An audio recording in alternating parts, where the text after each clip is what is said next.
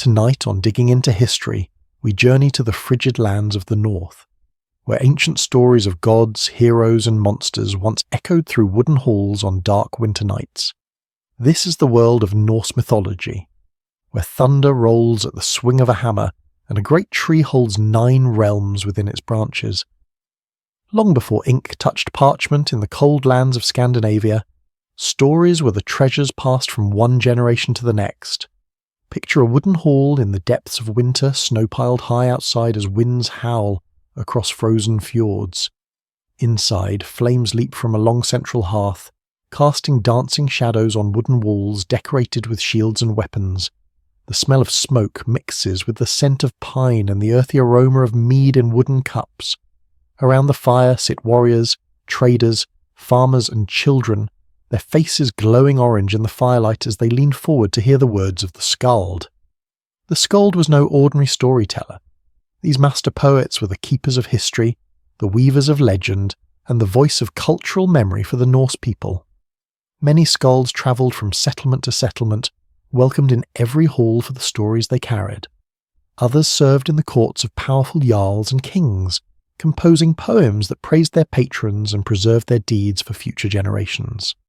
Their poetry followed strict patterns, using complex systems of alliteration and rhythm that made the stories easier to remember and recite. This carefully crafted form helped ensure that tales remained consistent as they passed from one teller to the next, like a verbal chain linking back through time to the oldest memories of the people. When a skald began to speak, the hall would grow silent. Their words conjured images more vivid than any painting.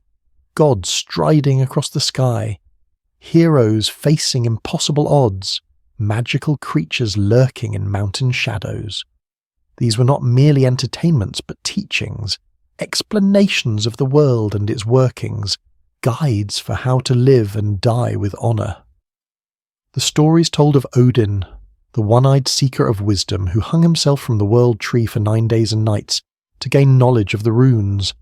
They spoke of Thor, whose mighty hammer Mjolnir created thunder when it struck, and whose strength protected both gods and humans from the chaotic forces that threatened their worlds. The skald might recount the clever schemes of Loki, a shape-shifting trickster whose wit brought both wonders and disasters to the gods. These tales were not simply repeated. They lived and breathed, changing subtly with each telling while maintaining their core truths. A skald might emphasize different aspects of a story depending on the audience or the lesson they wish to impart. In a hall of warriors preparing for battle, the focus might be on valor and glory in combat. Among farmers awaiting spring, the tales might center on fertility gods and the cycles of seasons. For the Norse people, these stories explained the world around them. The thunder was Thor battling giants. The northern lights were reflections from the shields of the Valkyries, warrior maidens who chose which fallen heroes would join Odin in his hall of Valhalla. Spring came when the goddess Freya returned from the mountains, bringing growth and new life to the land. The oral tradition shaped how the Norse viewed themselves and their place in a harsh and often dangerous world. The gods of their stories were not perfect or all-powerful, but struggled with many of the same challenges humans faced: betrayal, loss, ethical dilemmas, and the knowledge of their own mortality. Even the mighty gods of Asgard were destined to face an end at Ragnarok, the final battle where many would fall. This recognition of impermanence gave Norse mythology a distinct character, honoring those who faced inevitable fate with courage rather than seeking impossible perfection. Children grew up hearing these stories, absorbing their values along with their plots. Young boys dreamed of fighting with the bravery of Thor. Girls might admire the independence of goddesses like Freya or the loyalty of Sigyn. The sagas taught that one must face life with courage, value family bonds, maintain honor, respect oaths, and remember that even the smallest actions could echo through time in ways no one could predict. For hundreds of years, these stories lived only on the breath of skalds, in the memories of listeners, transmitted from one generation to the next, without a single word written down. The Vikings who sailed their dragon-headed ships across the seas carried these stories with them to new lands, to Iceland, Greenland, parts of Britain, Ireland, and even North America. In each new settlement, the tales acted as anchors to their cultural identity, reminding them of who they were and where they came from. It was only much later, primarily in Iceland during the 12th and 13th centuries, long after many Norse people had converted to Christianity, that these stories were finally written down. Scholars and poets, recognizing the cultural value of the old tales, recorded them in manuscripts that preserved echoes of those firelight tellings from centuries before. The two most important collections were the Poetic Edda and the Prose Edda. The Poetic Edda is a collection of anonymous poems found in an Icelandic manuscript from around 1270, though the poems themselves are much older, preserving some of the very verses once recited by skalds. The Prose Edda was written by the Icelandic scholar and politician Snorri Sturluson around 1220 as a handbook for poets, explaining the references and stories needed to understand traditional Norse poetry. Without these written records, the rich mythological tradition of the Norse people might have faded entirely from memory, yet even in written form, the tales maintain something of their oral character.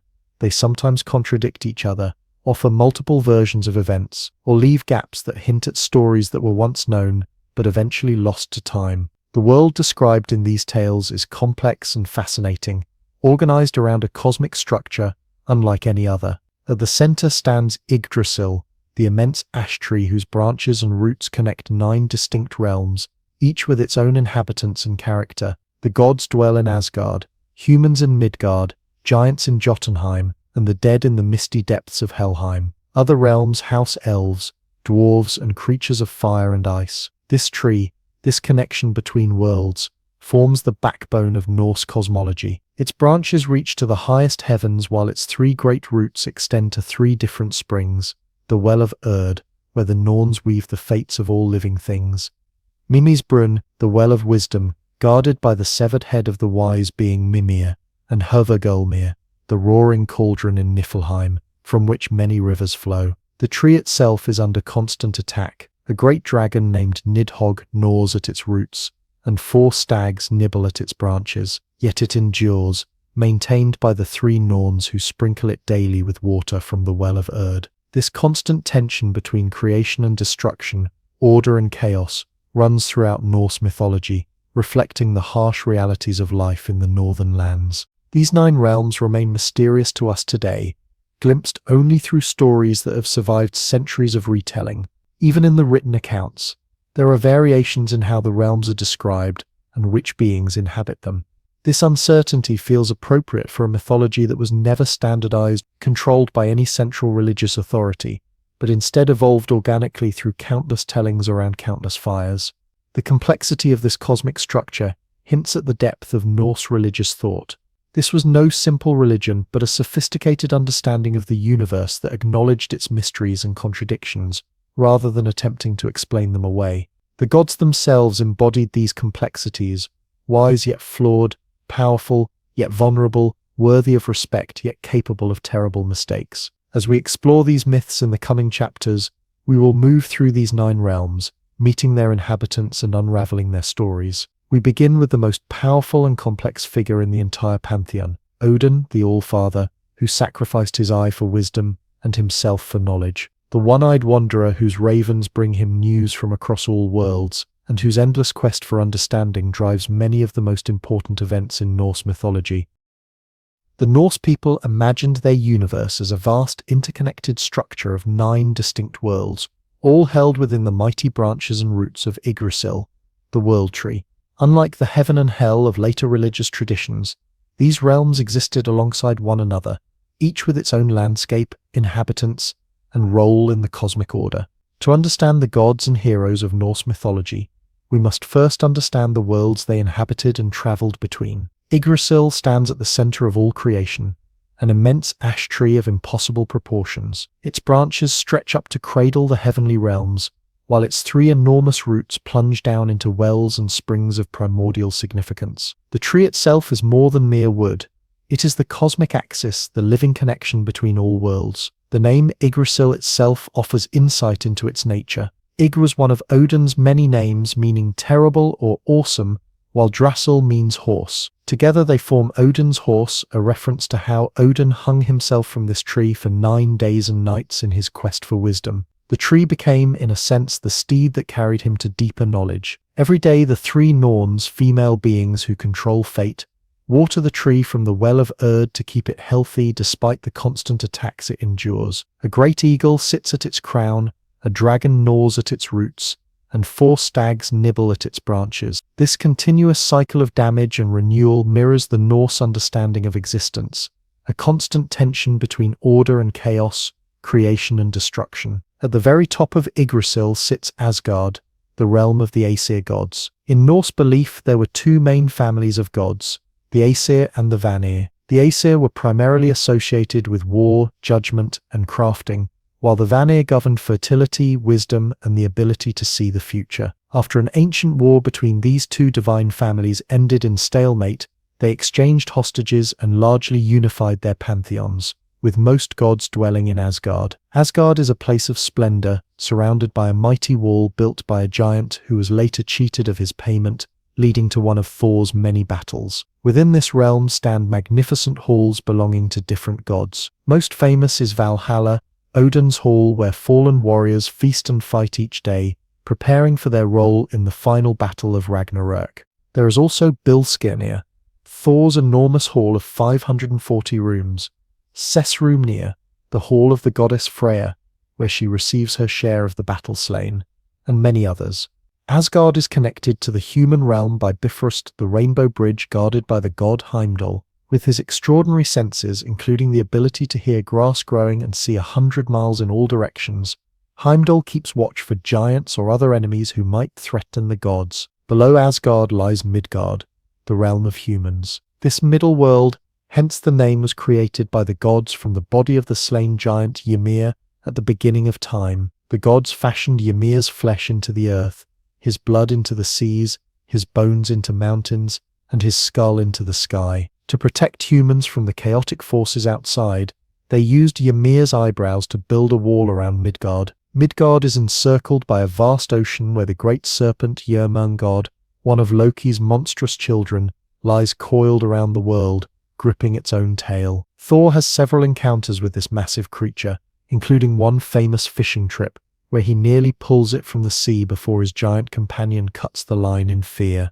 Connected to Midgard, but distinct from it, is Jotunheim, the realm of the giants. In Norse mythology, giants are not merely big humans but primordial beings of tremendous power, often associated with the untamed natural forces. Many are enemies of the gods, yet others become their allies, friends, or even lovers. Thor's mother was a giantess, and Loki was born of giant stock, highlighting the complex relationship between these 2 races. Jotunheim is a wild, mountainous land of extremes, towering peaks, deep valleys, dense forests, and icy wastes. Here, giants live in stone fortresses or mountain caves, plotting against the gods, or simply living according to their own ancient ways. Many of the most famous Norse myths involve gods journeying to Jotunheim, usually Thor to battle giants, or Odin to seek knowledge from their ancient wisdom. In the dark places beneath Midgard lies Svartalfheim, realm of the dwarves, also called the Dark Elves in some sources. Despite their small stature,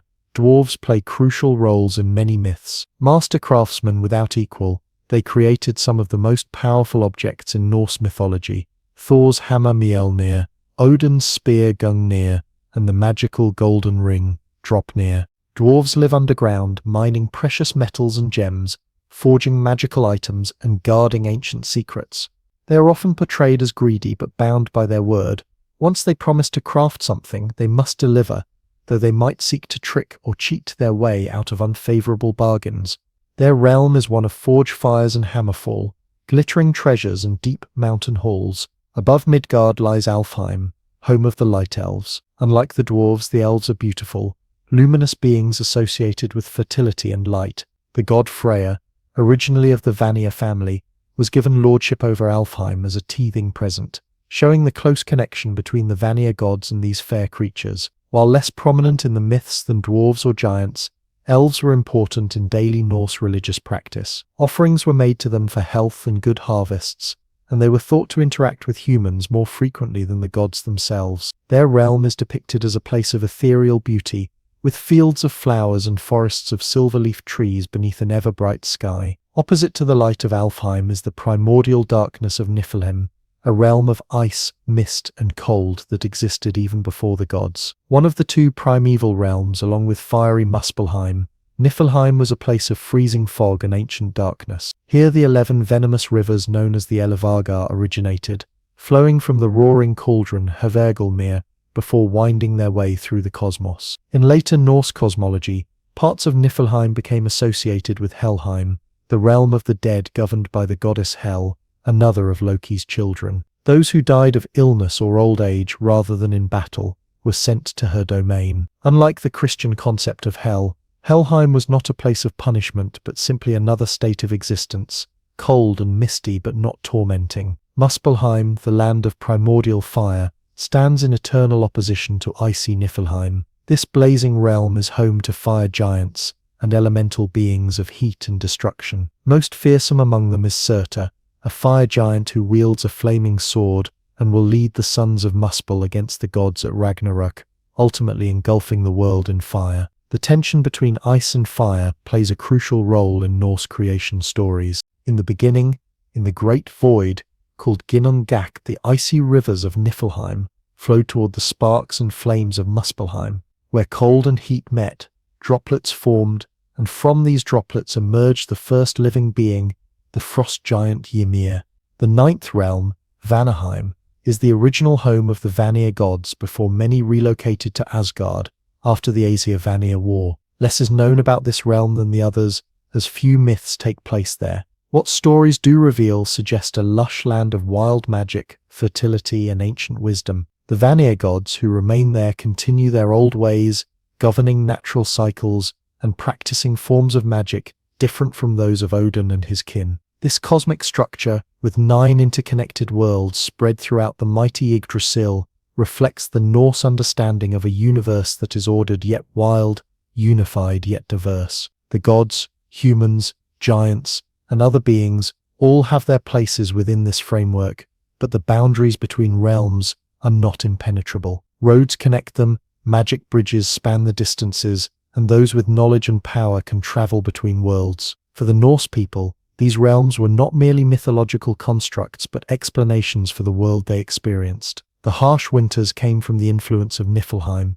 Thunder was Thor riding across the sky in his goat-drawn chariot. The northern lights might be the Bifrost Bridge gleaming, or the reflections from the shields of the Valkyries. This cosmic map also reflected the Norse understanding of their own society, a world where different groups had different functions, where boundaries existed but could be crossed, where opposing forces maintained a tense balance.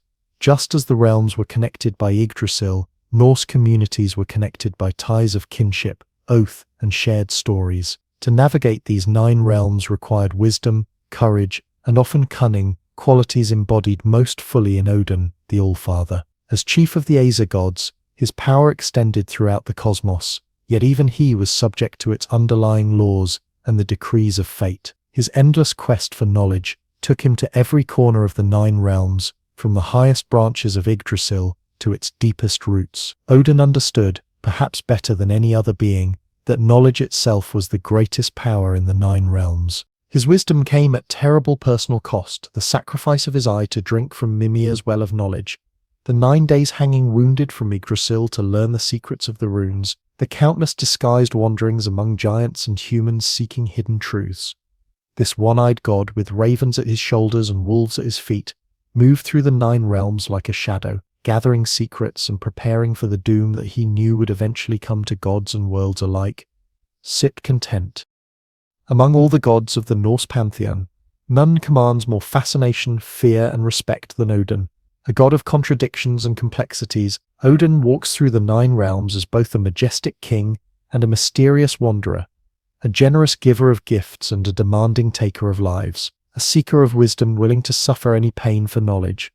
To understand Odin is to grasp the very heart of Norse mythology and the Viking worldview. When the Norse people looked to the sky during storms, they might glimpse a tall figure on an 8-legged horse, racing through the clouds with a broad-brimmed hat shadowing his face. This was Odin on his steed Sleipnir, surveying the 9 realms he helped create. The wind of his passage stirred the branches of Yggdrasil, and the single eye gleaming from beneath his hat missed nothing of importance in the worlds below. Odin earned his title as Allfather by helping to create the world and humans. According to the myths, Odin and his brothers Vili and Ve discovered 2 tree trunks on the shore where the primordial realms of ice and fire had merged. From these simple pieces of wood, they crafted the first humans, Ask and Embla. Odin gave them breath and spirit, Vili provided intelligence and emotion, and Ve bestowed upon them the senses and physical appearance. Through this act of creation, Odin became father to the human race, watching over them with both benevolence and stern judgment. His appearance reflected his complex nature. Tall and strong despite his apparent age,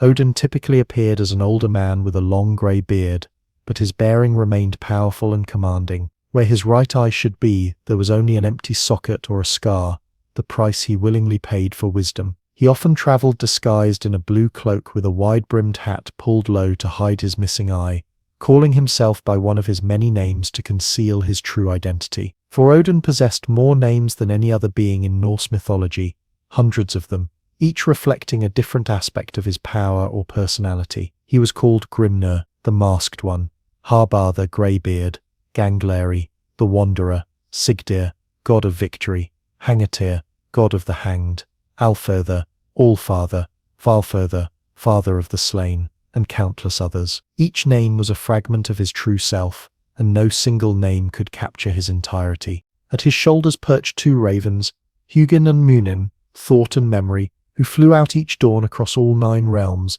and returned at evening to whisper in his ears all they had seen and heard. When the Norse people noticed ravens circling a battlefield, or perched on a rooftop, they wondered if Odin's eyes were upon them, gathering intelligence for purposes only the god himself might know.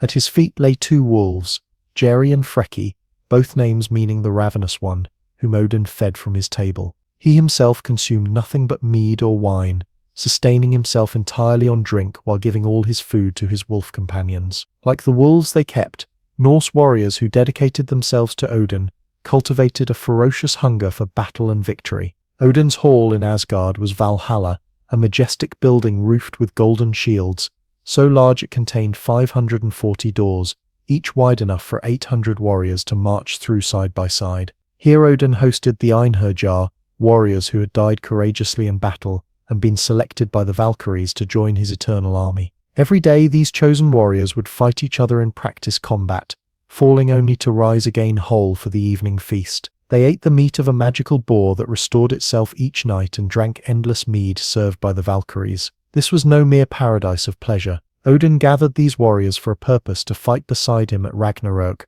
the fated final battle where gods and giants would clash in mutual destruction. Odin, with all his wisdom and foresight, knew he was doomed to die in that conflict, swallowed by the great wolf Fenrir. His collection of elite warriors represented his attempt to change, or at least challenge, a fate he knew could not be avoided. For unlike many other divine figures in world mythology, Odin and the Norse gods were not immortal in the strict sense. They lived extraordinarily long lives and had access to magical means of preserving their youth, like the golden apples kept by the goddess Idun, but they could be killed, and many were fated to die when Ragnarok arrived. This knowledge of their own mortality added a poignant dimension to Norse mythology and shaped Odin's character profoundly. Perhaps it was this awareness of his ultimate fate that drove Odin's relentless pursuit of wisdom. No god in any mythology has sacrificed more for knowledge than Odin. His most famous sacrifice came at the foot of Yggdrasil, where he gave up his eye to drink from Mimir's well, a source of profound wisdom and foresight.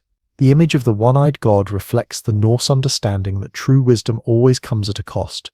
We must give up something of ourselves to gain deeper insight. Even more dramatic was his self-sacrifice upon Yggdrasil itself. According to the Havamal, a collection of poems attributed to Odin, he hung himself from the world tree for 9 days and nights, wounded by his own spear, receiving neither food nor drink. As he hung suspended between life and death, he peered down into the depths below Yggdrasil and perceived the runes, mystical symbols containing the secrets of existence. With a cry he seized them and fell from the tree, forever changed by the knowledge he had gained. 9 nights I hung on that windswept tree, pierced by a spear, pledged to Odin, myself to myself, on that tree whose roots no one knows where they run. No bread did they give me, nor drink from a horn. Downward I peered.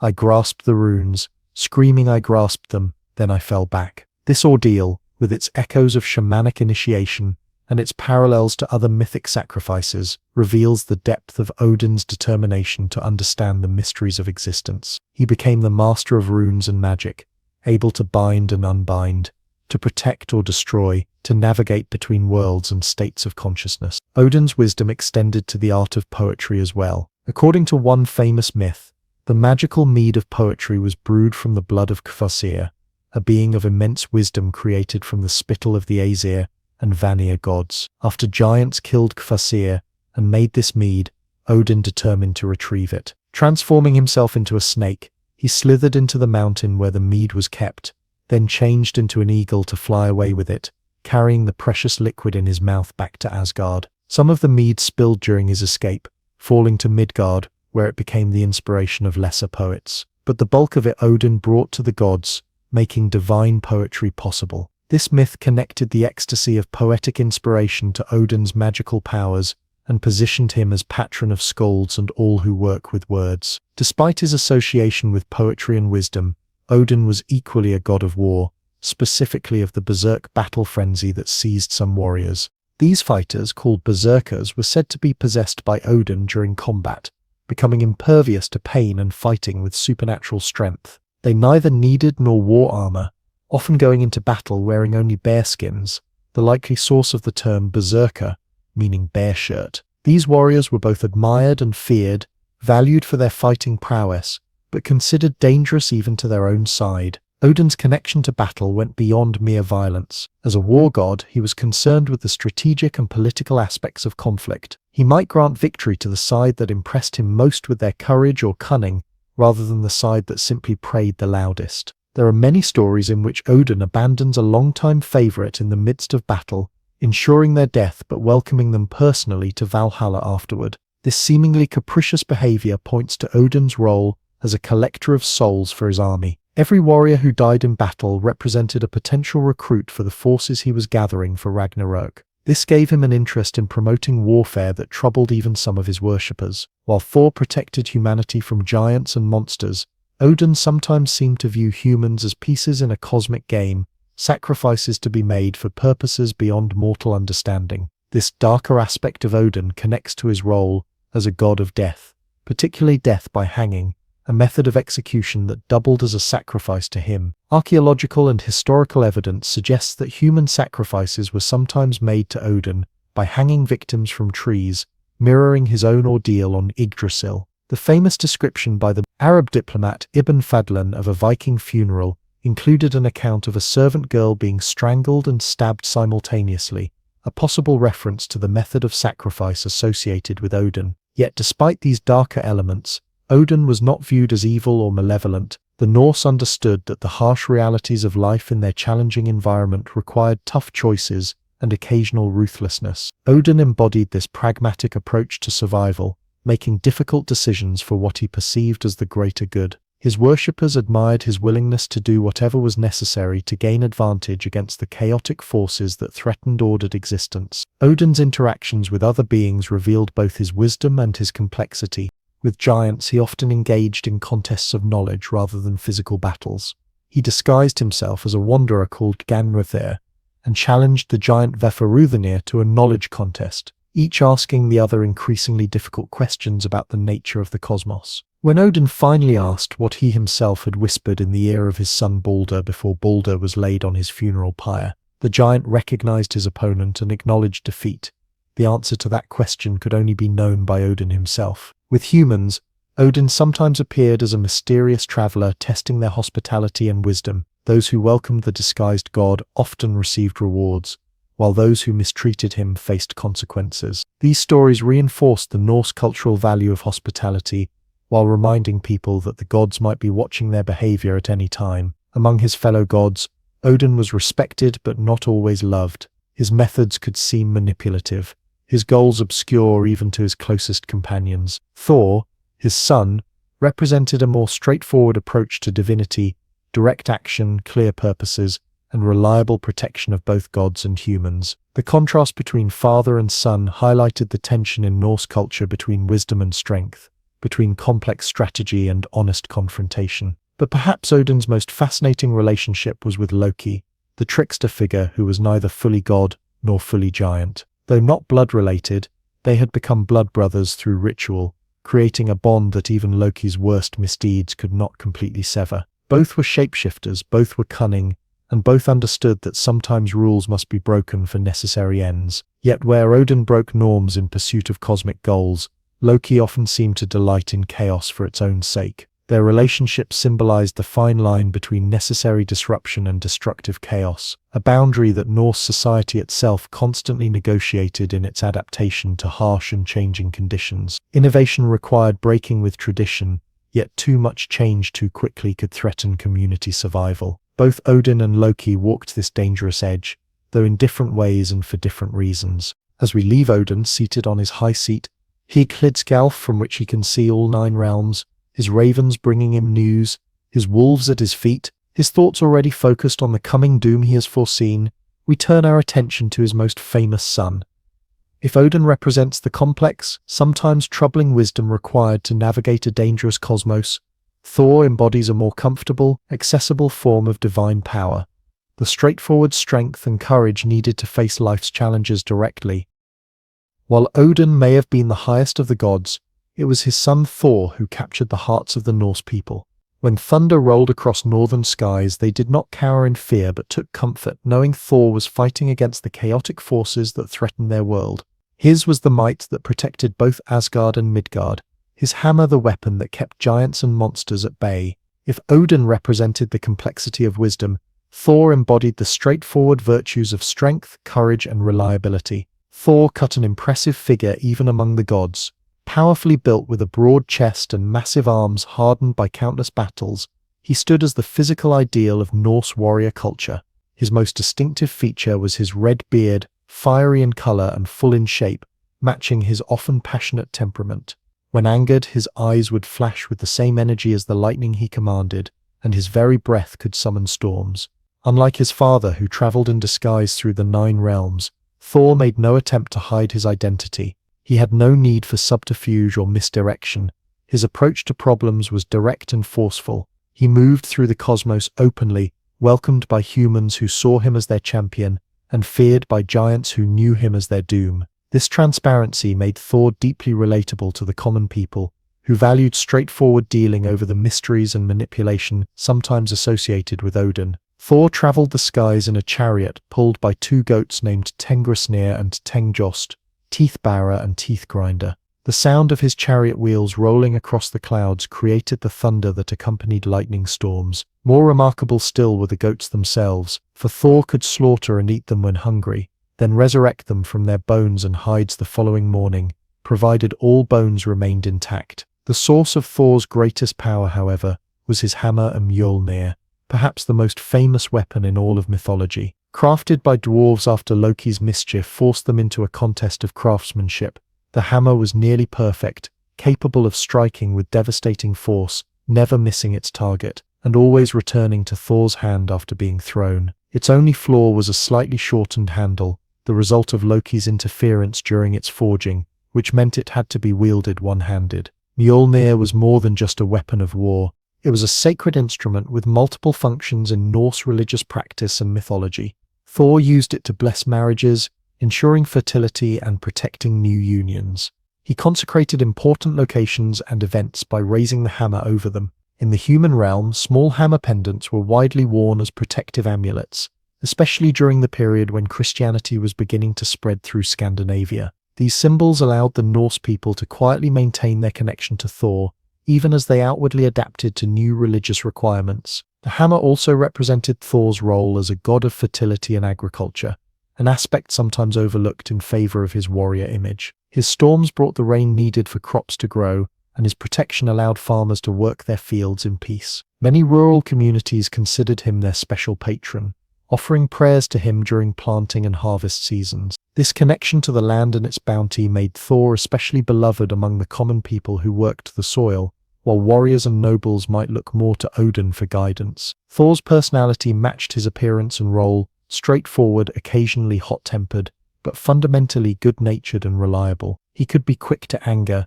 especially when confronted with oath-breakers or threats to those under his protection, but he was equally quick to laugh and feast when dangers passed. His appetites were legendary, Stories tell of him consuming entire oxen and drinking enough mead to lower the level of the sea. Yet even in his moments of indulgence, he remained approachable, the sort of god with whom ordinary people could imagine sharing a meal or a joke. This combination of immense power and relatable character made Thor the most widely worshipped god throughout most of the Viking Age. While Odin might have been favored by kings, poets, and those seeking hidden knowledge, Thor was the god of the people, the divine protector who stood between their communities and the dangerous forces beyond. Archaeological evidence confirms his popularity.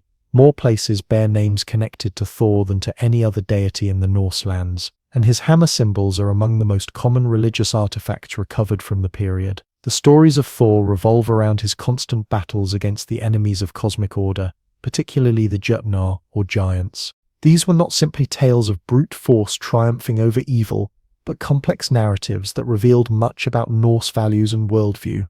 Through Thor's adventures, the Norse people explored questions of courage, honor, cleverness, and the proper use of strength. One of the most famous tales begins with the theft of Mjolnir by the giant Thrym, who demanded the goddess Freyja as his bride in exchange for returning the hammer. When Freyja understandably refused to marry the giant, Loki devised a plan.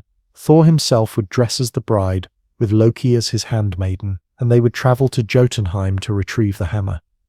Though initially reluctant to don women's clothing, Thor recognized the necessity of recovering his weapon. At the wedding feast, Thrym became increasingly confused by his bride's behavior, particularly her enormous appetite, as Thor consumed an entire ox, ate salmon, and vast quantities of mead. Loki quickly explained that Freyja had been so excited about the wedding that she had not eaten for 8 days. When Thrym attempted to kiss his bride, he was startled by the fierce glare in Thor's eyes, but again Loki intervened, claiming that Freyja had not slept for 8 nights due to anticipation. Finally, Thrym ordered that the hammer be brought in to bless the union, as was customary. The moment Mjolnir was placed in Thor's lap, he grabbed it, cast off his disguise, and slaughtered Thrym and all the giants present at the feast. This story, while humorous, highlights the lengths to which Thor would go to fulfill his duty as protector, even at the cost of his own pride. It also reveals the Norse appreciation for cleverness alongside strength. Thor's might alone was not enough to solve this problem. Loki's trickery was equally necessary. Another famous adventure took Thor and Loki to the castle of the giant king, Loki, who subjected them to a series of seemingly impossible challenges. Thor was challenged to lift a cat, wrestle an old woman, and drink from a horn. To his shock and humiliation, he failed at each task, barely raising the cat's paw off the ground, getting forced to one knee by the old woman, and only managing to lower the level in the drinking horn slightly. Only after they departed did Loki reveal the truth. The cat was actually the Midgard serpent, Jörmungandr, which encircles the entire world.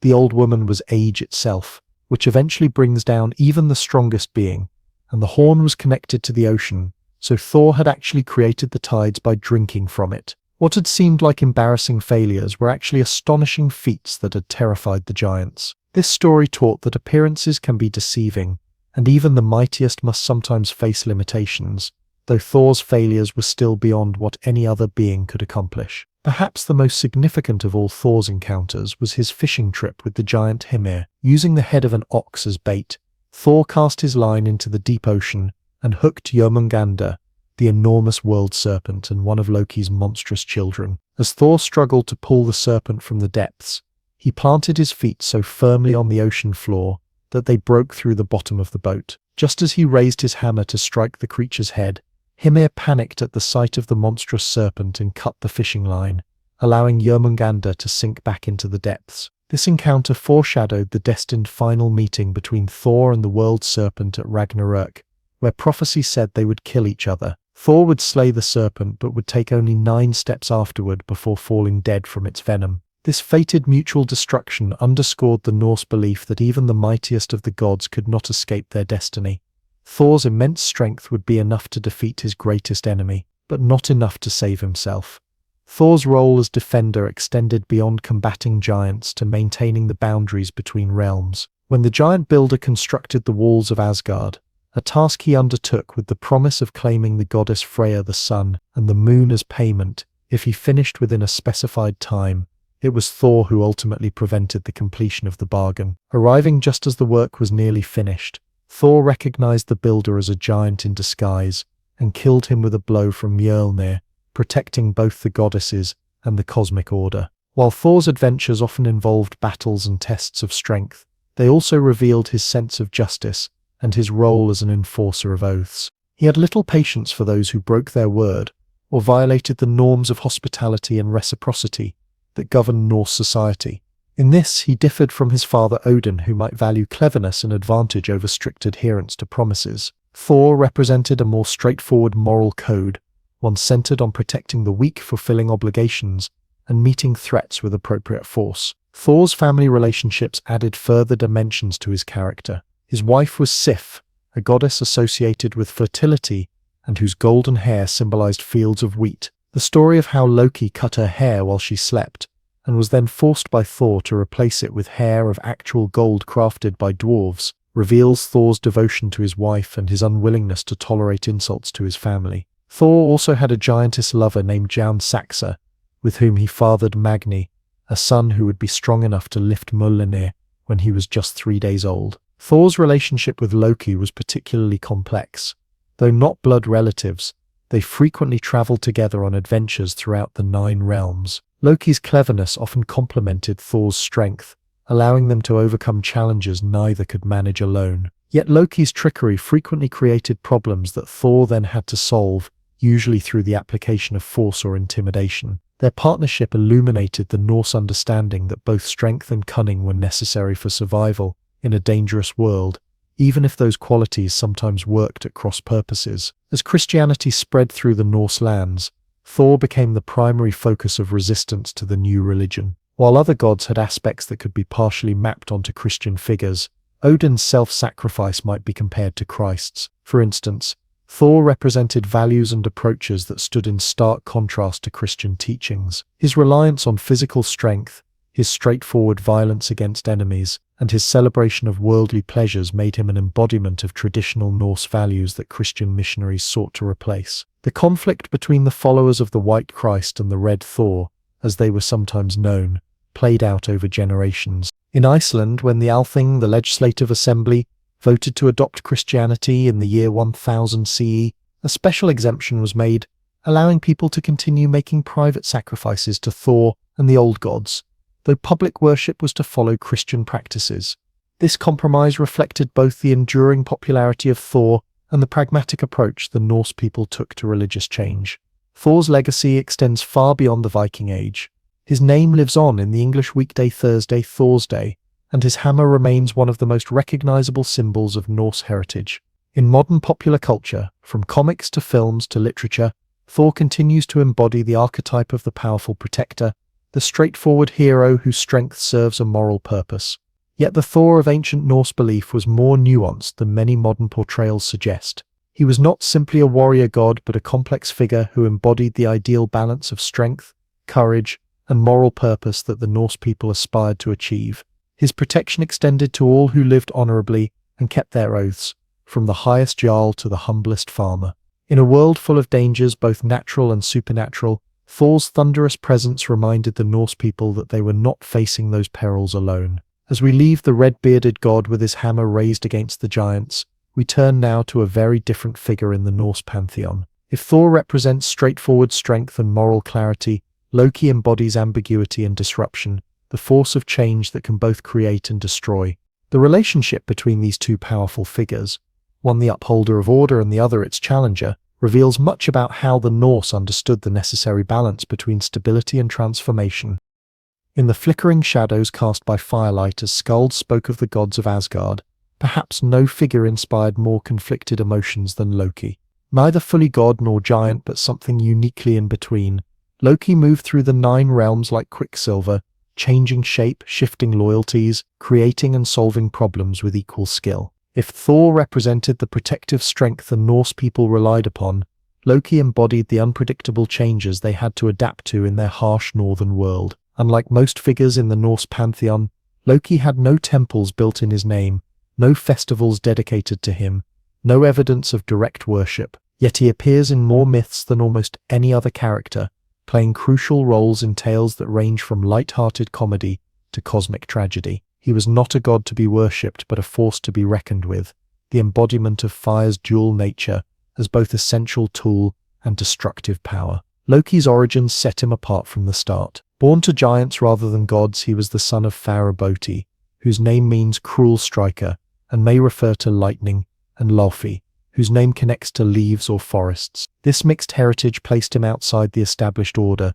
neither belonging fully to the gods of Asgard nor to their traditional enemies, the giants of Jotunheim. Yet somehow, through means never clearly explained in the surviving texts, Loki became blood brother to Odin himself, a bond that gave him a place among the Aesir, despite his outsider status. In appearance, Loki was handsome and slight of build, with an agile frame suited to his quick wit and talent for slipping out of dangerous situations. His hair was sometimes described as black, contrasting with Thor's fiery red and suggesting his shadowy nature. Most notable, however, was his expressive face, particularly his eyes, described as sharp and glinting with intelligence, and his mouth, from which flowed both clever solutions and malicious lies with equal ease. The Norse people had a term for him, Lopter, meaning the airy one, suggesting someone difficult to grasp or pin down. Loki's most remarkable ability was his power of shape-shifting, changing not just his appearance,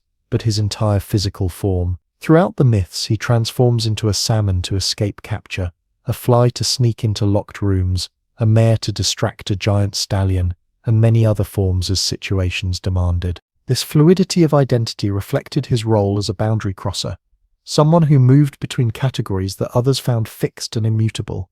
As the trickster of Norse mythology, Loki served multiple functions within the stories and within the society that told them. His escapades taught valuable lessons about the dangers of excess pride, the importance of adaptation, and the inevitable consequences of breaking social bonds. He challenged the status quo, forcing gods and humans alike to question their assumptions and find new solutions to problems. When the gods grew too comfortable or rigid, Loki was there to shake things up, creating chaos but often spurring necessary growth. The tales of Loki generally fall into three phases that track his gradual transformation from helpful trickster to malicious destroyer. In the earliest stories, he appears as a mischievous but ultimately constructive figure who uses his cunning to help the gods out of difficult situations, many of which he created himself. In the middle phase, his pranks become more dangerous and self-serving, though he still makes amends when forced to. In the final phase, following the death of Balder, which Loki engineers,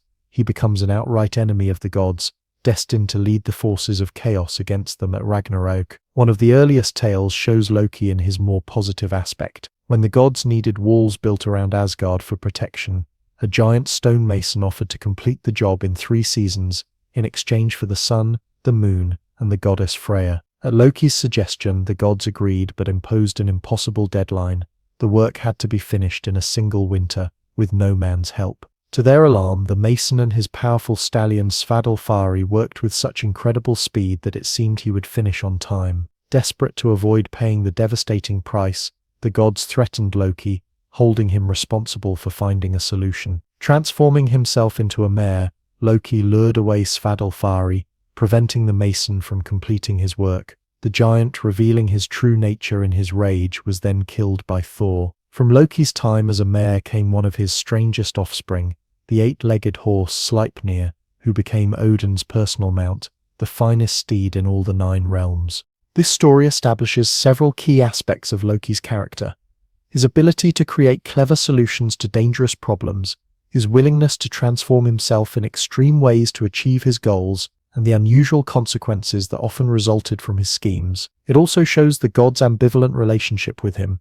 They rely on his quick thinking but are quick to blame him when things go wrong. Another famous tale reveals how Loki's mischief could lead both to problems and to invaluable treasures. When he cut off the golden hair of Thor's wife Sif as a prank, Thor threatened to break every bone in his body unless the damage was repaired. Loki then ventured to the realm of the dwarves, persuading the sons of Iveldi to forge new hair for Sif from actual gold, so perfect it would grow like real hair. While there, he also commissioned 2 other treasures: Skidbladnir, a ship that could fold up into a pocket but expand to carry all the gods, and Gungnir, a spear that would never miss its mark. Not content with these 3 treasures, Loki then challenged 2 dwarf brothers, Brokra and Sindri, claiming they could not forge items of equal quality. The stakes were Loki's own head. As the brothers worked, Loki transformed into a fly and bit them repeatedly, trying to spoil their work. Despite this sabotage, they created 3 more marvels: a living boar with golden bristles, a gold ring called Drupnir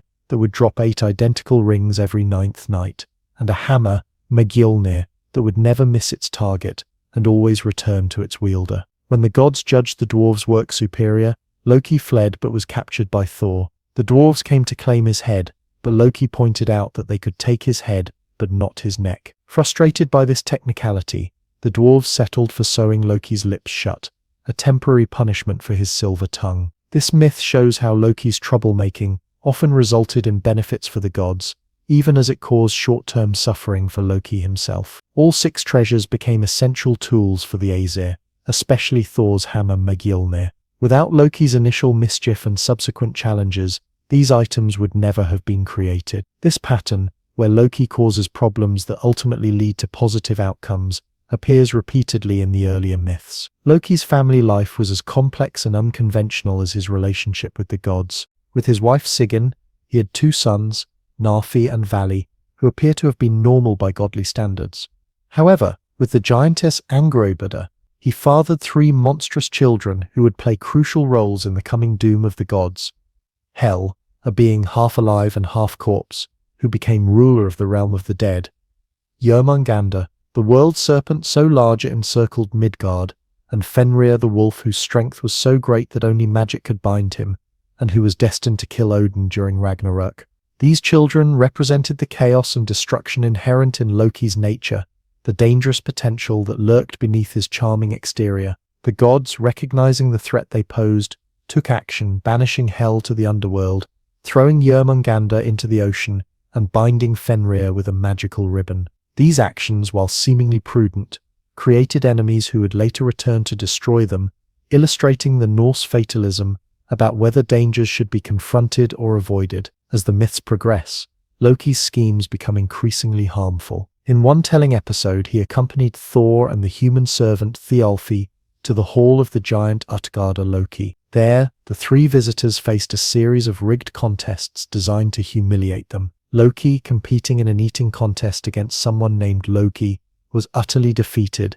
His opponent consumed not just the meat but the bones and even the trough they ate from. Only later did they learn that Loki was actually fire itself, explaining Loki's defeat by his elemental counterpart. The turning point in Loki's story, and indeed in the entire Norse mythological cycle, came with the death of Balder, the most beloved of all the gods. Balder was beautiful, kind, and radiant, the embodiment of light and joy in the divine realm. After Balder began having dreams foretelling his death, his mother Frigg extracted promises from everything in all the realms: fire and water, stones and metals, plants and animals, diseases and poisons, that they would never harm her son. The gods even made a game of throwing weapons at Balder, delighting in how everything bounced off him without causing injury. Loki, disguised as an old woman, visited Frigg and learned that she had overlooked just one thing: the humble mistletoe, which she thought too young and harmless to bother with. Fashioning a dart from mistletoe, Loki then approached the blind god Herd, who had been standing aside during the games since he could not see to aim. Loki offered to guide Herder's hand so he could participate in the fun, directing the mistletoe dart straight at Balder. The seemingly harmless projectile pierced Balder's heart, killing him instantly. The gods were devastated. One volunteer, Hermod, rode Sleipnir down to Helheim to beg for Balder's release. Hel, Loki's daughter, agreed to return Balder to life, but only if everything in all the realms wept for him. The gods sent messengers everywhere, and indeed everything did weep for the beloved god, everything except one giantess named Thuk, who refused. This single holdout, widely believed to be Loki in yet another disguise, ensured that Balder remained trapped in the realm of death until after Ragnarok. This act marked Loki's transition from ambiguous trickster to outright villain in the mythology. The gods' response was merciless. They hunted Loki, who had transformed into a salmon and hidden in a river. After capturing him, they took him to a cave where they bound him with the entrails of his own son Narfi, whom they had transformed into a wolf to kill his brother Vali. They placed a serpent above Loki's head, which dripped venom onto his face. His faithful wife Sigyn stayed by his side with a bowl to catch the venom, but whenever she had to empty the bowl, the poison would fall on Loki's face, causing him to writhe in such agony that his movements created earthquakes in Midgard. This punishment was to last until Ragnarök, when Loki would break free to lead the forces of chaos against the gods in the final battle. According to prophecy, he would pilot the ship Naglfar, made from the untrimmed fingernails of the dead, bringing an army of giants and monsters to the battlefield. There he would fight Heimdall, the watchman of the gods, and they would kill each other, just as Thor and Jörmungandr, Odin and Fenrir would also cause mutual destruction. Looking at Loki's trajectory through the myths reveals much about how the Norse people understood the role of chaos and change in their world. Unlike many mythological tricksters who remain essentially the same throughout their stories, Loki undergoes a tragic transformation. He begins as a figure who creates problems but also solutions, who disrupts the status quo but ultimately reinforces the strength of the divine community by challenging it. Gradually, he becomes increasingly destructive, moving from mischief to malice, until finally embodying the inevitable forces of chaos that must eventually overturn even divine order. This transformation parallels the Norse understanding of existence itself. Their cosmology taught that the ordered world emerged from primordial chaos and would eventually return to it. The gods had won temporary victories against chaotic forces, but these victories could not last forever.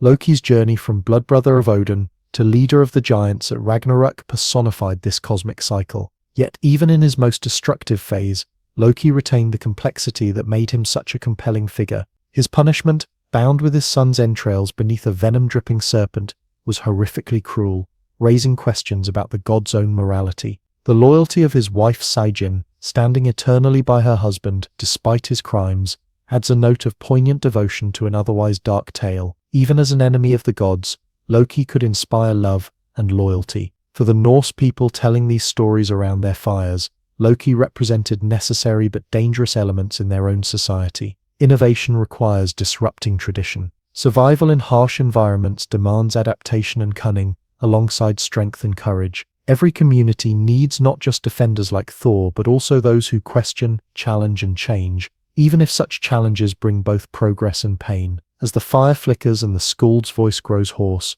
we leave Loki bound in his cave, his wife Sigyn patiently holding the bowl above his face, catching the venom drop by drop.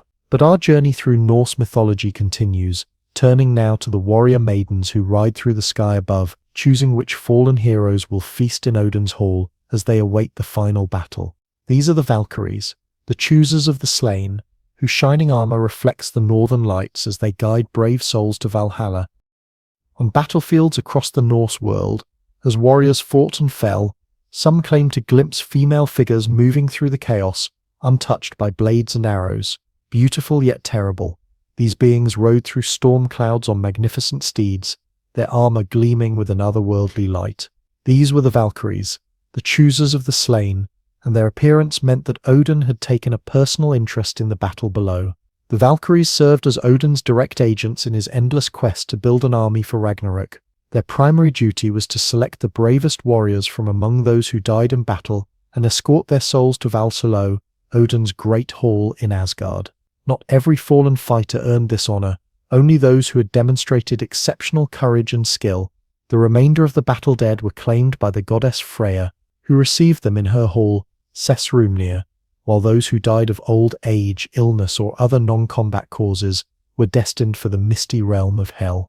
The name Valkyrie itself tells us much about their role. It comes from the Old Norse Valkyria, combining Valsa slain with Kurja chooser. They were literally choosers of the slain, deciding which warriors would be elevated to the ranks of the Einherjar, the elite fighters who would stand with Odin at the end of days. This selective process reflected the competitive values of Norse warrior culture, where how one died mattered as much as how one lived. In their appearance, the Valkyries embodied a blend of beauty and terror appropriate to their function. They were typically described as tall, fair women with flowing hair, often blonde or golden, wearing gleaming armor, and sometimes carrying spears or shields. They rode through the sky on magnificent horses, and some sources suggest their armor was what caused the atmospheric phenomenon, now known as the aurora borealis or northern lights, the night sky, illuminated by reflections from their breastplates and helmets. The number of Valkyries varied in different accounts. Some sources mention only a handful,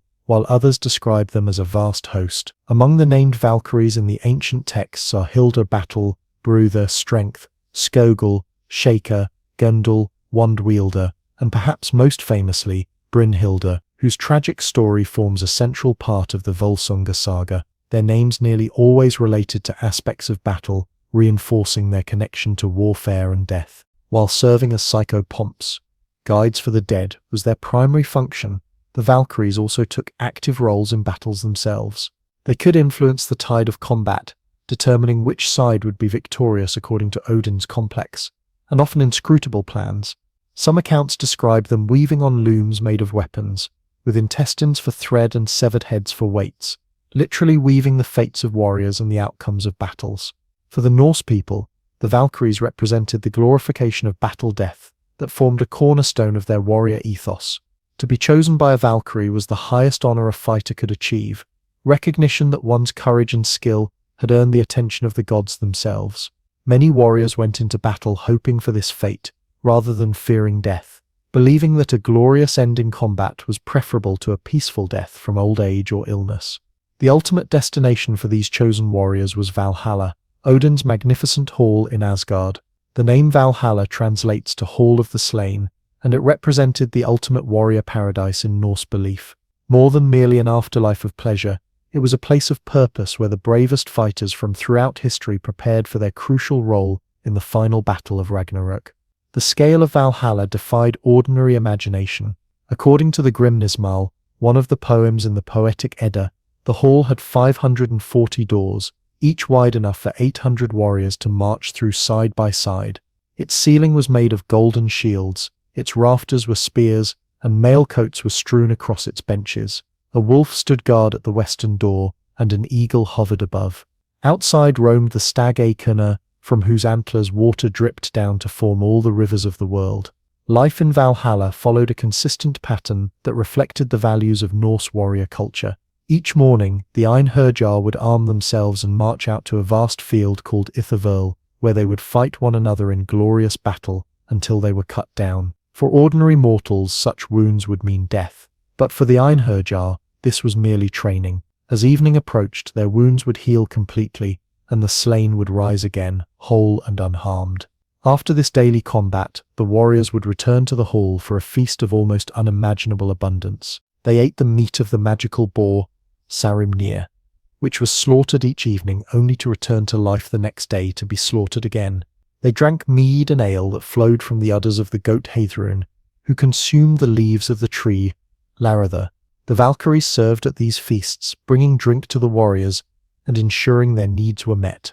This dual role, choosing warriors from the battlefield and then serving them in Valhalla, connected the terror of combat with the rewards of the afterlife, creating a complete cycle that reinforced the centrality of warfare in Norse culture. While this afterlife might seem idyllic to a culture that valued battle prowess, it served a specific cosmic purpose beyond mere reward. Odin gathered these warriors because he knew what the prophecies foretold, that at Ragnarok the gods would face the forces of chaos in a final battle where most of the divine beings would perish. The Einherjar would be his army in this conflict, fighting alongside the Aesir against giants, monsters, and the dead who sailed from hell on the nail ship Naglfar. The concept of Valhalla thus contained within it both glory and tragedy. The chosen warriors would fight with courage at the side of the gods, but prophecy made clear that even this magnificent army would not prevent the destruction of the current world order. Like so much in Norse mythology, Valhalla embodied the tension between the ideal of glorious striving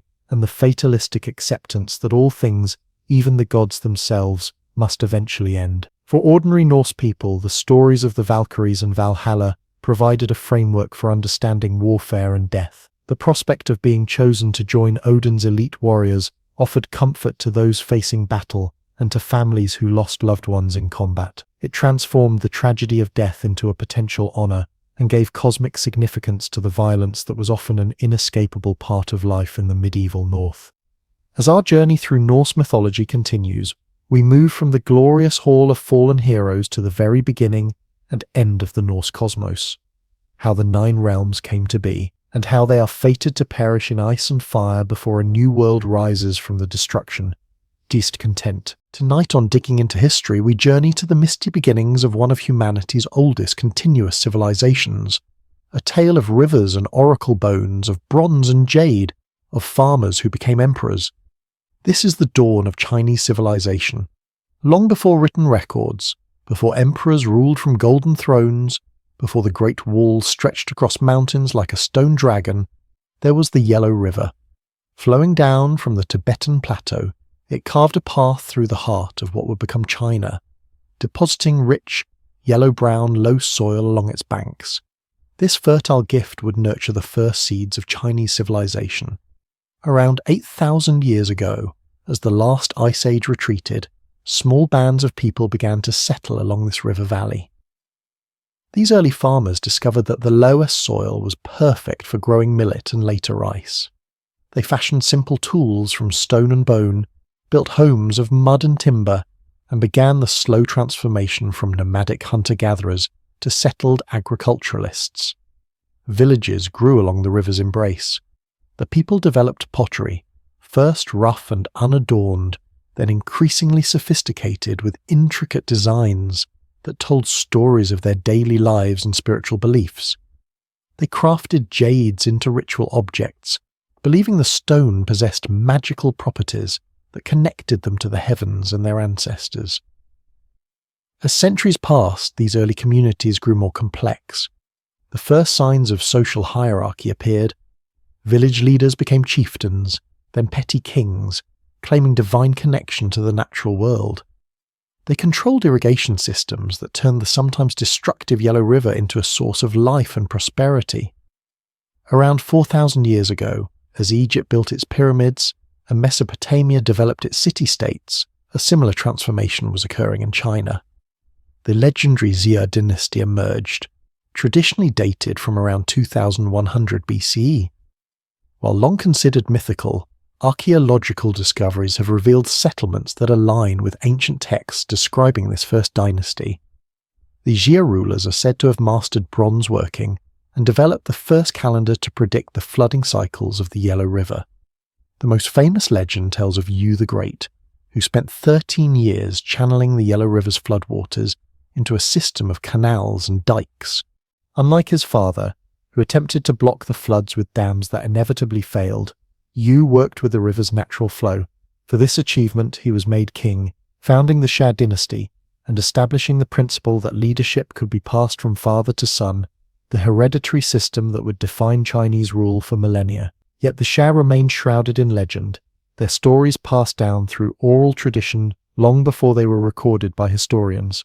It is with the Shang dynasty, beginning around 1600 BCE, that Chinese civilization steps firmly into the historical record. The Shang people built walled cities with massive rammed earth foundations that have survived to this day. At their capital near modern-day Anyang, archaeologists have uncovered royal tombs filled with bronze vessels of astonishing craftsmanship. These objects reveal a society obsessed with ritual and ancestor worship, where the living maintained constant communication with the dead. The most remarkable discovery from the Shang period was thousands of oracle bones, shoulder blades of oxen and turtle shells used for divination. Shamans would carve questions onto the bones, apply heat until cracks appeared, then interpret these cracks as answers from the ancestors or gods. Later they would carve both the question and the interpreted answer onto the bone, creating the earliest substantial body of Chinese writing. These oracle bones reveal a world where kings consulted their ancestors about everything from military campaigns to toothaches, from hunting expeditions to the cause of a queen's difficult pregnancy. They show a society where the boundary between the spiritual and physical worlds was thin, where rulers drew their legitimacy from their ability to communicate with the divine. The Shang dynasty fell around 1046 BCE to the Zhou, a western state that had once been their vassals. The Zhou would rule, at least in name, for an extraordinary 8 centuries, making them the longest-lasting dynasty in Chinese history. They expanded the boundaries of Chinese civilization, pushing south toward the Yangtze River, and establishing a proto-feudal system where the king granted territories to relatives and loyal nobles. The early Zhou period was marked by relative stability and cultural flourishing. The Zhou rulers claimed they had overthrown the Shang because the last Shang king had been corrupt and tyrannical. To justify their conquest, they developed the concept of the mandate of heaven, the idea that heaven grants the right to rule to those who govern with virtue and withdraws it from those who become corrupt. This powerful concept would be used to legitimize all future dynasties and revolutions in Chinese history.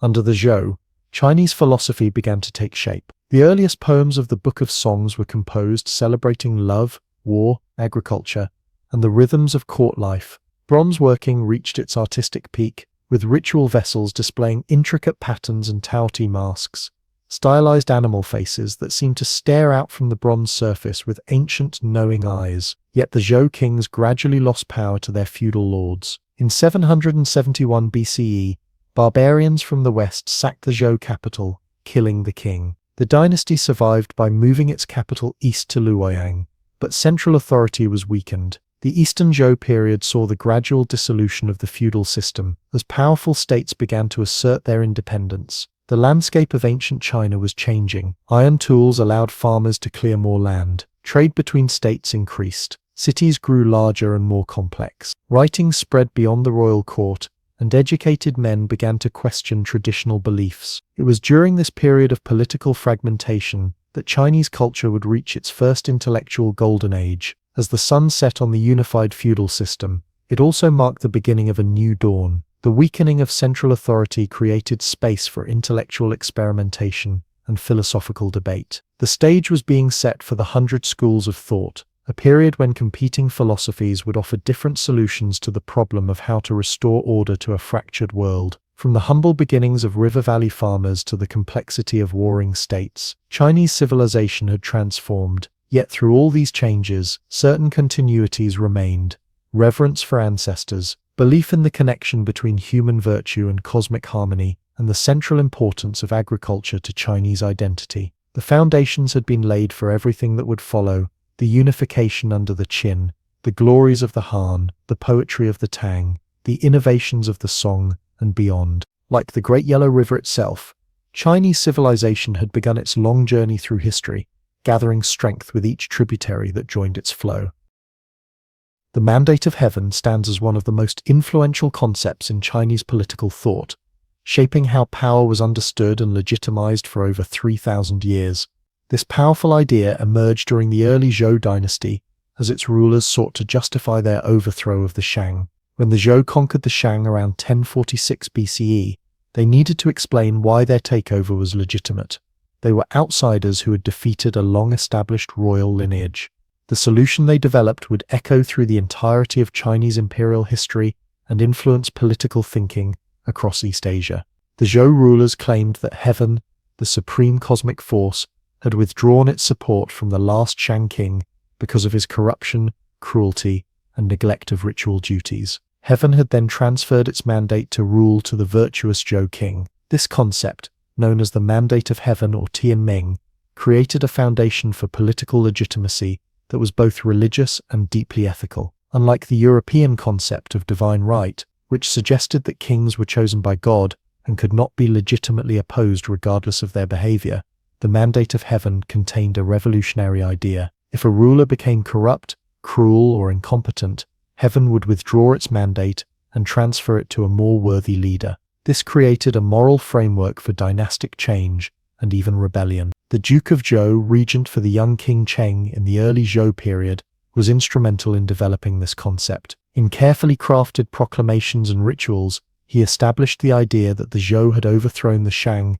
not merely through military strength but through moral superiority. The final Shang king, he claimed, had indulged in luxury and cruelty while neglecting the welfare of his people and the proper reverence due to heaven and ancestors. This powerful idea transformed Chinese political thought. It meant that political authority had a moral basis. A dynasty did not rule simply because it had conquered, but because it had earned heaven's approval through virtuous governance. And this approval was conditional. It could be withdrawn if the rulers failed to govern justly and wisely. How would people know when a dynasty had lost the mandate of heaven? The signs were thought to be clear. Natural disasters like earthquakes, floods, and droughts were interpreted as heaven's displeasure with the ruling dynasty. Famines, plagues, and widespread suffering were seen as evidence that the cosmic balance had been disturbed by immoral rule. Economic troubles, corruption among officials, and foreign invasions all pointed to a dynasty in decline, one whose grip on the mandate was weakening.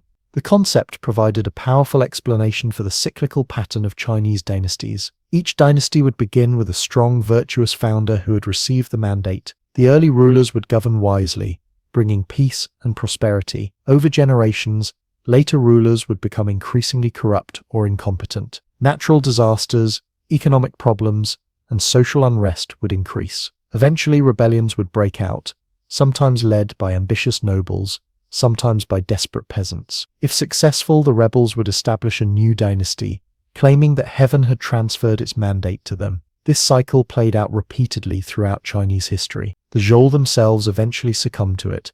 After centuries of rule, their authority weakened. In 771 BCE, barbarians from the west sacked the Zhou capital, forcing the dynasty to relocate eastward. Though the Zhou kings continued to rule nominally for another 500 years, real power had slipped from their hands into those of regional lords. During the Eastern Zhou period, as central authority declined, the concept of the mandate of heaven evolved. Confucius and his followers emphasized that virtue, not heredity, was the true basis of leadership. They taught that rulers had a sacred responsibility to govern for the benefit of the people, not for their own glory or pleasure. The philosopher Mencius, who lived during the Warring States period, made perhaps the most radical interpretation of the mandate of heaven. He argued that the will of the people reflected the will of heaven. If the people suffered under a ruler, it was a sign that heaven had withdrawn its mandate. Mencius even suggested that in extreme cases, when a king had become a tyrant, rebellion was justified. The welfare of the people, not the security of the ruler, was heaven's primary concern. For ordinary people, the mandate of heaven provided both comfort and hope. When times were difficult under a failing dynasty, they could believe that heaven had noticed their suffering and would eventually bring change. For officials and scholars, it created a moral framework for serving the state. They were not merely serving a human ruler, but participating in a cosmic order sanctioned by heaven itself. The concept also shaped how history was recorded and understood. Each new dynasty would commission official histories of previous dynasties, emphasizing the moral failings of the last rulers and the virtuous qualities of the new founding emperor. These histories reinforced the idea that dynastic change followed moral patterns, not merely military ones. When the Qin finally unified China in 221 BCE, ending the Warring States period, its founder proclaimed himself first emperor and claimed the mandate of heaven. When the Qin quickly collapsed and was replaced by the Han, the latter explained this as the Qin losing the mandate due to excessive cruelty and legal harshness. The Han emperors were careful to present themselves as more benevolent rulers who had heaven's blessing. This pattern repeated throughout Chinese history, when the Tang dynasty replaced the Sui, when the Song replaced the Tang, when the Ming drove out the Mongol Yuan dynasty, and when the Manchu Qing conquered the Ming. In each case, the new rulers claimed that heaven had withdrawn its mandate from the corrupt previous dynasty and bestowed it upon them. Even non-Chinese conquerors adopted this concept. The Mongols under Kublai Khan and the Manchus both presented their conquests as evidence that they had received the mandate of heaven. By accepting this central concept of Chinese political thought, these foreign rulers helped legitimize their rule in the eyes of their Chinese subjects. The mandate of heaven created surprising political flexibility within an apparently rigid imperial system. While the emperor's authority was absolute in theory, in practice it was constrained by this moral framework. Officials could remonstrate with the emperor, pointing out policies that might cause suffering and potentially lead to the loss of the mandate. Scholars could write historical analogies that subtly critiqued current rulers by comparing them to failed emperors of the past. Natural disasters posed particular challenges. When floods, droughts, or earthquakes struck, emperors would often issue self-criticism edicts, acknowledging their moral failings and promising to govern more virtuously. They might reduce taxes, release prisoners, or perform special rituals to restore harmony between heaven and earth. These responses showed the power of the concept. Even the most absolutist emperor had to acknowledge that his rule depended on more than just military might. For over 2,000 years, until the fall of the last dynasty in 1911, the mandate of heaven provided the fundamental framework for understanding political legitimacy in China. It created a moral dimension to politics that went beyond simple power relationships. It explained the rise and fall of dynasties as part of a cosmic moral order, and it gave both rulers and subjects a shared understanding of the purpose of government, to maintain harmony between heaven and earth through virtuous rule. As China entered a period of intense warfare and intellectual ferment known as the Warring States period, the concept of the mandate of heaven would be tested, reinterpreted, and debated by competing schools of thought. The idea that heaven granted power to the virtuous would remain central, but what constituted virtue and how it should be expressed in governance would become subjects of philosophical debate. In a time when the old order was crumbling, thinkers sought new ways to understand heaven's will and how it might be manifest in a fragmented land. The map of China, fragmented like a shattered mirror. Where once the Zhou kings had maintained at least a ceremonial unity, now 7 powerful states engaged in a deadly dance of alliances, betrayals, and brutal warfare. This was the Warring States period, an era of unprecedented violence and bloodshed that lasted from around 475 BCE until 221 BCE. Yet from this chaos emerged some of the most profound philosophical thinking the world has ever known. As the authority of the Zhou kings weakened, regional lords consolidated their territories into larger and more powerful states. By the mid-5th century BCE, 7 major powers dominated the landscape: Qin, Chu, Yan, Han, Jia, Wei, and Qi.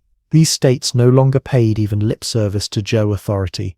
They called themselves kingdoms, and their rulers took the title of king rather than duke or lord. Warfare transformed dramatically during this period. Earlier battles had been ritualized affairs fought between aristocratic warriors who followed codes of honor. Now massive armies of infantry, armed with crossbows and iron weapons, fought in campaigns that could last years. Military leaders developed sophisticated strategies and tactics, no longer bound by traditional rules of engagement. The famous military strategist Sun Tzu wrote his classic text, The Art of War, during this time, advocating for psychological warfare, deception, and intelligence gathering. His work reflected the increasingly ruthless nature of conflict, where victory was the only measure of success, regardless of the methods used. The scale of these conflicts dwarfed anything seen before in Chinese history. Historical records tell of battles involving hundreds of thousands of soldiers, with casualties in the tens of thousands. The state of Jia reportedly lost 400,000 men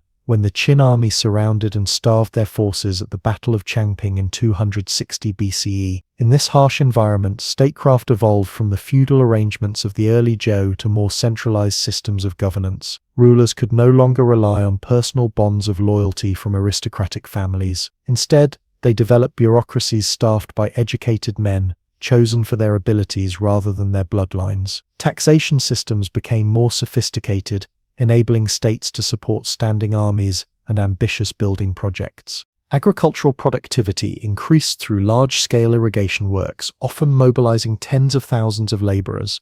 The state of Qin was particularly effective at harnessing its population for both military and civil engineering projects. Commerce flourished despite the warfare, or perhaps because of it. Iron tools became widely available, increasing agricultural productivity. Coins replaced barter in many regions, facilitating trade. Cities grew larger and more complex, with specialized neighborhoods for craftsmen, merchants, and scholars.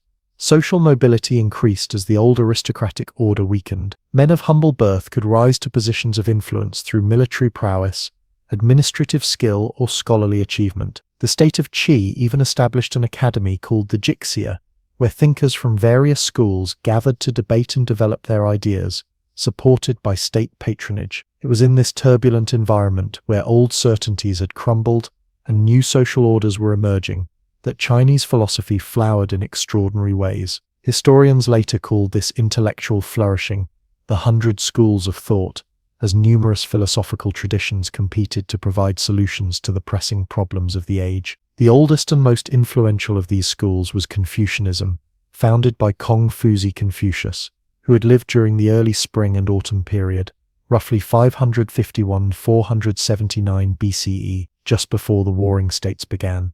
Confucius had witnessed the early breakdown of Zhou authority and proposed a solution based on reviving the moral foundations of society. Confucius believed that social harmony could be restored through proper relationships governed by ritual propriety and moral virtue. He emphasized filial piety, the reverence children should show their parents, as the foundation of all other virtues. He taught that rulers should lead by moral example rather than coercion, and that educated gentlemen junzi should serve as moral exemplars for society. His followers, particularly Mencius, Mengzi, and Junzi, developed these ideas further during the Warring States period. Mencius argued that human nature was fundamentally good, but needed cultivation through education and ritual. He emphasized the ruler's responsibility to care for the common people, even suggesting that a tyrant could legitimately be overthrown. Sunzi took a more pessimistic view, arguing that human nature was inherently selfish and needed to be restrained through ritual and education. Despite this difference, both thinkers agreed on the importance of moral self-cultivation and proper social relationships as the basis for political order.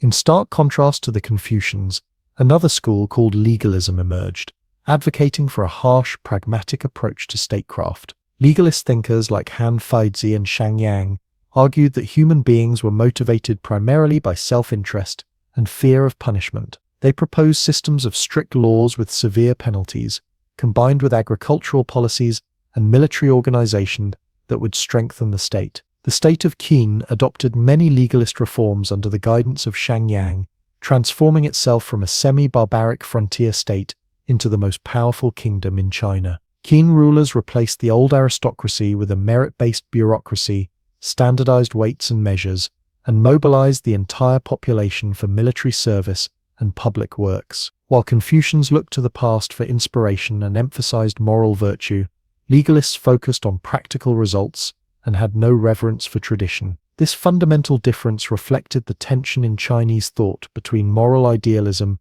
and pragmatic realism, a tension that would continue throughout Chinese history. A third major school that emerged during this period was Taoism, traditionally associated with the mysterious figure Laozi and his classic text, the Tao Te Ching, Tao Te Ching. Where Confucians emphasized social engagement and moral action, Taoists advocated a withdrawal from the artificial structures of society to live in harmony with the natural way Tao of the universe. The Taoist sage Zhuangzi wrote parables and paradoxes questioning conventional distinctions and values. He suggested that the pursuit of knowledge and social status was ultimately pointless, and true wisdom came from accepting the limitations of human understanding and flowing with the natural processes of life and death. In many ways, Taoism developed as a critique of Confucian activism. While Confucians sought to reform society through moral effort, Taoists suggested that such efforts often made things worse. They advocated non-action wu wei,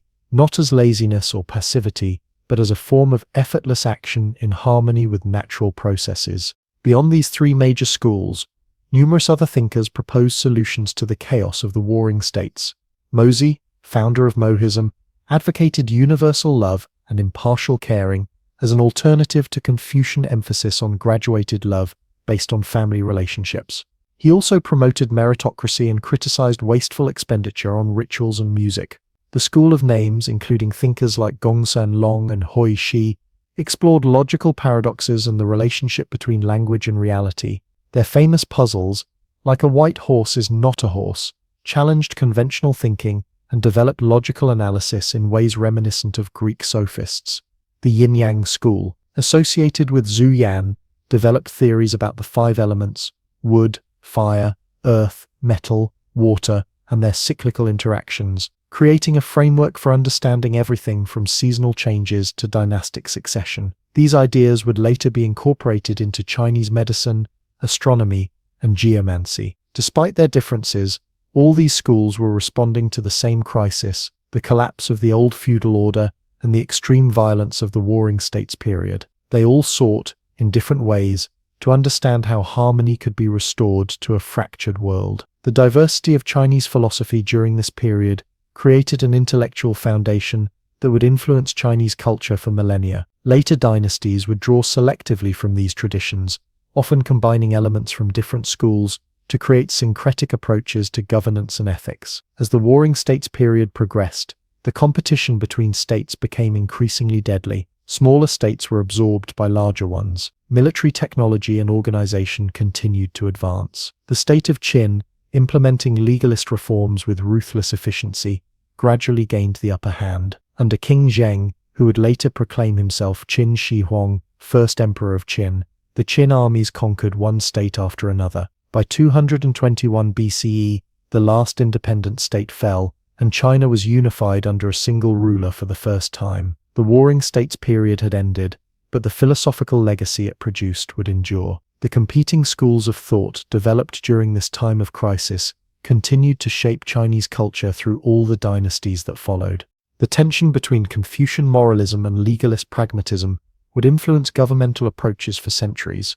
Taoist perspectives would provide a counterbalance to Confucian activism and inspire artistic and spiritual traditions. In the crucible of war and social upheaval, Chinese civilization had forged intellectual tools for understanding politics, ethics, and human nature that remain relevant to this day.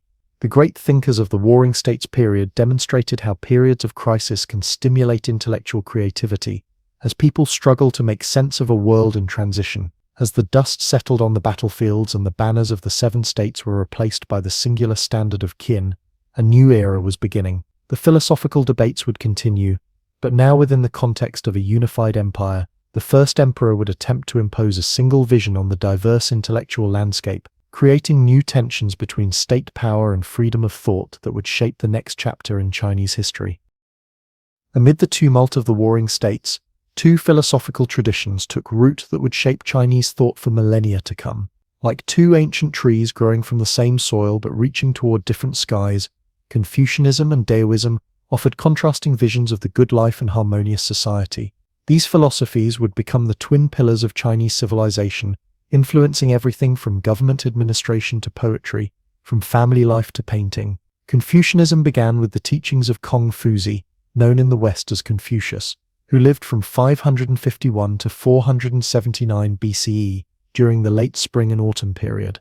Born into a minor noble family that had fallen on hard times, Confucius spent much of his life seeking a position where he could implement his ideas for social harmony. Though he briefly served as a minister in his native state of Lu, most of his career was spent as a teacher, gathering disciples who recorded his wisdom. The core of Confucian teaching was the belief that social order begins with moral self-cultivation. Confucius taught that human beings could transform themselves through education, ritual practice, and sincere effort. He emphasized 5 key virtues: humanity, ren, righteousness, yi, ritual propriety, luz, wisdom, shi, and trustworthiness, shin. Of these, ren, often translated as benevolence or humanness, was the most fundamental. Confucius lived in a time when the old feudal order was breaking down, and he looked back to the early Zhou period as a golden age of harmony and virtue. He believed that if people could recover the moral foundations of that earlier time, social order could be restored.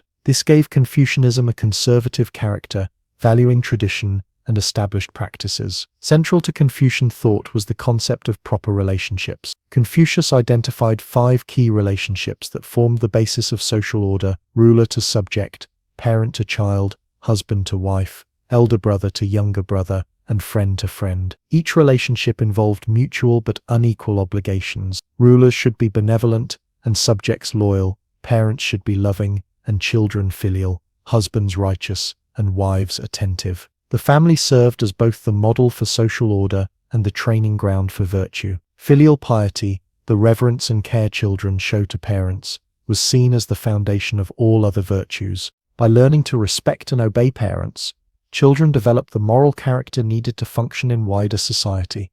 Ritual propriety, or lin, was another key concept. For Confucius, rituals were not empty formalities but tools for moral cultivation. By performing rituals with sincerity, people developed the proper attitudes that rituals expressed. Whether pouring a libation to ancestors or offering a formal greeting, proper ritual performance helped align one's emotions and behaviors with moral ideals. Education held a central place in Confucian thought.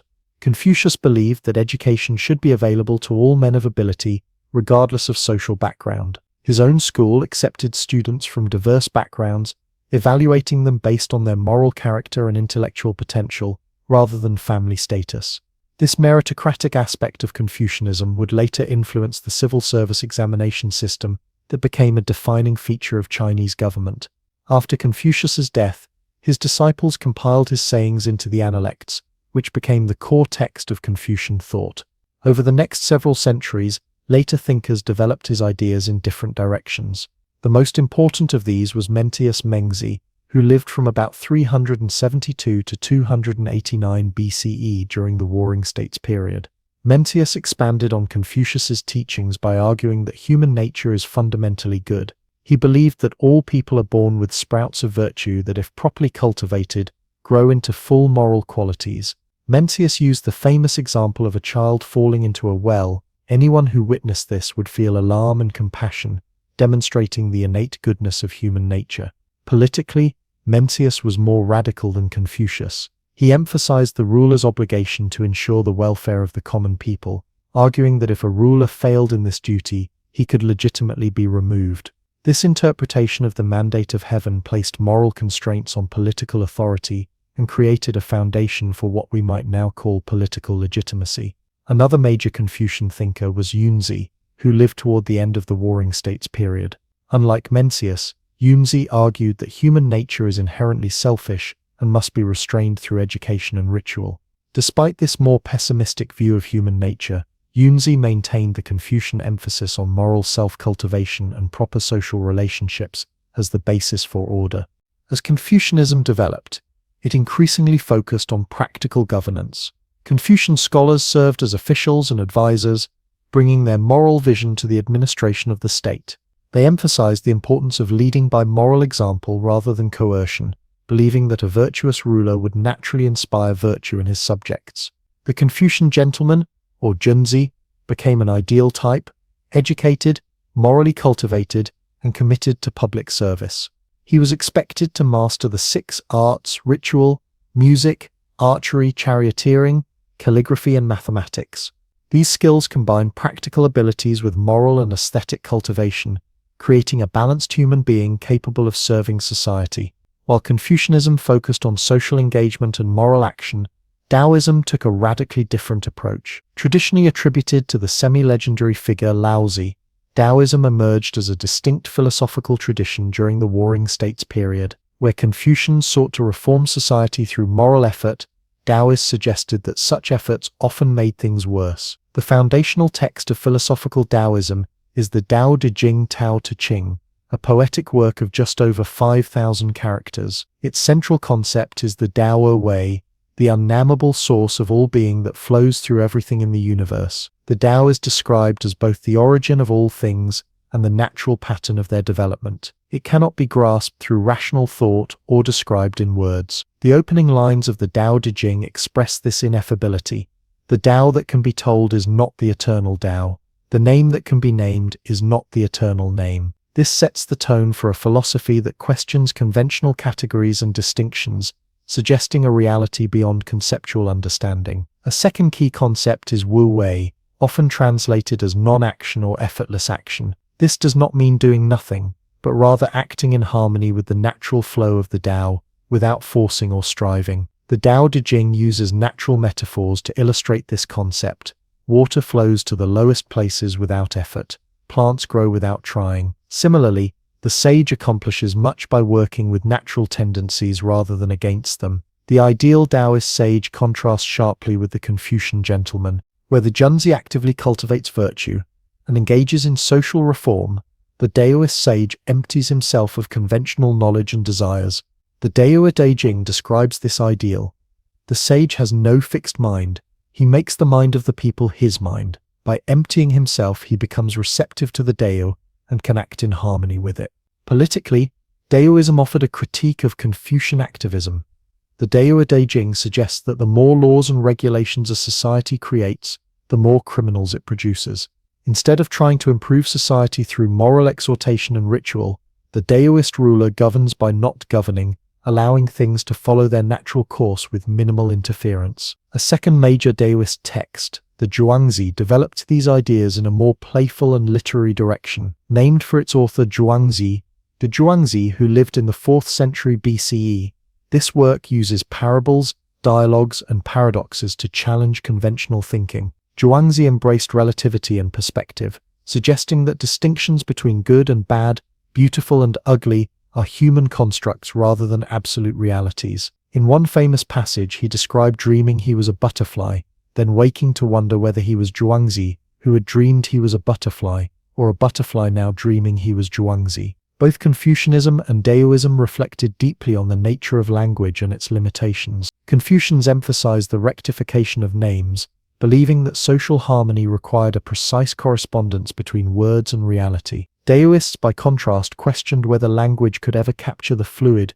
changing nature of reality, suggesting that wisdom might require moving beyond conceptual thinking entirely. Despite their philosophical differences, Confucianism and Daoism shared certain common assumptions. Both emerged from the traditional Chinese worldview that saw heaven, earth, and humanity as interconnected parts of a single whole. Both valued harmony and balance as essential to the good life, and both developed in response to the political fragmentation and social upheaval of their time. In practice, these philosophies often complemented each other in Chinese life. A scholar official might govern according to Confucian principles during the day, then retreat to a mountain hermitage to practice Daoist meditation on weekends. Poetry and painting often expressed Daoist themes of natural harmony, while social and political life remained organized along Confucian lines. Over time, both traditions developed religious dimensions. Confucian ancestor worship evolved into an elaborate ritual system that connected living family members with their deceased forebears.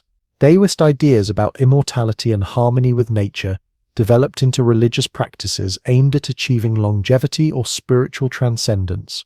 The tension between Confucian activism and Daoist naturalism created a productive dialogue throughout Chinese history.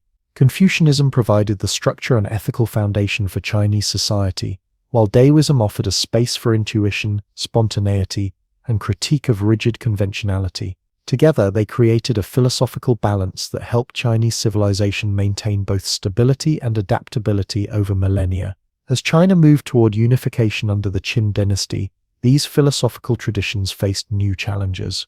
The pragmatic legalist philosophy that guided Qin statecraft had little patience for either Confucian moralism or Daoist mysticism. The first emperor would attempt to impose a single vision on China's diverse intellectual landscape, creating tensions that would shape the next chapter of Chinese history. Yet even as political circumstances changed, the fundamental insights of Confucianism and Daoism endured. Their contrasting visions of human nature, society, and the good life continued to inspire Chinese thinkers for generations to come. Like the interplay of yin and yang, their dynamic tension created a philosophical wholeness greater than either tradition alone could provide. From the western frontiers came a force that would forever change the face of China.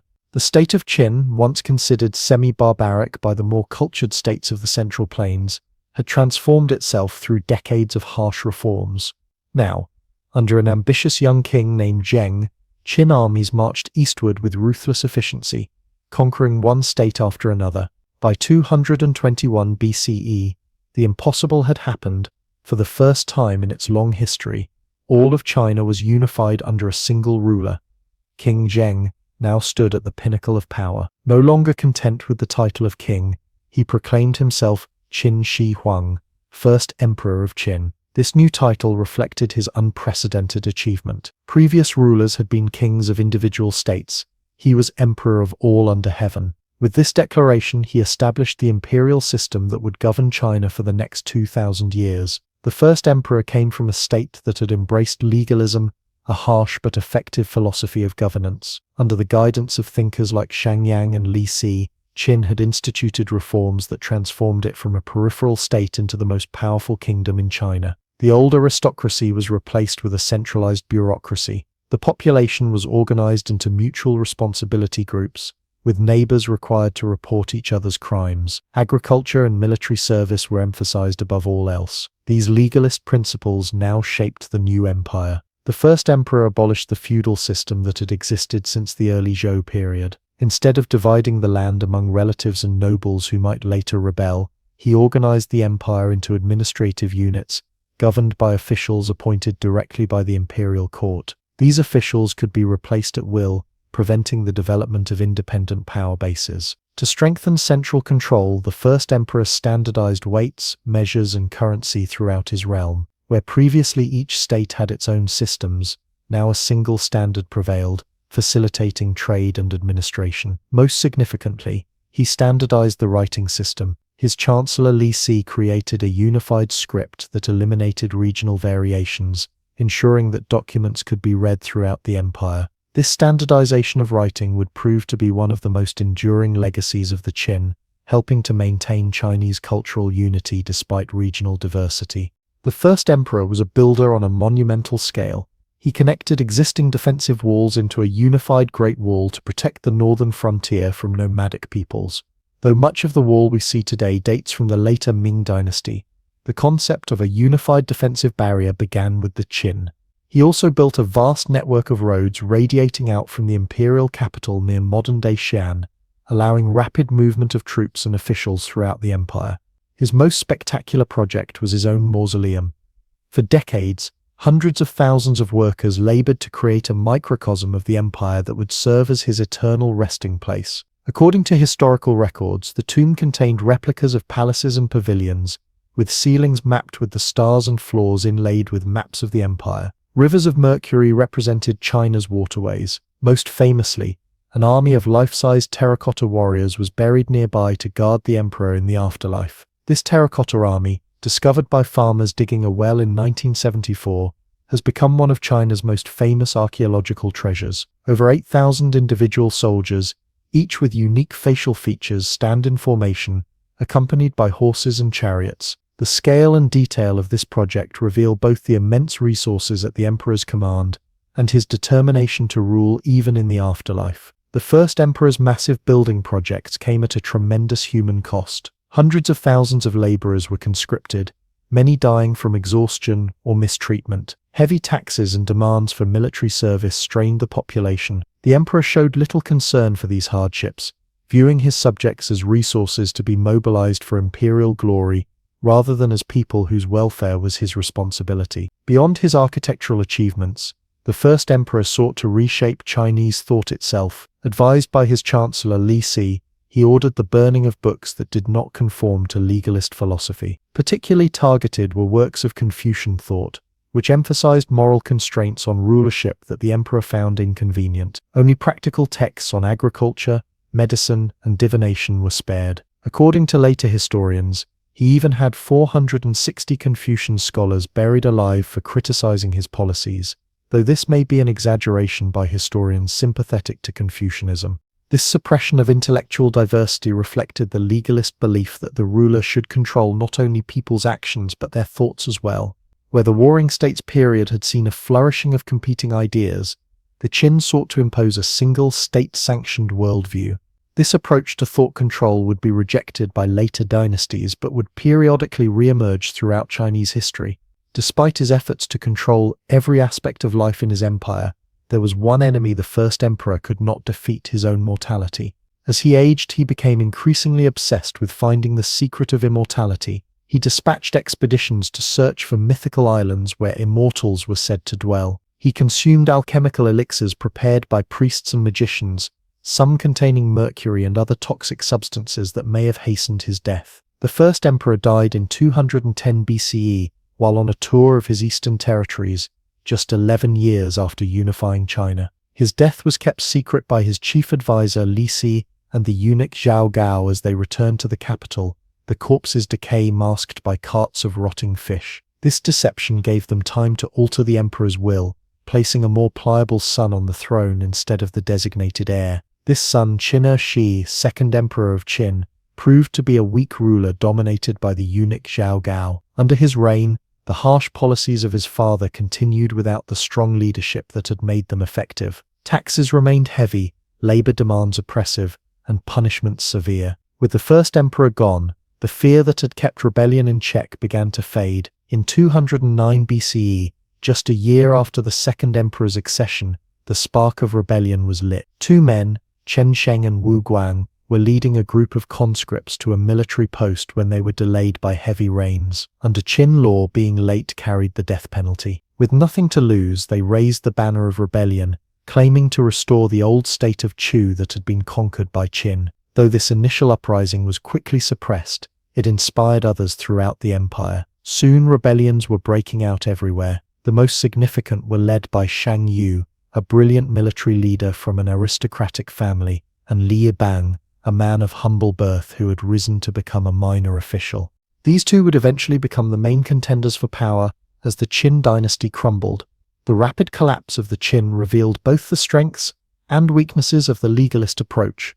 Its emphasis on harsh laws and punishments had created an efficient state capable of mobilizing resources on an unprecedented scale. But by ruling through fear rather than moral legitimacy, it had built no reservoir of loyalty among the population. When the strong hand of the first emperor was removed, the system quickly unraveled. By 206 BCE, just 4 years after the first emperor's death, the Qin dynasty had completely collapsed. The imperial palace was burned, and the last Qin emperor was forced to commit suicide. After a period of conflict known as the Chu-Han contention, Liu Bang emerged victorious and established the Han dynasty, which would rule China for the next 4 centuries. The brevity of the Qin dynasty, just 15 years from unification to collapse, has led many to view it as a failure, yet its legacy was profound and enduring. The unified writing system, standardized measurements, and administrative divisions it established formed the foundation for all subsequent Chinese dynasties.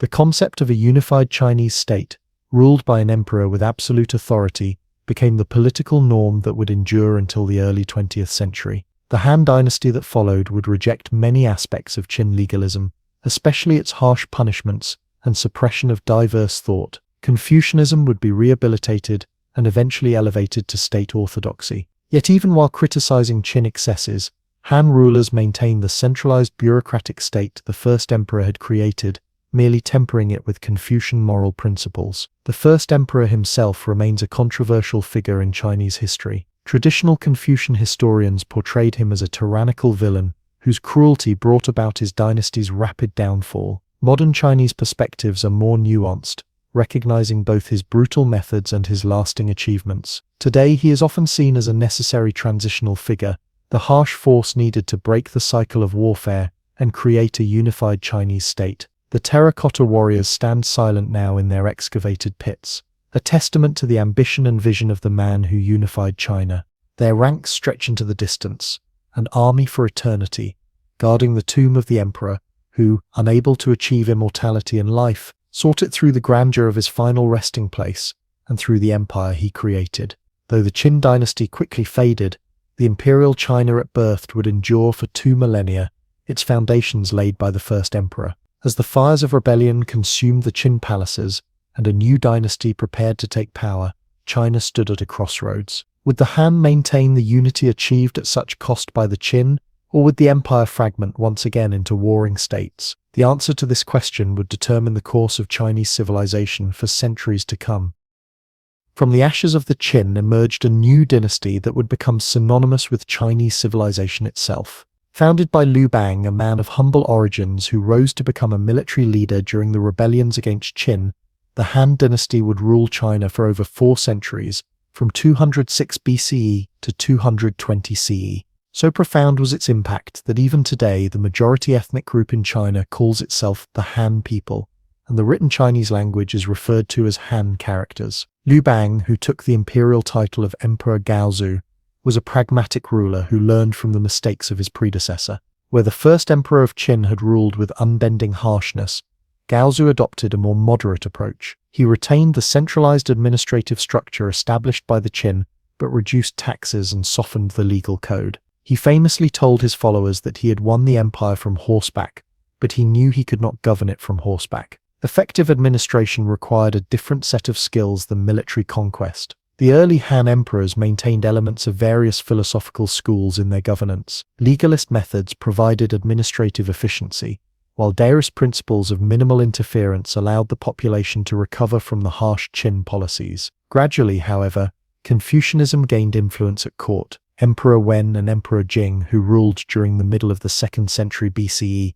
were particularly known for their Confucian virtues of frugality and benevolence. The Han dynasty reached its peak under Emperor Wu, reigned 141–87 BCE, whose long rule brought unprecedented prosperity and expansion. Emperor Wu was an energetic ruler who strengthened the central government, promoted education, and launched military campaigns that greatly expanded China's territory and influence. Under his rule, the Han Empire stretched from Korea in the east to Central Asia in the west, and from Mongolia in the north to Vietnam in the south. Emperor Wu officially adopted Confucianism as the state ideology, a decision with far-reaching consequences for Chinese civilization. He established the Imperial Academy, where scholars studied Confucian classics, and he instituted a civil service examination system based on these texts. Though initially small in scale, this examination system would evolve over subsequent dynasties to become the primary path to government service, creating a meritocratic system where men of talent could rise to high positions regardless of their family background. The elevation of Confucianism did not mean an immediate rejection of other philosophical traditions. Rather, a syncretic approach developed, incorporating elements of legalism in administrative practice while cloaking them in Confucian language about virtue and moral governance. Taoism continued to influence art, poetry, and private life, even as Confucianism dominated public discourse and political theory. Han society was hierarchical but offered pathways for advancement. At the top stood the emperor and the imperial family. Below them were the scholar officials who staffed the bureaucracy, followed by farmers who were considered the productive foundation of society. Artisans and merchants occupied lower positions in the social hierarchy, though in practice, wealthy merchants could live in great luxury and influence government through indirect means. Agriculture formed the economic foundation of the Han Empire. Technical improvements such as iron plows, irrigation systems, and crop rotation increased productivity. The government maintained grain reserves to stabilize prices and provide relief during famines. The land tax was the government's primary source of revenue, reflecting the central importance of agriculture in the economy. While farmers tilled the fields, urban areas flourished with trade and craft production. Cities like Chang'an, the Western Han capital, near modern Xi'an, and Luoyang, the Eastern Han capital, grew into sophisticated metropolises with populations in the hundreds of thousands. Chang'an was laid out in a grid pattern with broad avenues and specialized markets. Its walls enclosed an area of over 30 square kilometers, making it one of the largest and most advanced cities in the world at that time. The Han period saw remarkable technological and scientific developments. Paper was invented, replacing bamboo and silk as writing materials and revolutionizing record-keeping. The magnetic compass was developed, initially for divination, but later adapted for navigation. Seismographs, wheelbarrows, and improved metallurgical techniques all appeared during this fertile period of innovation. Astronomy advanced considerably, with Han scientists keeping detailed records of comets, sunspots, and other celestial phenomena. The calendar was refined to better predict seasonal changes. Mathematics developed to serve both practical needs in engineering and theoretical interests in understanding numerical relationships. Medicine evolved with systematic theories about the body's functioning, detailed pharmacopoeias listing hundreds of medicinal substances, and sophisticated techniques like acupuncture and moxibustion. The arts flourished during the Han. Literature expanded beyond classical works to include poetry, essays, and historical writings. The records of the Grand Historian by Sima Qian, completed around 94 BCE, set the standard for historical writing, not just in China, but in world literature.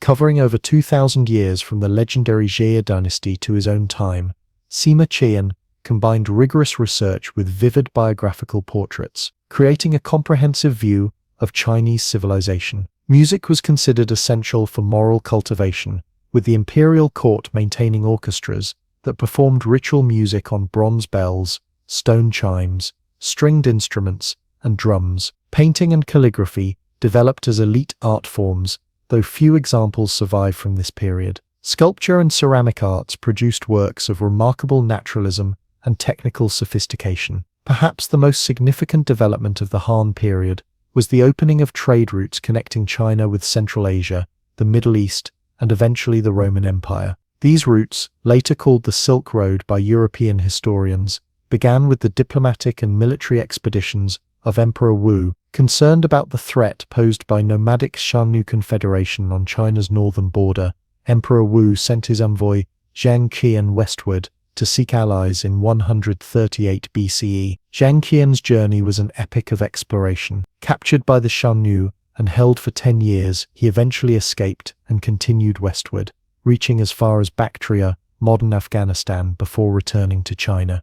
Though he failed to secure military allies, he brought back invaluable information about the lands and peoples beyond China's western borders, including the powerful Parthian Empire and the prosperous Fergana Valley, with its prized heavenly horses. Emperor Wu was particularly interested in these horses, larger and stronger than Chinese breeds, which could give his armies an advantage against the Xiongnu cavalry. He sent expeditions to acquire these horses, establishing the first regular contact between China and Central Asia. These initial military and diplomatic missions soon developed into trade relationships that would flourish for centuries. The Silk Road was not a single path but a network of routes connecting east and west.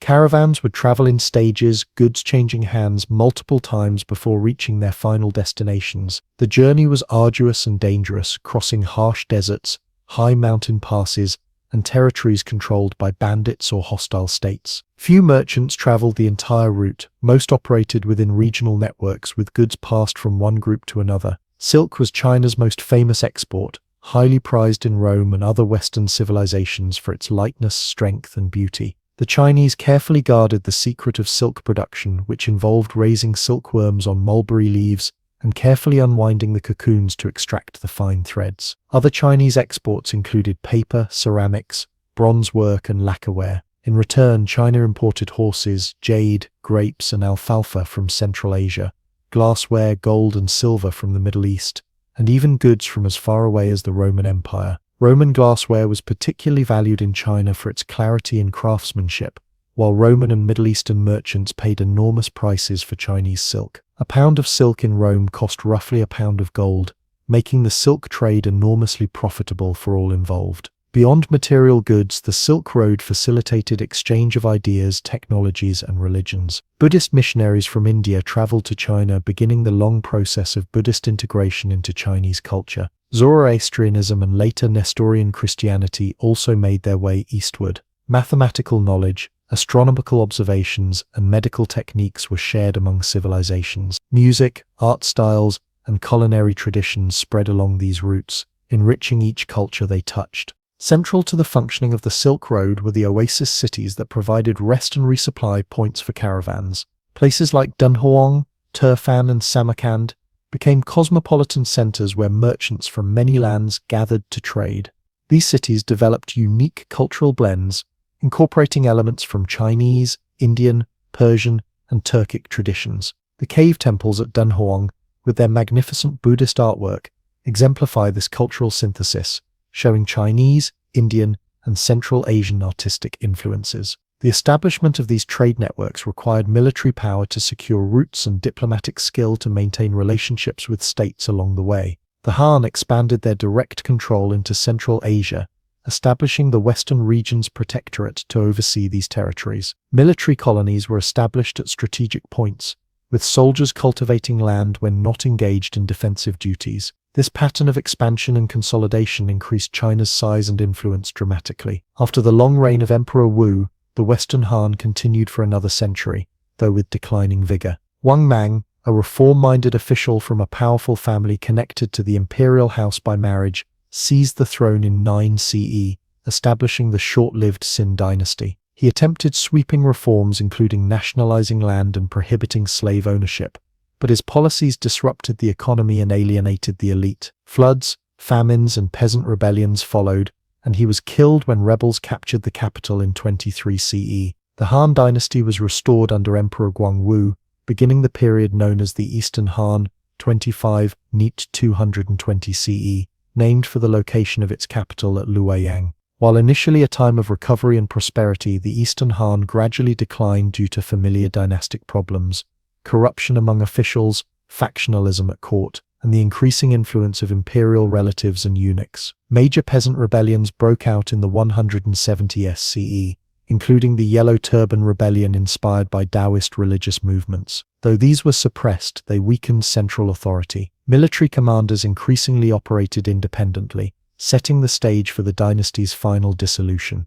By 220 CE, the Han Empire had fragmented into 3 competing states, beginning the period known as the Three Kingdoms. Despite its eventual fall, the Han dynasty left an enduring legacy that defined Chinese civilization for centuries to come. The synthesis of Confucian ideology with practical governance created a model that subsequent dynasties would emulate. The civil service examination system, though still limited during the Han, established the principle that government service should be based on merit rather than heredity. The territorial expansion under Han created a sense of China's natural boundaries that would influence later dynasties' understanding of their realm. Most importantly, the Han period established a pattern of imperial governance that was remarkably durable. After periods of disunion, China would reunify under new dynasties that consciously modeled themselves on the Han. The title, Son of Heaven, the structure of the imperial court, the organization of provinces and commanderies, and the role of the scholar official class, all these elements of imperial China were either established or consolidated during the Han period. The Silk Road networks established during the Han continued long after the dynasty's fall, waxing and waning with the rise and fall of empires but never completely disappearing until the age of maritime trade. These routes connected China to the wider world, bringing new ideas, technologies, and religious beliefs that would transform Chinese civilization in the centuries to come. Buddhism, in particular, would enter China along these trade routes, eventually becoming fully integrated into Chinese culture and providing spiritual and philosophical ideas that complemented and sometimes challenged the Confucian tradition. As the light of the Han dynasty flickered and died, China entered a period of division and uncertainty. Yet the cultural foundations laid during these 4 centuries proved remarkably resilient. The ideal of a unified empire governed by moral principles would remain powerful, a beacon guiding China through the fragmentation that followed and inspiring later efforts at reunification. The golden age of the Han would be remembered, celebrated, and emulated by generations of Chinese who proudly called themselves People of Han. In a small workshop in 2nd century China, craftsmen labor over flattened plant fibers, pressing them into thin sheets that will soon revolutionize how humans record and transmit knowledge. Across the empire, other workshops develop new techniques for printing, navigating, and even warfare. The story of ancient China is not just one of emperors and philosophers, but also of inventors and innovators whose creations would transform both their own civilization and eventually the wider world. The 4 great inventions traditionally celebrated in Chinese culture, paper, printing, the compass, and gunpowder, each began as solutions to specific problems before evolving into technologies with far-reaching consequences. Beyond these famous 4, ancient China produced countless other innovations in fields ranging from agriculture to mathematics, from astronomy to medicine. Paper emerged as a response to the limitations of existing writing materials. Before its invention, Chinese scribes wrote on bamboo strips or wooden tablets, which were heavy and cumbersome, or on silk, which was prohibitively expensive. According to traditional accounts, in 105 CE, a court eunuch named Kai Lun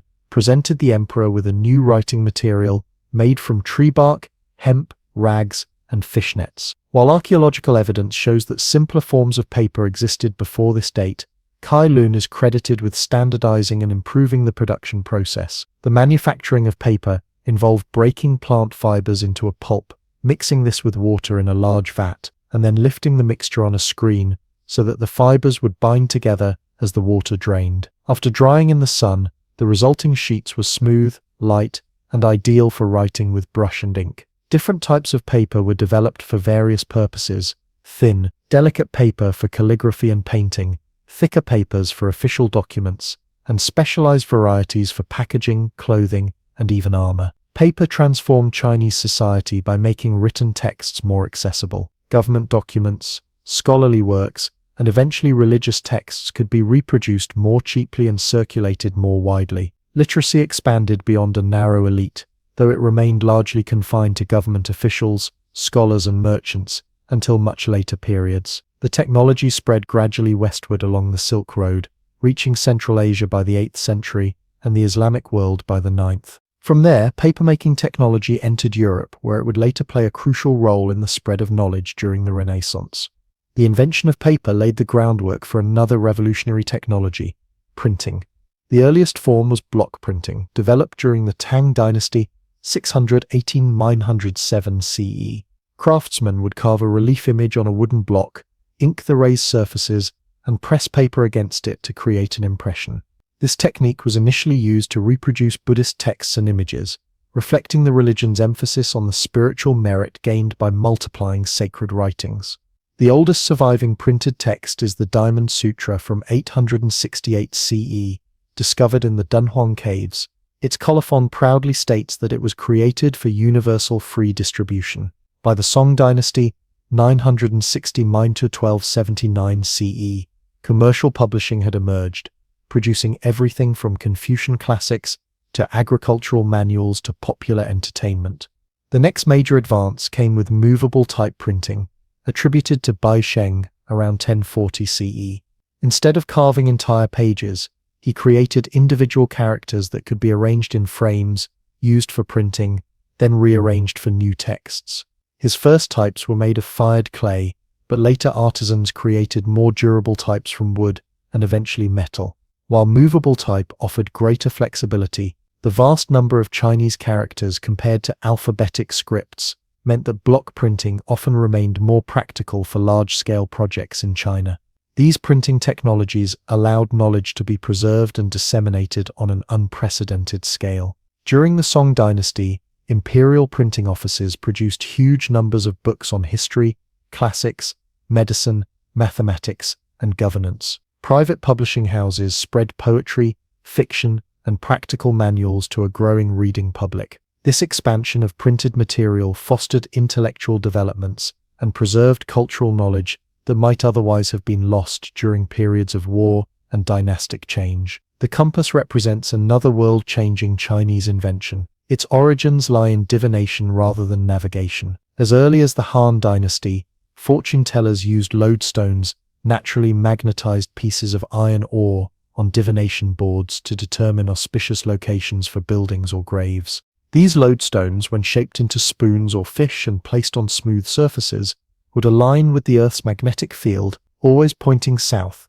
Chinese compasses traditionally pointed south rather than north. By the 11th century, Chinese mariners had adapted this technology for navigation, creating the world's first magnetic compasses. These early devices consisted of magnetized needles floating in water or suspended on silk threads. They were particularly valuable in cloudy weather, when stars were not visible, and for maintaining direction when sailing out of sight of land. The compass transformed maritime activity, making long-distance voyages safer and opening new trade routes across the South China Sea and Indian Ocean, along with other Chinese nautical technologies like the sternpost rudder, which improved steering, and watertight compartments in ship hulls which enhanced safety. The compass enabled China to become a major maritime power during the Song and Yuan dynasties. Chinese ships carried goods and ideas throughout East and Southeast Asia, and during the early Ming dynasty, the great treasure fleets of Admiral Zheng, he sailed as far as East Africa. The compass technology spread westward, reaching the Islamic world and Europe by the 12th century. In European hands, it would later facilitate the age of exploration, ironically contributing to the maritime power that would eventually challenge China's position in Asia. Perhaps the most controversial of China's great inventions is gunpowder, which transformed warfare around the globe. Its discovery was an accidental byproduct of Taoist alchemical experiments. Taoist adepts seeking elixirs of immortality experimented with various mineral and vegetable substances, including saltpeter, potassium nitrate, sulfur, and charcoal, the three components of gunpowder. By the Tang dynasty, alchemical texts described the explosive properties of this mixture and warned of its dangers. Initially used for fireworks and ceremonial explosions at festivals and court events, gunpowder was gradually adapted for military purposes during the Song dynasty, as China faced threats from northern nomadic peoples. The earliest weapons were simple tubes of bamboo or metal filled with gunpowder and projectiles, fire lances that combined flames with shrapnel, and bombs thrown by catapults. Over time, these evolved into more sophisticated firearms and cannons. Military treatises from the Song and Yuan periods describe various gunpowder weapons and tactics for their use on battlefields and in siege warfare. Like other Chinese technologies, gunpowder spread along trade routes, reaching the Middle East by the 13th century and Europe soon after. Its arrival transformed warfare, gradually rendering traditional castle fortifications obsolete and shifting the balance of power towards states that could effectively deploy the new weapons. The global consequences of this Chinese invention have been enormous, changing the nature of conflict and state power across continents. Beyond these four famous inventions, ancient China produced many other innovations that improved daily life and economic productivity. In agriculture, the development of the iron plow, the seed drill, the collar harness for draft animals, and techniques for irrigation and flood control all increased food production, supporting larger populations and urban growth. Sericulture, the cultivation of silkworms for silk production, was pioneered in China thousands of years ago and remained a closely guarded secret for centuries. The Chinese also developed sophisticated techniques for spinning and weaving silk into fabrics of extraordinary beauty and durability, creating one of their most valuable trade goods. Porcelain, sometimes called white gold by Europeans, represents another distinctive Chinese invention. By firing kaolin clay at very high temperatures, Chinese potters created ceramics of unparalleled hardness, translucency, and beauty. Different regions developed their own distinctive styles and glazes, with the most famous being the blue and white porcelain of Jingdezhen. These ceramics were prized throughout Asia and later in Europe, inspiring countless imitations but rarely equaled in quality. In the realm of timekeeping, the Chinese created increasingly accurate water clocks, culminating in the monumental clock tower built by Samsung in the 11th century. This engineering marvel combined a water-powered mechanism with an escapement and utilized chain drives to rotate an armillary sphere, showing celestial movements, and to power jacks that struck bells and gongs to mark the hours. Chinese astronomers made detailed observations of celestial phenomena, recording comets, sunspots, and supernovas centuries before European astronomers. They developed accurate calendars essential for agricultural planning and created elaborate bronze instruments for tracking celestial movements. The armillary sphere, which modeled the apparent movements of stars around the Earth, was invented in China and later transmitted to Europe through Arabic intermediaries. Mathematics flourished as well, with developments in arithmetic, algebra, and geometry. The Chinese used a decimal place value system and understood negative numbers more than 1,000 years before Western mathematicians. They developed methods for solving systems of linear equations and calculating square and cube roots. Mathematical knowledge was applied practically in surveying, calendar making, and architectural design. Chinese medicine evolved into a sophisticated system with its own theoretical foundations, different from Western approaches. Physicians compiled detailed pharmacopoeias describing thousands of medicinal substances derived from plants, animals, and minerals. Therapeutic techniques included acupuncture, which involved inserting thin needles at specific points to influence the flow of key vital energy through the body, and moxibustion, which applied heat to these same points. Chinese doctors pioneered forensic medicine, with texts from the Song dynasty describing autopsy techniques and the signs of various causes of death. Civil engineering achievements included not only the Great Wall, but also extensive canal systems like the Grand Canal, which linked the Yellow and Yangtze rivers. Built primarily during the Sui dynasty, 581 to 618 CE, but expanded in later periods.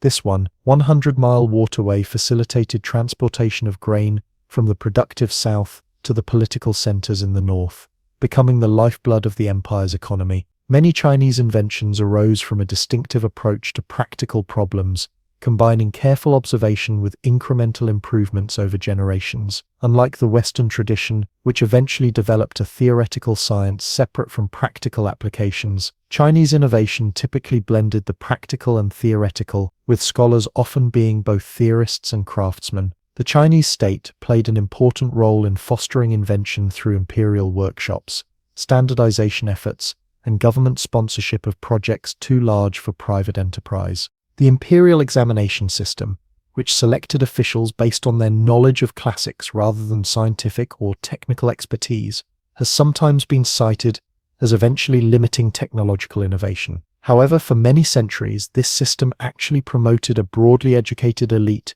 who valued both cultural refinement and practical governance, including material improvements. The question of why China, despite its early technological lead, did not experience an industrial revolution similar to Europe's, has fascinated historians. Some point to the strength of the Chinese state, which could sometimes suppress innovations that threatened social stability. Others suggest that China's abundance of labor reduced incentives for labor-saving devices. Still others note that Chinese inventors often lacked the legal protections and financial incentives that later encouraged Western innovation. What is clear is that the flow of ideas was never one way. Technologies and scientific knowledge moved in both directions along the Silk Road and maritime trade routes, enriching civilizations across Eurasia. When European explorers reached China in the 16th century, they found much to admire and copy, even as they brought their own innovations from the West. The legacy of Chinese invention extends far beyond the specific technologies themselves. Paper and printing transformed how knowledge was preserved and transmitted. The compass changed humanity's relationship with geography and the oceans. Gunpowder shifted the balance of power between states and civilizations. Countless other innovations, from umbrellas to playing cards, from wheelbarrows to restaurant menus, originated in China and spread gradually throughout the world. In many cases, the full potential of Chinese inventions was realized only after they had been transmitted to other civilizations and adapted to new contexts. Printing with movable type, for instance, had revolutionary effects in Europe with its smaller alphabetic script. Gunpowder weapons evolved rapidly in the competitive state system of early modern Europe. Yet the original Chinese innovations provided the essential foundation for these later developments. As we have seen, invention in ancient China was not a series of isolated breakthroughs but a continuous process of observation, experimentation, and refinement embedded in a rich cultural context. From imperial workshops to private studios, from Buddhist monasteries to Taoist laboratories, Chinese creators combined practical needs with aesthetic sensibilities, technical skill with philosophical insight, creating a legacy of innovation that continues to influence our world today. Dawn breaks over a small village in the Yangtze River Valley. The soft light reveals farmers already in their fields, working with wooden plows pulled by water buffalo. In a nearby town, merchants prepare their shops, arranging silks and porcelains as apprentices grind ink for record keeping. In the provincial capital, a young scholar anxiously prepares for the imperial examinations that might forever change his status, while in a quiet courtyard, women of a wealthy household embroider delicate patterns on silk robes. These scenes capture the rhythm of daily life in imperial China, a civilization where time-honored traditions shape the experiences of millions across the centuries. To understand daily life in imperial China is to recognize the social hierarchy that structured society. At the pinnacle stood the emperor, the son of heaven, whose court set cultural and political standards for the entire realm. Below him were four broad social classes: the scholar officials, the farmers, the artisans, and the merchants. This hierarchy reflected Confucian values that prized education and agricultural production while viewing commerce with suspicion, despite its economic importance. For the vast majority of Chinese people, daily life centered around agriculture. Farming families typically lived in small villages, their modest homes built of materials available locally: mud, brick, timber, or stone, depending on the region. A typical farmhouse might consist of 2 or 3 rooms with earthen floors and paper-covered windows. The kitchen, with its brick stove, served as the center of family life, providing warmth during winter months, and a place for preparing the staple foods of rice in the south or wheat in the north. The agricultural calendar dictated the rhythm of rural life. Spring brought the labor-intensive work of planting rice seedlings in flooded paddies, each plant individually set by hand in knee-deep water. Summer meant weeding and irrigation, maintaining the delicate balance of water needed for optimal growth. Autumn brought the harvest, when entire families worked from dawn to dusk to gather crops before the weather changed. Winter offered some respite, with time for repairing tools, weaving cloth, and making household items. Village life was communal, with neighbors assisting each other during planting and harvest or cooperating to maintain irrigation systems. Local temples dedicated to folk deities or ancestors provided gathering places for festivals and community decisions. Elders commanded respect and often mediated disputes, supplementing the distant authority of imperial officials who rarely ventured into remote villages except to collect taxes. The life of farmers was hard but stable, following patterns established over centuries. Most owned small plots of land, though tenancy increased during later dynasties. Tax burdens varied with different regimes, but typically included a portion of the grain harvest and labor service for public works. During good years, farming families achieved subsistence with perhaps a small surplus for emergencies or special occasions. In bad years, drought or flooding could bring devastating famines, forcing migration or desperate measures for survival. Town and city life presented a different rhythm, centered around craft production and commerce. Urban residents lived in more densely packed quarters, often with shops on the ground floor opening to the street and living quarters above. Cities were typically walled, with gates that closed at night, and organized into wards and neighborhoods, sometimes specialized by craft or product. Markets bustled with activity, as vendors called out their wares and customers haggled over prices. Shops specializing in silk, porcelain, lacquerware, paper goods, and other crafts lined the busier streets. Food vendors offered quick meals to workers and travelers, steamed buns filled with vegetables or meat, noodles in savory broths, or rice cakes with sweet or savory toppings. Tea houses provided spaces for relaxation, gossip, and business discussions, with different establishments catering to various social classes. Craft production was organized through guilds that maintained quality standards, regulated competition, and provided mutual assistance to members. Young apprentices lived with master craftsmen, learning trades through years of observation and graduated practice before becoming journeymen and eventually masters themselves. Specialized knowledge was often kept within families, with techniques passed from father to son or uncle to nephew over generations. Merchants handled the distribution of goods, from local peddlers with carrying poles balanced on their shoulders to wealthy traders managing caravans or shipping ventures that spanned provinces or even reached foreign lands. Despite their sometimes considerable wealth, merchants occupied a theoretically low position in the Confucian social hierarchy. Wealthy merchant families often gained social standing by educating their sons for the civil service, or by marrying into gentry families, combining commercial wealth with scholarly respectability. Above the merchants in social prestige stood the scholar officials, the elite group who passed the imperial examinations based on Confucian classics and staffed the imperial bureaucracy. This examination system, fully developed by the Song dynasty, created a meritocratic ideal that allowed men from relatively humble backgrounds to rise to positions of great influence through education and ability. The path of a scholar began in childhood with rote memorization of classic texts, starting with the 3-character classic, and eventually encompassing the 4 books and 5 classics that formed the Confucian canon. Village schools, lineage academies, or private tutors provided this education for boys whose families could spare them from farm labor. Girls rarely received formal education beyond basic household management skills,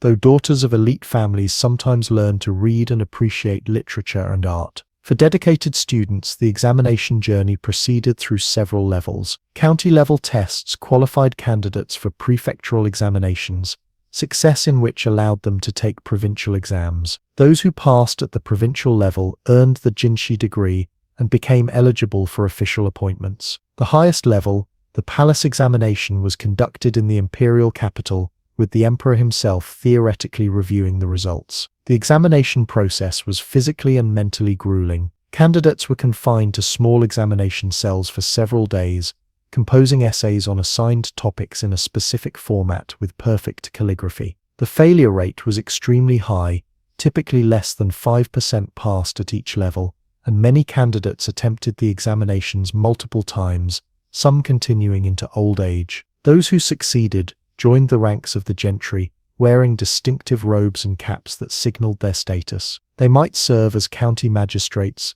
tax collectors, ritual specialists, or advisors to higher officials. The most successful could rise to provincial governorships or ministerial positions at the imperial court. Even those who earned degrees but never held office enjoyed social prestige and often served as informal leaders in their home communities. The ideal of the scholar official was not merely bureaucratic competence but moral cultivation.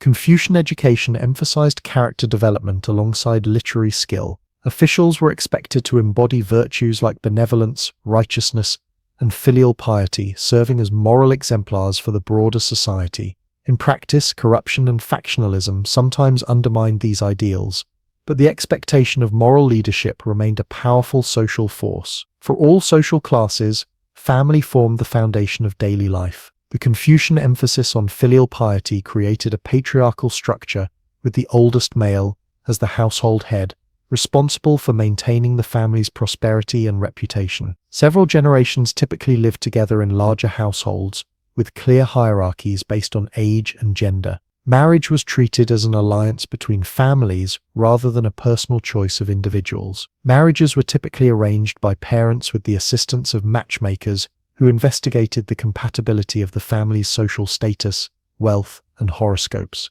Elaborate betrothal gifts were exchanged, and the ceremony itself involved multiple rituals symbolizing the bride's transition from her natal family to her husband's household. A new bride's position in her husband's family was initially tenuous, improving only when she produced male heirs. Her primary responsibilities included serving her parents-in-law, managing household affairs, and raising children. With age came increased authority, particularly as a mother-in-law to her sons' wives. Children were highly valued, with sons especially prized for continuing the family line and providing support in old age. Childhood education emphasized moral training alongside practical skills. Children were taught to respect elders, control their emotions, and understand their place within family and society. Discipline could be strict, but affection was also expressed, particularly through providing for children's material needs and future prospects. Beyond the family, religious and philosophical traditions shaped daily life and provided frameworks for understanding the world. The syncretic nature of Chinese religion meant that most people participated in Confucian rituals, visited Buddhist temples, consulted Taoist priests, and honored local deities without seeing any contradiction in these practices. Ancestor worship formed the core of family religious practice. Households maintained altar tables with ancestral tablets, where daily offerings of incense and occasional offerings of food maintained connections with deceased family members. Ancestors were believed to influence family fortune, blessing descendants who maintained proper rituals and potentially causing problems for those who neglected their duties. The calendar was filled with festivals marking seasonal changes and honoring various deities. The Lunar New Year was the most important celebration, featuring thorough house cleaning, family banquets, and rituals to bring good fortune for the coming year. The Mid-Autumn Festival celebrated the harvest moon with mooncakes and family gatherings. The Qingming Festival honored ancestors with grave sweeping and offerings. Dragon Boat Festival commemorated the poet Ku Wan with rice dumplings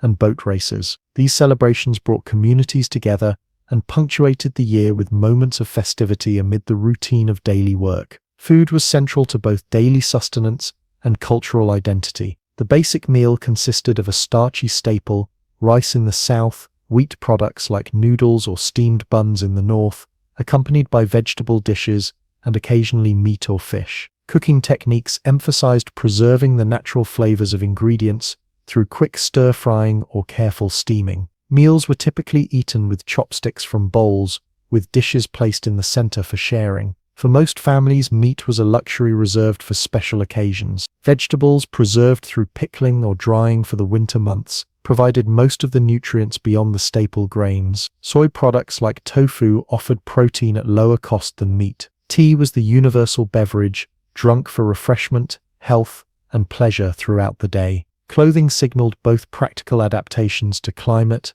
and markers of social status. Peasants wore simple garments of hemp or cotton, dyed blue or brown with plant-based dyes. Wealthy families could afford silk robes in vibrant colors, sometimes embroidered with auspicious symbols. The specific cut and ornamentation of clothing indicated rank and occupation, particularly for officials whose caps, robes, and insignia precisely reflected their position in the bureaucratic hierarchy.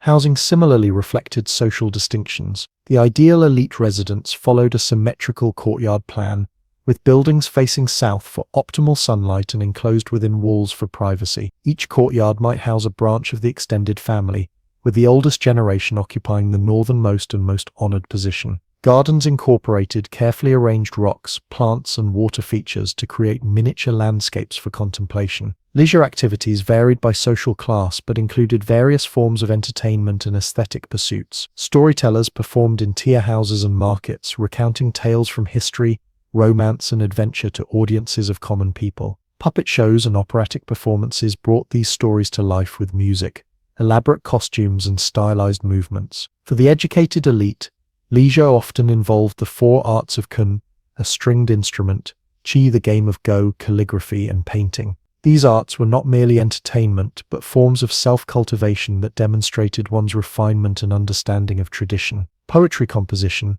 often accompanied by wine drinking, created occasions for social bonding among scholars. Gardens provided settings for these activities, with pavilions designed for enjoying views, playing music, or hosting literary gatherings. Literature flourished throughout imperial China, from classic philosophical works to historical chronicles, from poetry to vernacular fiction. While elite literature emphasized formal perfection and classical allusions, popular literature told engaging stories of romance, adventure, and supernatural encounters. By the Ming Dynasty, printed novels like Romance of the Three Kingdoms and Journey to the West had become accessible to a broader reading public, creating shared cultural references across social classes. Medical care blended theoretical frameworks about balancing forces within the body with practical treatments developed over centuries. Physicians diagnosed illness by checking pulses, examining the tongue, and questioning patients about their symptoms and habits.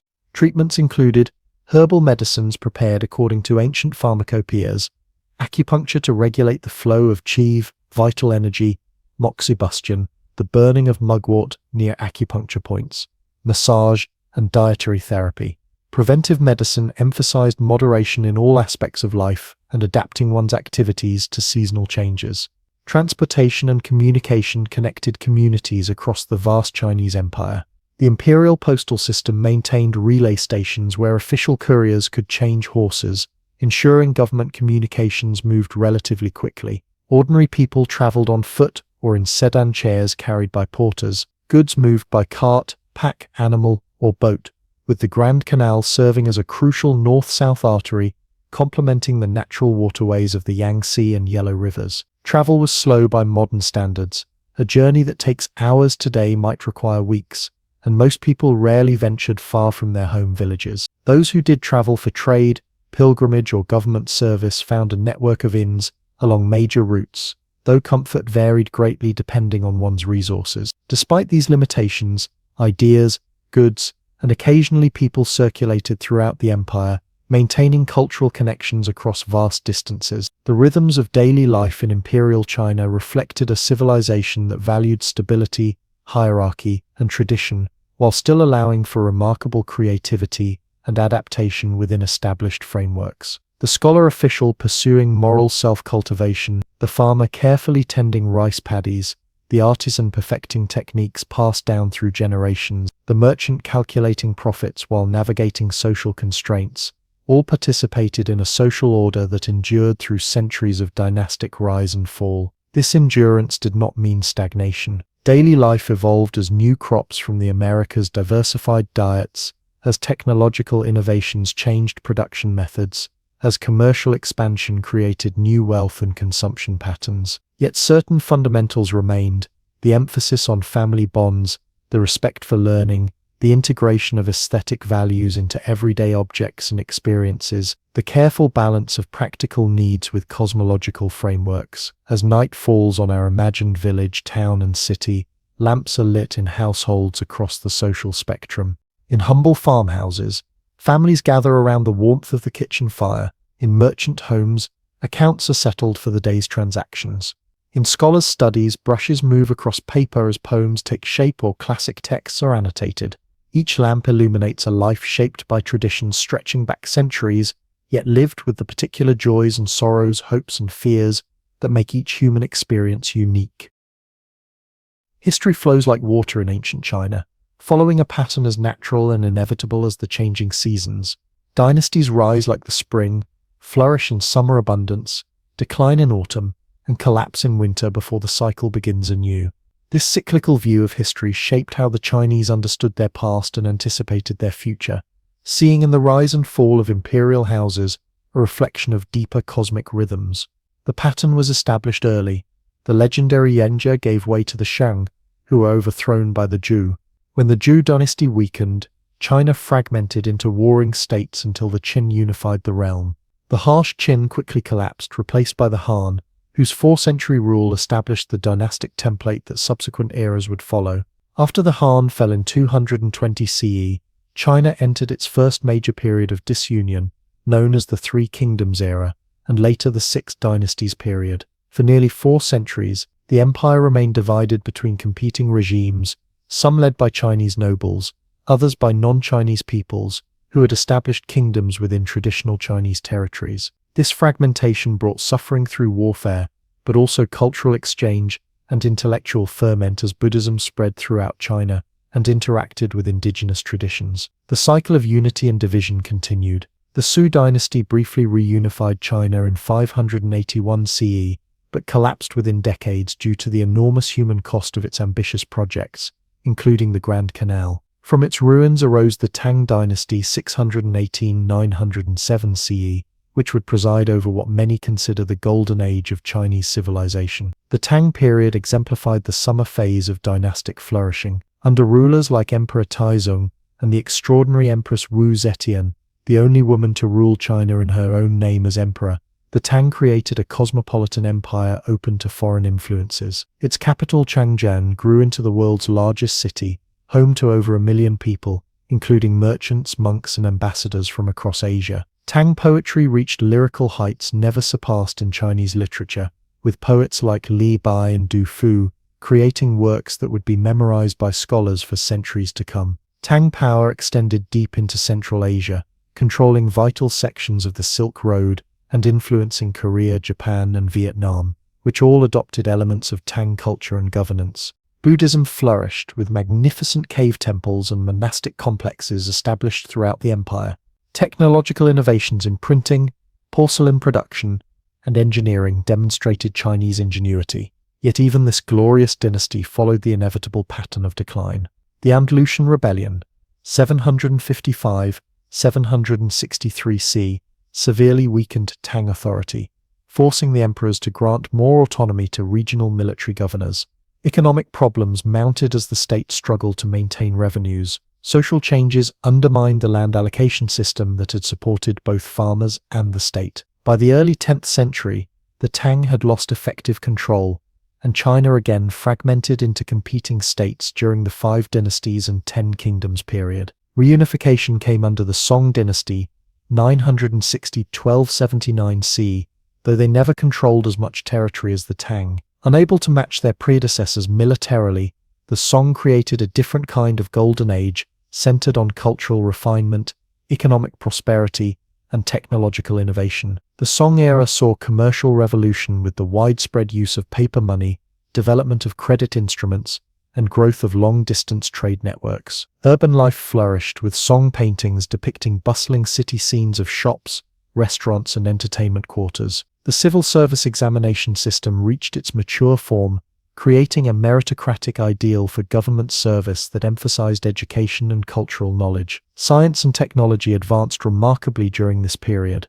Movable type printing, the compass, and improvements in shipbuilding transformed information sharing and transportation. Astronomical observations became more precise with instruments like Su Song's cosmic clock tower. The scholar official class expanded, creating greater demand for books, art, and luxury goods. Yet the Song faced relentless military pressure from northern nomadic peoples, eventually losing their northern territories to the Jurchen Jin dynasty. The southern Song continued for another century and a half, maintaining Chinese cultural traditions while developing new artistic styles and philosophical approaches, particularly Neo-Confucianism, which synthesized earlier Chinese philosophical traditions. In 1279, all of China fell to the Mongol forces of Kublai Khan, who established the Yuan dynasty, 1279–1368. This marked the first time the entire country had been conquered by a non-Chinese people. The Mongols placed Chinese under legal restrictions, favoring foreigners for administrative positions and disrupting the examination system that had created the scholar official class. Despite these challenges, cultural exchange flourished under Mongol rule. The playwright Guan Hanqing created enduring dramatic works. The novel developed as a major literary form. Painters like Zhao Mengfu found ways to preserve Chinese artistic traditions while incorporating new influences. Meanwhile, the Mongol peace facilitated unprecedented east-west contact, as exemplified by Marco Polo's journey to Kublai's court. As Mongol rule weakened in the mid-14th century, natural disasters and peasant rebellions signaled another dynastic transition. A former Buddhist monk named Zhu Yuanzhang led a rebellion that successfully overthrew the Yuan, establishing the Ming dynasty 1368–1644. His rise from poverty to imperial power embodied the Chinese belief that the mandate of heaven could elevate even the humblest person when the time for dynastic change had come. The Ming dynasty represented a conscious Chinese restoration after foreign rule. Early Ming emperors worked to rebuild infrastructure, restore the examination system, and revive Confucian learning. The third Ming emperor, Yongle,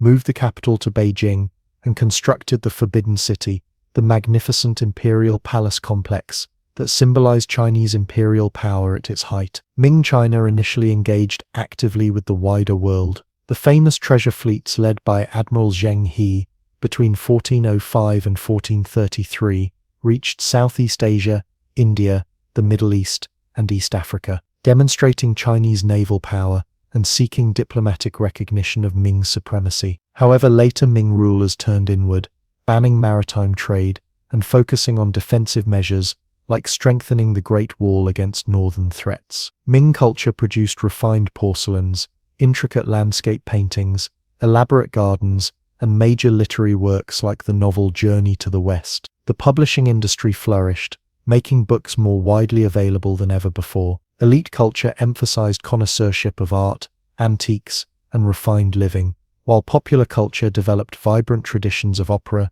storytelling, and festival celebrations. Yet the familiar cycle continued. By the late 16th century, the Ming faced multiple challenges: factional strife among officials, corruption in the bureaucracy, tax shortfalls, and climatic cooling that affected harvests. Military defeats against the rising Manchu people weakened the regime. In 1644, a rebel leader captured Beijing, the last Ming emperor hanged himself, and Manchu forces entered China, establishing the Qing dynasty 1644 to 1911. Like the Mongols before them, the Manchus were non-Chinese conquerors who had to legitimize their rule to the Chinese population. They did so by portraying themselves as more faithful defenders of Confucian civilization than the Ming had been. Manchu emperors demonstrated mastery of Chinese cultural traditions while maintaining their distinct ethnic identity through requirements like the queue hairstyle for male subjects. Under emperors Kangxi, Yongzheng, and Qianlong, the Qing reached the height of its power in the 18th century. China's territory expanded to unprecedented size, incorporating Mongolia, Tibet, and Xinjiang. The population tripled to over 300 million. Economic prosperity supported a flourishing material culture of silk, porcelain, lacquerware, and other luxury goods. Yet even at its peak, the seeds of decline were present. Population growth put pressure on land resources. The examination system became more focused on stylistic conventions than practical knowledge. Corruption increased as the bureaucracy struggled to govern the vast empire effectively. By the late 18th century,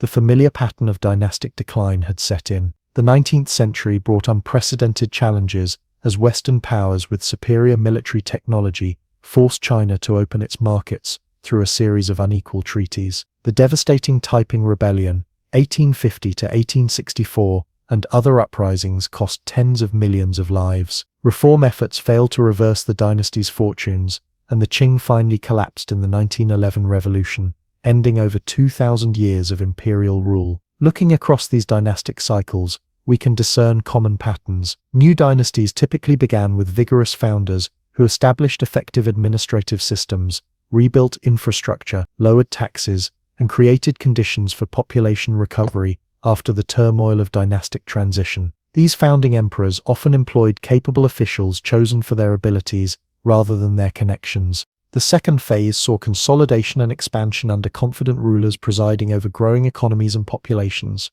Cultural achievements flourished, with official patronage for arts and learning. Military strength secured borders and sometimes expanded territory. This middle period typically represented each dynasty's golden age. Decline followed patterns that would have been familiar to Chinese historians of any era. Imperial households grew larger and more expensive to maintain. Emperors increasingly lived in seclusion within palace complexes, relying on eunuchs and other court favorites who often became corrupt. Factionalism divided the bureaucracy. Tax exemptions for elites shifted burdens onto ordinary farmers. Land ownership became concentrated, creating tenancy and landlessness. Population growth outpaced agricultural production, leading to increasing poverty. Natural disasters like floods, droughts, and earthquakes, always present in Chinese history, had more severe impacts during dynastic decline because corruption and neglect had weakened infrastructure and relief systems. Such disasters were interpreted as heaven's displeasure with the ruling dynasty, undermining its legitimacy. The final phase typically featured rebellions, first in peripheral regions, then spreading to the heartland. Nomadic peoples or other external threats might take advantage of imperial weakness. The dynasty would increasingly lose control until a new contender for the mandate of heaven emerged, beginning the cycle anew. What gave this cyclical pattern its strength and resilience? Several factors stand out. The concept of the mandate of heaven provided a flexible framework for understanding political legitimacy.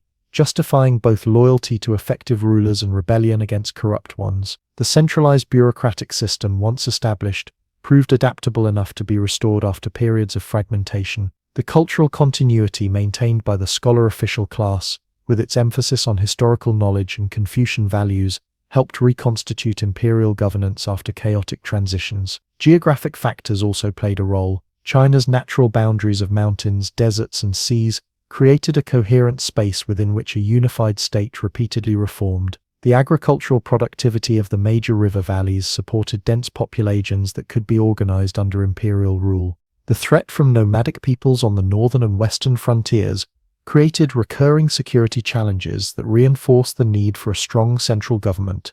The rise and fall of dynasties was not mere repetition. Each cycle incorporated innovations that became part of China's cultural heritage. Buddhism entered during the period of disunion after the Han and became thoroughly integrated into Chinese civilization. Neo-Confucianism emerged during the Song as a response to Buddhist influence, revitalizing native philosophical traditions. New economic patterns, technological innovations, literary and artistic forms all developed through these cycles, creating a civilization of remarkable continuity yet continuous evolution. For the Chinese people who lived through these dynastic transitions, the cyclical pattern offered both explanation and hope. Times of chaos and suffering were understood as the natural winter of dynastic decline, which would inevitably give way to the spring of renewal under a new mandate. This perspective did not eliminate the very real hardships of dynastic collapse, but it provided a framework for understanding them as part of a larger cosmic order rather than as random catastrophes. As we look at modern China, echoes of this cyclical understanding of history remain influential. The continuous thread of Chinese civilization, despite all its transformations, represents one of humanity's most remarkable achievements, a cultural continuity that has absorbed conquests, survived catastrophes, and adapted to changes while maintaining its distinctive character across millennia. Ancient China lives on through countless threads woven into the fabric of our modern world. Its philosophical traditions still guide millions in their search for meaning and harmony. Its artistic expressions continue to captivate with their grace and subtlety. Its technological innovations underpin aspects of daily life that we often take for granted. In this final exploration, we discover how the spirit of ancient China remains alive, whispering its wisdom across centuries and continents. In contemporary China, connections to the ancient past are both visible and deeply felt. Traditional architecture principles shape modern urban planning, with many cities still organized along cardinal directions and central axes, echoing imperial designs. Even as glass skyscrapers transform skylines, historical preservation efforts protect ancient temples, gardens, and neighborhoods. The Forbidden City stands at the heart of Beijing, a magnificent reminder of imperial grandeur, while classical gardens in Suzhou demonstrate the timeless pursuit of harmony between human creation and natural beauty. Traditional festivals mark the passage of seasons just as they have for millennia. During Lunar New Year, families gather for reunion dinners, children receive red envelopes containing money, and streets come alive with dragon and lion dances. The Qingming festival still sees families visiting ancestral graves with offerings. Mid-Autumn Festival brings mooncakes and lanterns, as people gather to appreciate the harvest moon. These celebrations maintain rhythms of life established in ancient times, connecting contemporary Chinese people with their ancestors through shared customs. Philosophical traditions from ancient China continue to influence worldviews and social structures. Confucian values of filial piety, respect for education, and social harmony remain foundational to Chinese family life and education systems. The emphasis on collective welfare over individual desires and the importance of maintaining harmonious relationships shape interpersonal interactions in business and politics. While these values have been reinterpreted through modern lenses, their ancient roots remain recognizable. Taoism's emphasis on balance, flexibility, and harmony with nature influences everything from traditional medicine to martial arts to approaches to conflict resolution. The concept of yin and yang, complementary forces creating dynamic balance, provides a framework for understanding relationships, health, and even international diplomacy. The Taoist appreciation for natural landscapes continues to inspire environmental aesthetics and conservation efforts. Buddhism, though not native to China, was thoroughly transformed by its interaction with Chinese culture and continues to be practiced by millions. Buddhist temples attract both devoted practitioners and those seeking moments of tranquility amid busy modern lives. Buddhist concepts of impermanence and compassion have been integrated into Chinese philosophical thought, literature, and art, creating syncretic traditions that blur the boundaries between religious systems. Traditional Chinese medicine, TCM, represents one of ancient China's most significant living legacies. Based on concepts developed over thousands of years, TCM approaches health as a matter of balance and harmony within the body and between the person and their environment. Acupuncture, herbal medicine, cupping, moxibustion, and therapeutic exercises like Qigong and Tai Chi are practiced worldwide, both alongside and as alternatives to Western medical approaches. The World Health Organization has recognized acupuncture as effective for treating certain conditions, bringing ancient Chinese medical knowledge into contemporary healthcare systems. Culinary traditions from ancient China have spread globally, adapted to local tastes while maintaining core principles. The balance of flavors, therapeutic properties of ingredients, communal dining customs, and the elevation of food preparation to an art form all reflect ancient Chinese approaches to nourishment as both physical and social sustenance. TC culture, with its emphasis on mindful preparation and appreciation, has influenced beverage traditions worldwide, creating spaces for contemplation and connection in our fast-paced world. Chinese martial arts, developed over centuries for self-defense, military training, and health promotion, have become global phenomena. Styles like Kung Fu, Tai Chi, and Qigong blend physical techniques with philosophical principles, emphasizing the cultivation of both body and mind. Films featuring martial arts have popularized these traditions while often incorporating elements of Chinese philosophical thought, introducing international audiences to concepts of qi, vital energy, disciplined practice, and the harmony of opposing forces. The artistic traditions of ancient China continue to inspire both traditional practitioners and contemporary innovators. Calligraphy remains a respected art form where each brushstroke expresses both meaning and aesthetic sensibility. Traditional painting techniques focusing on landscape, birds and flowers, or human figures maintain their distinctive approaches to perspective, composition, and the relationship between empty space and form. These artistic principles influence modern design from architecture to graphic arts, offering alternatives to Western visual traditions. Literature from ancient China provides a treasure house of stories, characters, and themes that continue to appear in contemporary media. Classical novels like Journey to the West, Romance of the Three Kingdoms, and Dream of the Red Chamber are constantly reimagined in films, television series, comics, and video games. Their characters and plot lines are as familiar to many East Asians as Shakespearean or biblical references are to Westerners. Ancient poetic forms and attitudes toward nature's beauty continue to influence literary expression throughout East Asia.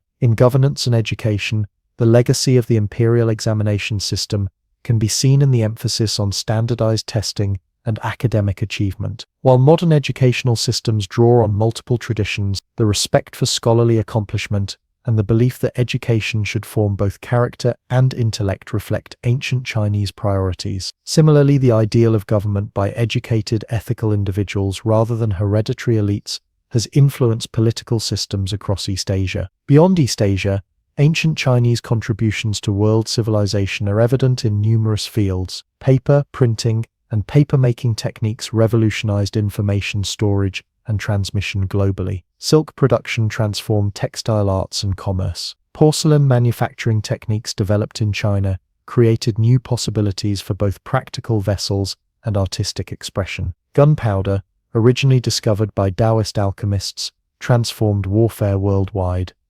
The compass made possible the age of exploration that connected continents. Philosophical concepts from ancient China have enriched global intellectual traditions. Taoist ideas about non-action, wu-wei, and the limitations of language find parallels in certain Western philosophical movements. Confucian social ethics offer perspectives on community and responsibility that complement and sometimes challenge Western individualism. Chinese aesthetic principles regarding simplicity, suggestion rather than explicit statement, and harmony with nature influence artistic movements worldwide. In recent decades, practices like feng shui, qigong, and tai chi have gained popularity internationally, introducing ancient Chinese concepts about the relationship between humans and their environment to new audiences. Mindfulness practices influenced by Chinese Buddhist and Taoist traditions have been adapted for stress reduction and psychological well-being. Traditional Chinese approaches to diet and health complement contemporary interest in holistic wellness and preventive medicine. This living legacy demonstrates the remarkable adaptability of ancient Chinese civilization. Rather than remaining frozen in time, its wisdom continues to evolve, finding new expressions in changing circumstances while maintaining connections to its deep roots. The endurance of these traditions through centuries of social and political transformation speaks to their fundamental insights into human nature and our place in the cosmos. As our exploration of ancient China concludes, we might reflect on what this civilization has to teach our contemporary world.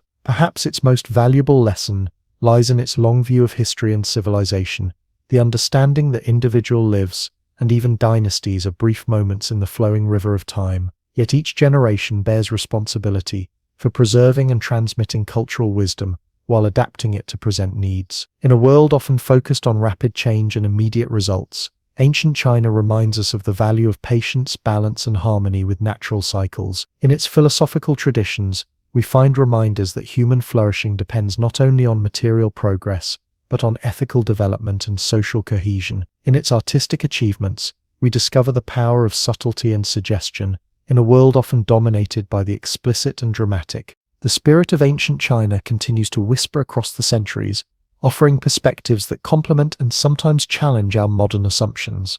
By listening to these whispers through philosophy and art, through medicine and cuisine, through festival celebrations and quiet moments of contemplation, we connect with one of humanity's greatest civilizational achievements and find resources for navigating our own complex world.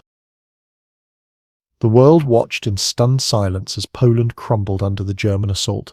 Warsaw, its proud capital, endured relentless bombing that turned ancient buildings to rubble and filled streets with desperate refugees. The Polish army fought bravely but stood little chance against the German war machine. Their cavalry, among the finest in Europe, charged against German tanks in acts of doomed heroism that would become legendary. Adding to Poland's agony, Soviet forces invaded from the east on September 17th, following the secret agreement between Hitler and Stalin. Caught between two powerful enemies, Poland's fate was sealed. By early October, the country had been divided according to the lines drawn in the Molotov-Ribbentrop Pact. Nazi Germany took the Western territories, incorporating some directly into the Reich and creating a region called the General Government for the remainder. The Soviet Union absorbed eastern Poland into its Ukrainian and Belarusian republics. For Polish citizens, especially Jews, intellectuals, and political leaders, occupation brought immediate terror. Nazi death squads followed the army, executing thousands deemed threats to German rule. Soviet forces conducted their own campaign of repression,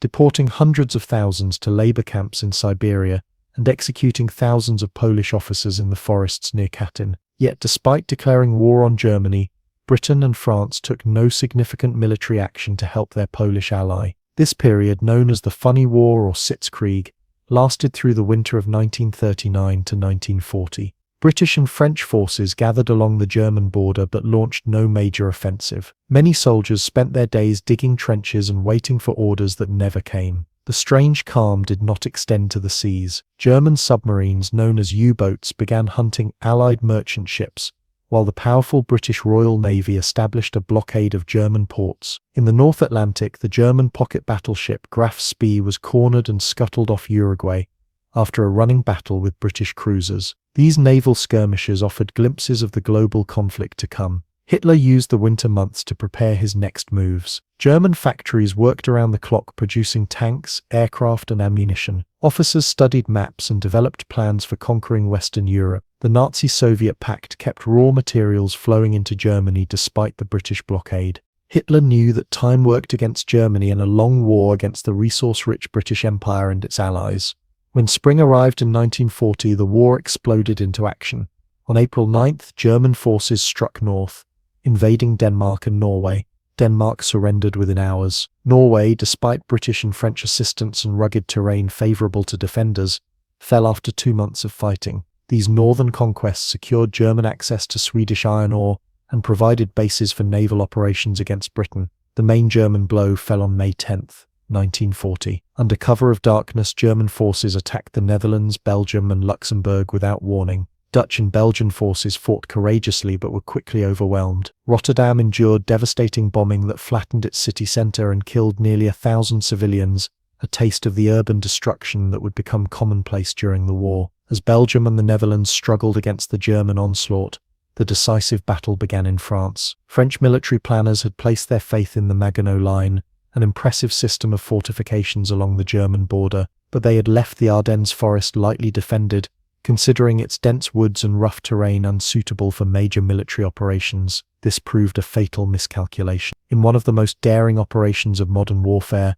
German armoured divisions under generals like Heinz Guderian and Erwin Rommel pushed through the Ardennes and raced toward the English Channel. The French and British armies, still thinking in terms of the static warfare of World War I, could not react quickly enough to this new mobile threat. By May 20th, German tanks had reached the Channel, splitting the Allied forces in two. The British Expeditionary Force and parts of the French army found themselves trapped with their backs to the sea near the French port of Dunkirk. Disaster seemed inevitable. Then Hitler made a decision that military historians still debate. He ordered his tanks to halt, allowing Hermann Göring's Luftwaffe to finish off the trapped Allied forces. This pause gave the Allies precious time. In an operation that seemed miraculous at the time, over 338,000 British and French troops were evacuated from Dunkirk's beaches between May 26 and June 4.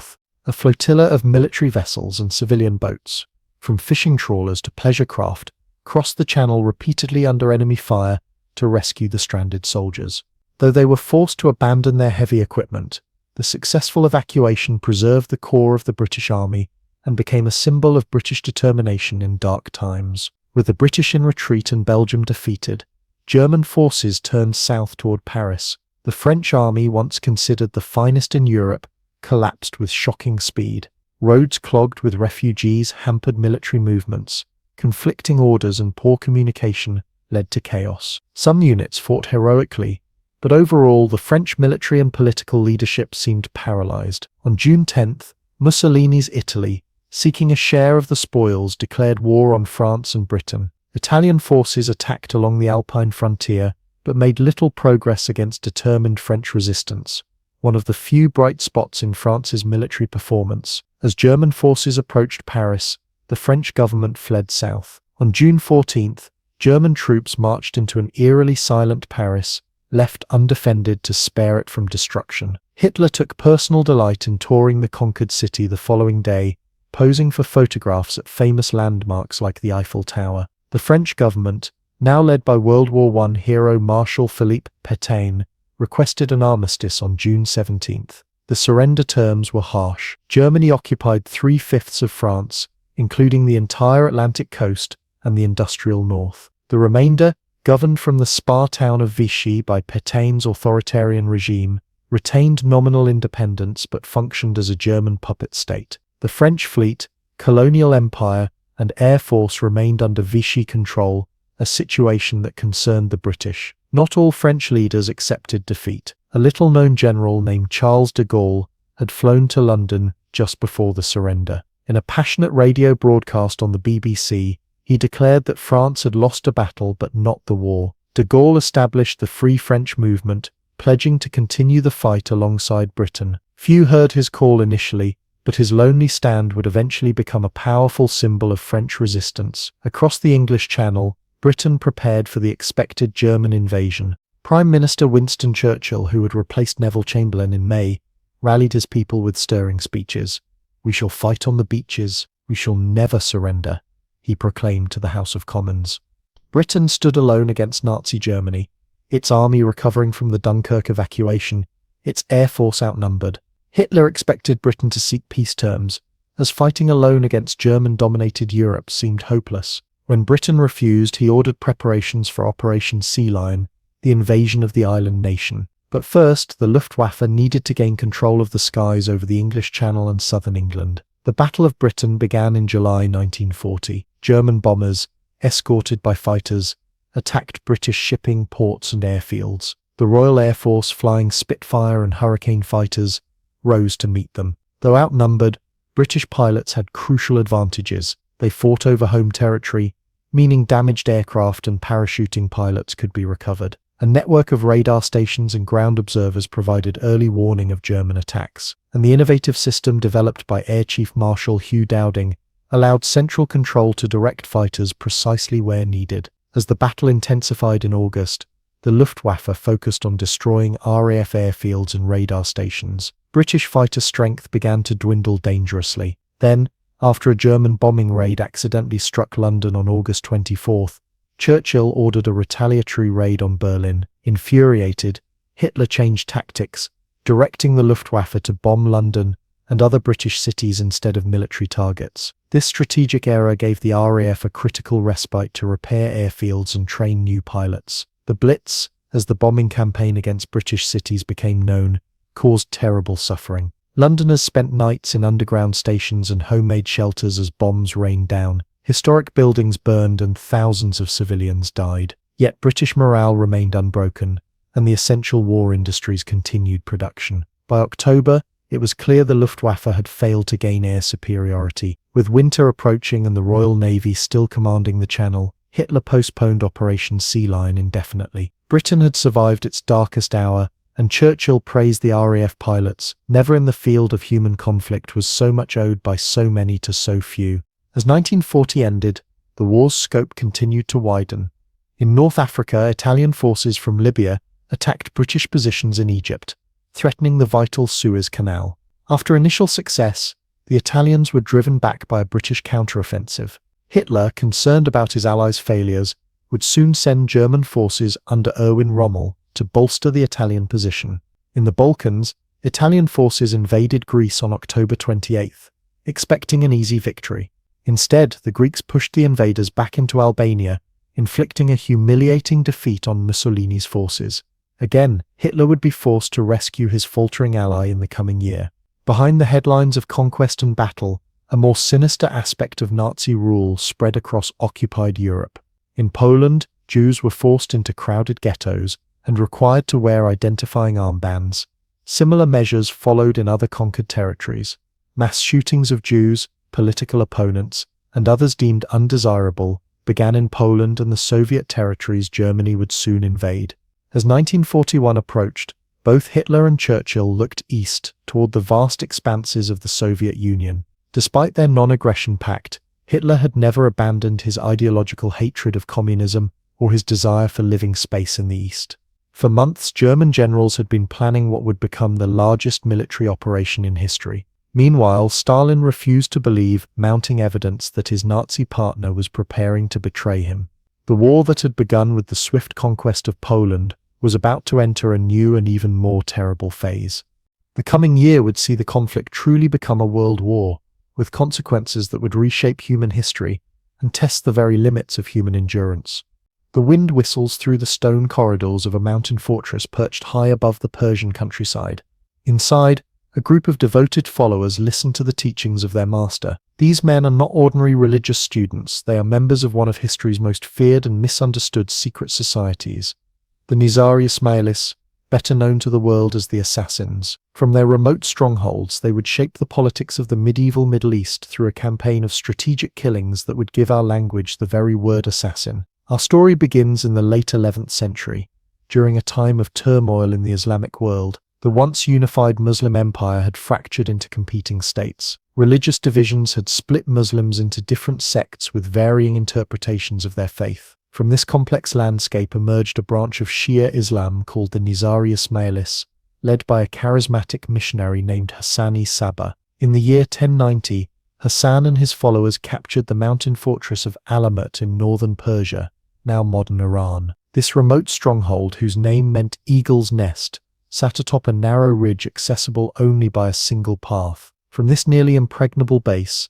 Hassan built a network of similar mountain castles stretching across Persia and Syria. These fortresses would become the power centers of what neighboring peoples called the Assassins. What made the Nizari Ismailis remarkable was not just their mountain homes but their revolutionary approach to warfare. As a relatively small group facing powerful enemies like the Seljuk Empire and later the Crusader states, they could not win through conventional battles. Instead, they developed a strategy of targeted killing. Carefully trained agents would infiltrate enemy courts, sometimes living undercover for months or years, waiting for the perfect moment to eliminate key political or military leaders. The historical records tell of assassin agents who posed as servants, merchants, or even holy men to get close to their targets. When the moment came, they would strike with a dagger in broad daylight, often in public spaces or sacred locations. What made these acts even more stunning was that the assassin rarely tried to escape. Many accepted their own deaths as part of the mission,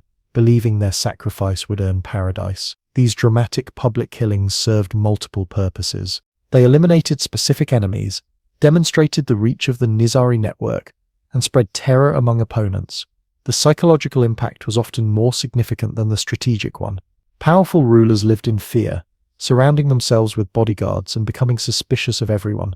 Some leaders even paid tribute to the assassins to avoid becoming targets themselves. The name assassin itself has a fascinating origin. Many scholars believe it comes from the Arabic word hashashiyah, which enemies used as a derogatory term for the group, claiming they used hashish to induce visions. Modern historians doubt the Nizaris actually used drugs, as their missions required clear thinking and careful planning. Nevertheless, the name stuck in European languages, eventually giving us the modern word for political murder. At the heart of Nizari Ismaili belief was devotion to their leader, known as the Old Man of the Mountain to European chroniclers. Hassani Saba and his successors were seen as representatives of the hidden Imam, the spiritual leader of Shia Islam, who they believed would return to bring justice to the world. This religious devotion gave followers the courage to undertake seemingly suicidal missions. The stronghold of Alamut became more than just a military base. It housed an extensive library filled with religious texts, scientific works, and astronomical instruments. The Nizaris valued knowledge and education alongside military training. While their tactics were violent, their ultimate goal was the preservation and spread of their spiritual understanding during a time when their branch of Islam faced persecution from more powerful sects. Legends about the assassins spread far and wide, growing more fantastic with each retelling. Perhaps the most famous tale comes from Marco Polo, who claimed the Old Man of the Mountain had created a secret garden filled with beautiful women, flowing wine, and every pleasure. Young recruits would be drugged, brought to this paradise, and then told they could return permanently after completing a mission. Modern historians consider this story highly dubious, likely based on rumors and misunderstandings rather than fact. The reality of assassin training was probably more practical. Selected young men received education in languages, customs, and disguise techniques that would allow them to blend into enemy territories. They learned patience, observation, and of course fighting skills focused on close-quarter combat with daggers. The psychological preparation was perhaps most important, creating the absolute commitment necessary to carry out missions with little hope of survival. The influence of the assassins reached its peak in the 12th and early 13th centuries. Their network stretched from mountains in Syria to fortresses in Persia. They became players in the complex politics of the Crusades, sometimes forming temporary alliances with Christian leaders against common enemies. Their reputation was so fearsome that legends claim the European monarch Richard the Lionheart feared them, and may have used their tactics as inspiration for his own intelligence network. Among their most famous targets was Conrad of Montferrat, a crusader king of Jerusalem who was killed by assassin agents disguised as monks in 1192. Their daggers also claimed viziers, generals, governors, and religious leaders whose policies threatened Nizari communities or interests. Not all missions ended in death. Sometimes the mere demonstration that an assassin could reach a ruler was enough to force political concessions. The decline of the assassins began with the arrival of a new and overwhelming threat, the Mongol Empire under Hulagu Khan, grandson of Genghis Khan. In 1256, Mongol forces besieged and captured Alamut. Legend says the Mongols had been warned about assassin strongholds being impregnable, so they employed a combination of massive military force and offers of surrender terms to overcome the mountain fortresses. The great library of Alamut was destroyed, erasing centuries of knowledge. In Persia, the Nizari state was effectively eliminated by the Mongols. The Syrian branch survived somewhat longer under the leadership of a man named Rashid ad-Din Sinan, the most famous of the leaders to hold the title Old Man of the Mountain. The Syrian assassins eventually fell to the Egyptian Mamluk Sultanate, with their last fortress surrendering in 1273. The era of the assassins as a political and military force had come to an end. Yet the Nizari Ismailis themselves survived as a religious community. Without their mountain strongholds, they adapted by practicing religious dissimulation, outwardly adopting the practices of the dominant sect of Islam, while maintaining their beliefs in private. Today, the modern Nizari Ismailis continue as a peaceful branch of Shia Islam led by the Aga Khan, a direct descendant of their founding leaders. The legacy of the assassins extends far beyond their historical impact. They entered the Western imagination through Crusader chronicles and travelers' tales, often wildly exaggerated. These stories influenced literature, from medieval romances to modern fiction. The popular video game series Assassin's Creed draws direct inspiration from the historical group, though it takes many creative liberties with their practices and beliefs. Perhaps the most enduring legacy of the Assassins is how they demonstrated that a small, dedicated group could influence world events through targeted action rather than mass warfare. Their strategic use of what we would now call asymmetric warfare allowed them to survive and project power despite being outnumbered by their enemies. This approach has echoed through history in various movements and organizations, though often without the spiritual dimensions that motivated the original assassins. The mountain fortresses that once housed this secretive society still exist today as ruins in remote regions of Iran and Syria. Stone walls cling to precipitous cliffs, silent testimonies to a remarkable chapter in history. Archaeological work at sites like Alamut has helped separate fact from fiction, revealing a more complex picture of the Nizari Ismailis than the legends suggest. The community of believers who combined religious devotion, scholarship, and military strategy in their struggle to survive in a hostile world. As night falls over the mountains where the assassins once held sway, we might reflect on how this medieval secret society left such a profound mark on history and language. Their story reminds us that behind even the most fearsome reputation often lies a more nuanced reality. In this case, a minority religious group fighting for survival through extraordinary means during one of history's most turbulent periods. A cold wind blows through the dense forest as a small group gathers in a remote clearing under the moonlight. Unlike the ancient secret societies with their grand temples and noble claims, this gathering represents something darker that emerged in the late 20th century. No marble halls or historical lineages here, use just a modern manifestation of extremism wrapped in occult symbolism. This is the Order of the Nine Angles, often abbreviated as O-Honor or O9A, perhaps the most controversial and dangerous occult group to emerge in recent decades. The origins of the Order of the Nine Angles remain somewhat mysterious.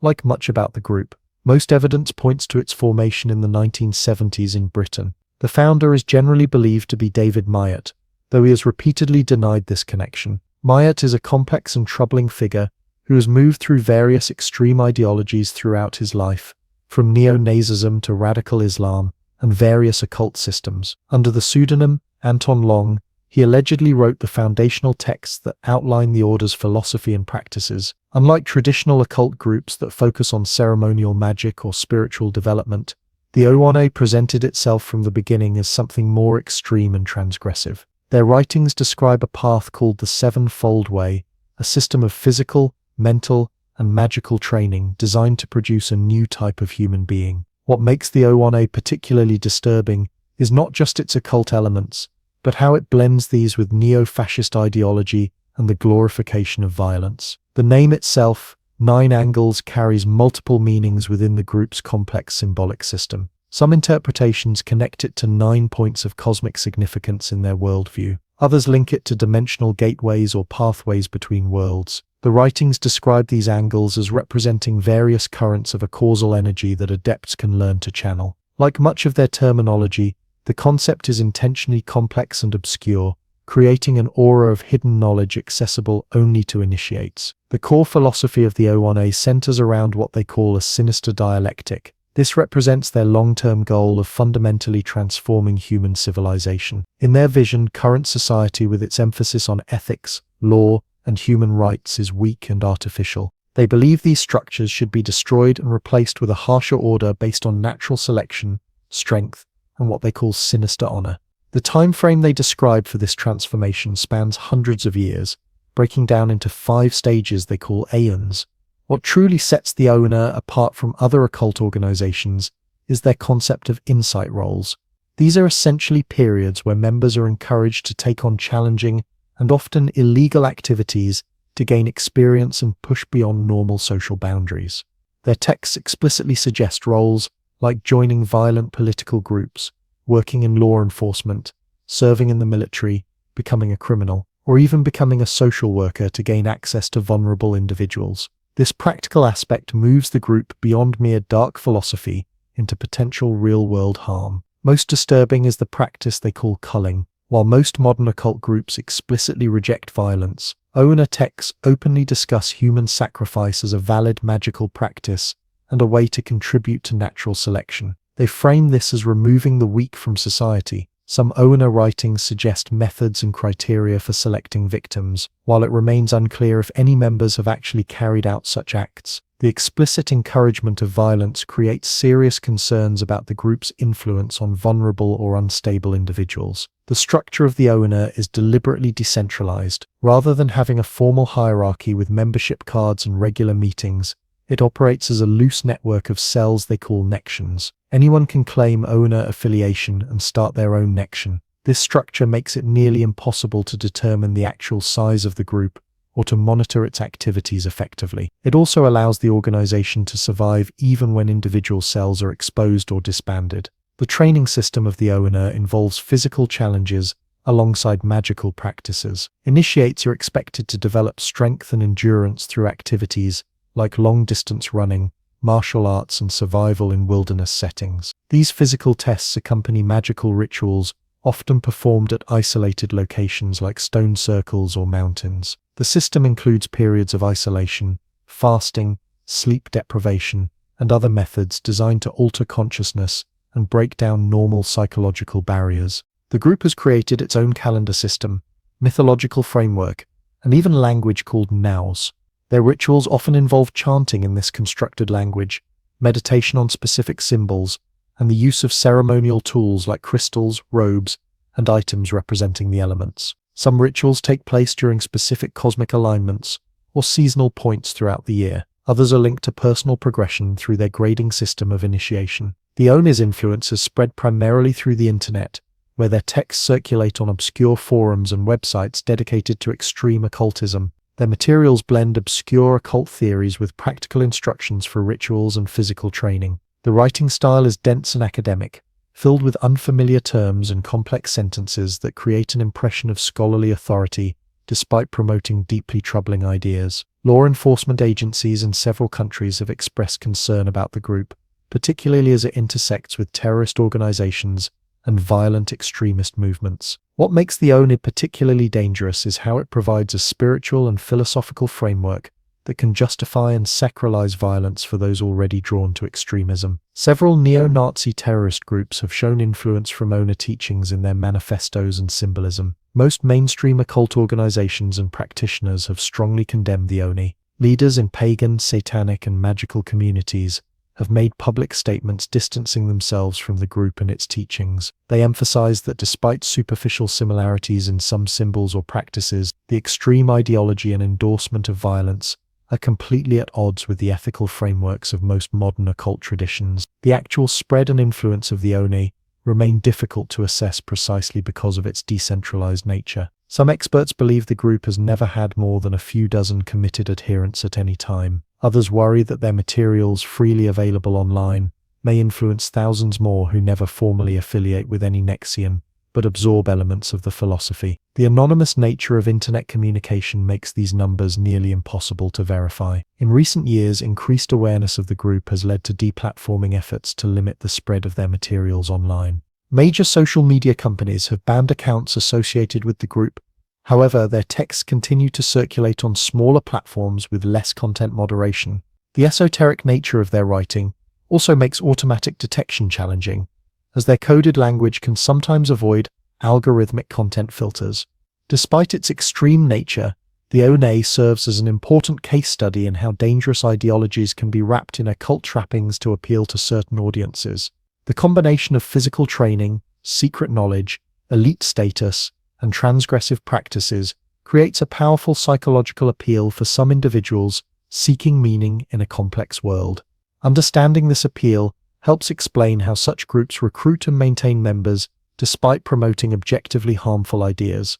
The story of the Order of the Nine Angles remains unfinished. Unlike historical secret societies that rose and fell in previous centuries, this is a contemporary movement still evolving and adapting to the modern world.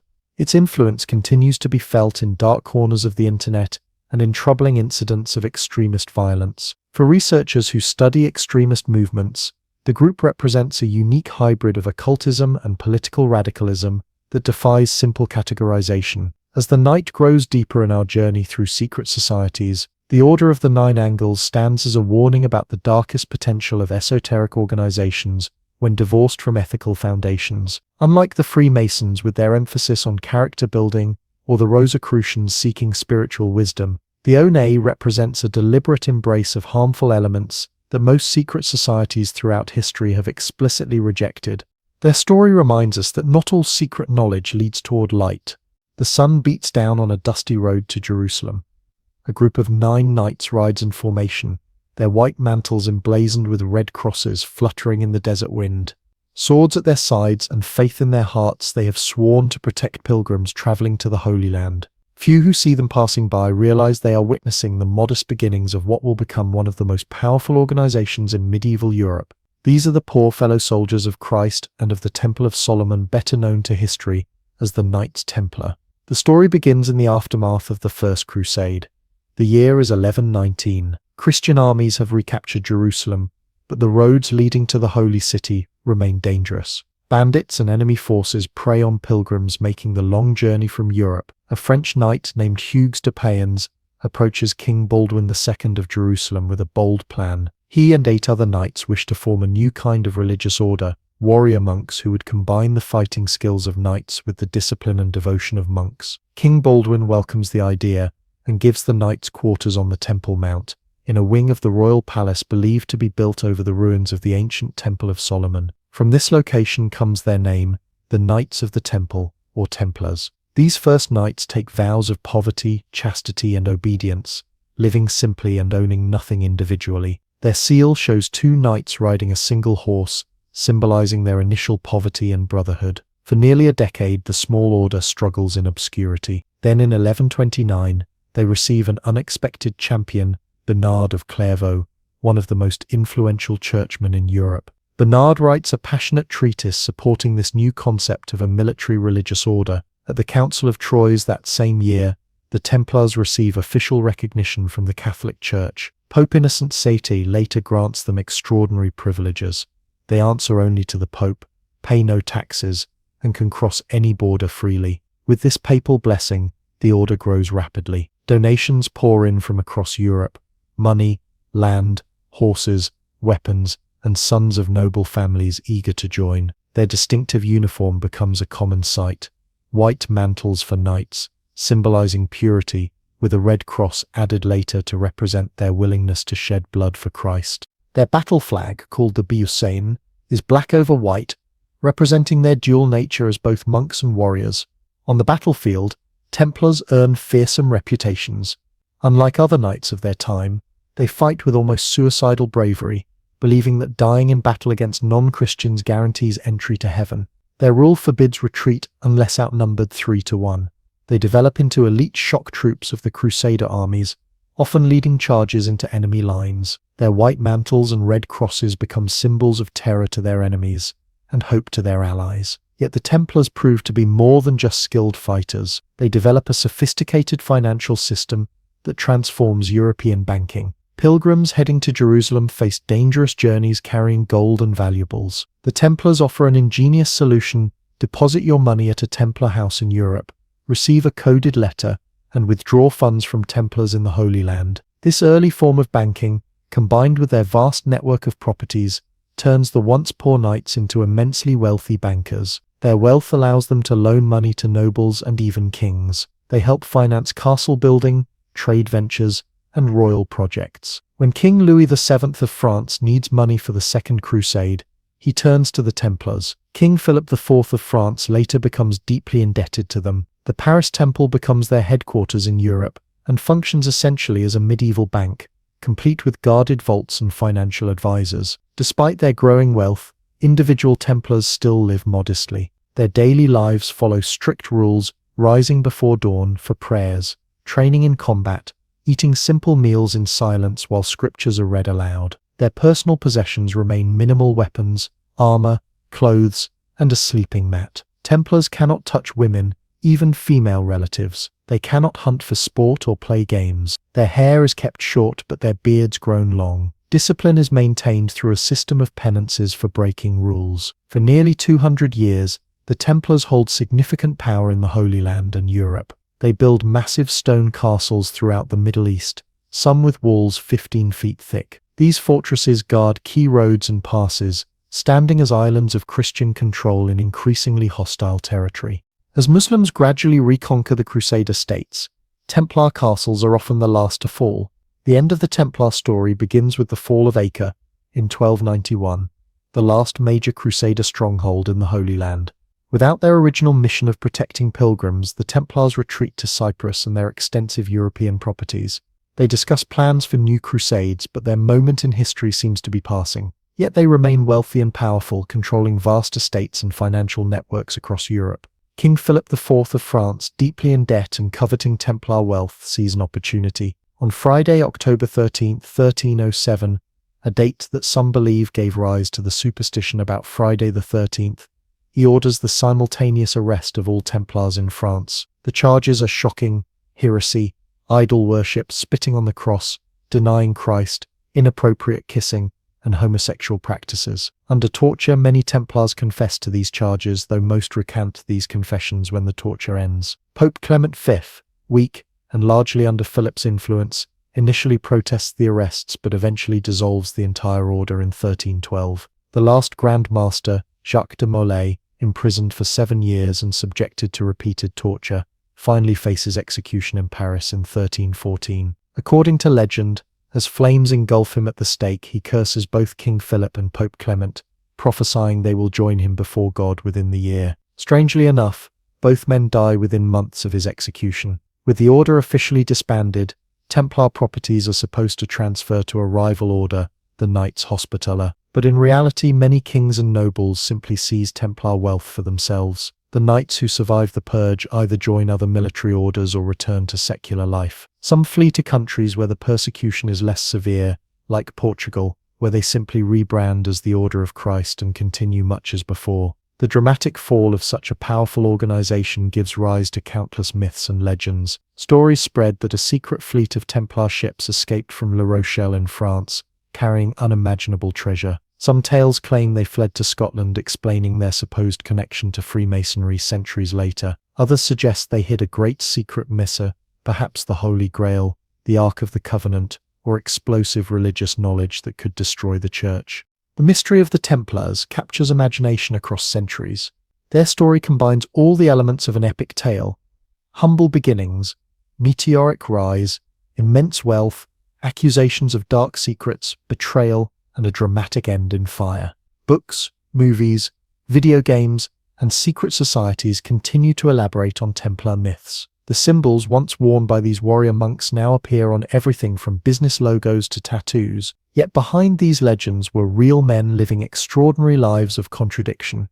Monks who were warriors, ascetics who controlled vast wealth, servants of the Church who grew powerful enough to threaten kings. As night falls on our journey through their story, we might wonder what secrets, if any, the Templars truly took to their graves. Or perhaps the greatest secret is that there was no secret at all, just the remarkable truth of their rise and fall, one of history's most fascinating chapters. Fog swirls through the gaslit streets of Victorian London. The year is 1888. While most of society concerns itself with industry and empire, a small group of scholars, artists, and mystics gather in secret to explore realms beyond the physical world. In a private room, decorated with Egyptian symbols and Kabbalistic diagrams, they perform elaborate rituals designed to contact invisible forces and awaken dormant human abilities. This is the Hermetic Order of the Golden Dawn, perhaps the most influential magical society of the modern era, whose practices and ideas continue to shape Western occultism more than a century later.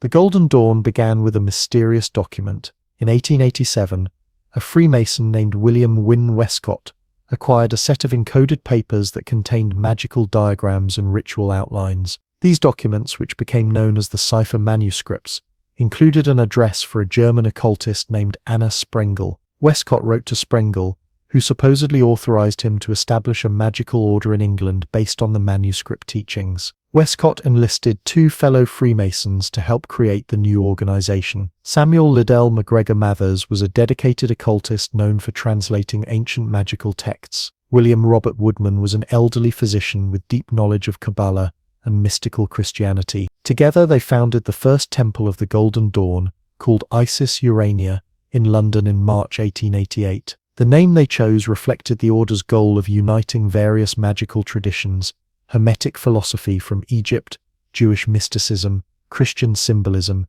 and elements of Eastern practices. The society organized itself as a magical university with a system of grades and examinations. New members began as neophytes and could advance through increasingly complex grades, each associated with elements, planets, or zodiac signs. The teachings became more detailed and practical as members advanced. Initial lessons focused on the theory of magic, covering topics like the Kabbalah, astrology, alchemical symbolism, and the correspondence between colors, sounds, and natural elements. For Victorians fascinated by spiritualism and ancient wisdom, but dissatisfied with the limitations of Christianity, the Golden Dawn offered something remarkable: a structured system for personal spiritual development and magical practice. Members learned to create and consecrate magical tools like wands, cups, and daggers.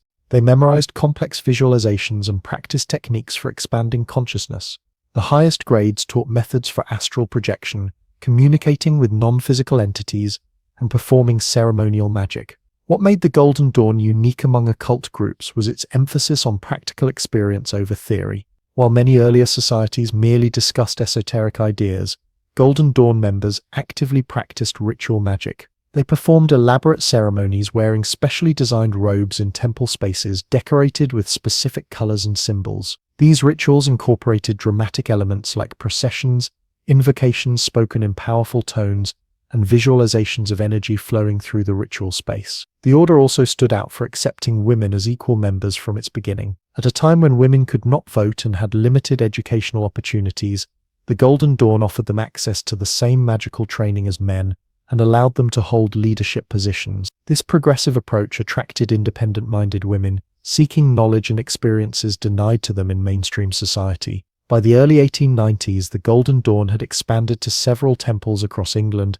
and had attracted around 200 members from various backgrounds. Artists joined seeking inspiration for their creative work. Scholars came looking for hidden knowledge from ancient civilizations. Spiritual seekers hoped to develop psychic abilities or contact higher realms of existence. Each found something valuable in the order's comprehensive magical system. Among the most famous members was the poet William Butler Yeats, whose writing frequently incorporated magical symbolism learned in the Golden Dawn. Actress Florence Farr used magical techniques to enhance her theatrical performances. Arthur Machen and Algernon Blackwood, who would become celebrated writers of supernatural fiction, developed their understanding of the mysterious through Golden Dawn teachings. These creative individuals carried elements of the order's practices into literature, theater, and art, subtly influencing wider culture. Perhaps the most notorious member was Aleister Crowley, who joined in 1898. Brilliant but controversial, Crowley advanced quickly through the grades but soon came into conflict with the leadership.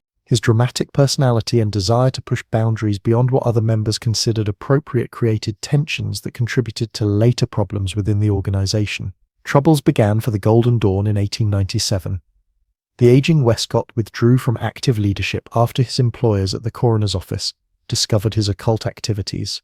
Mathers claimed sole authority over the order, managing it from Paris where he had moved with his wife Mona. Questions arose about the authenticity of the German connection, with some members suspecting that Anna Sprengel might have been invented and the cipher manuscripts created rather than discovered.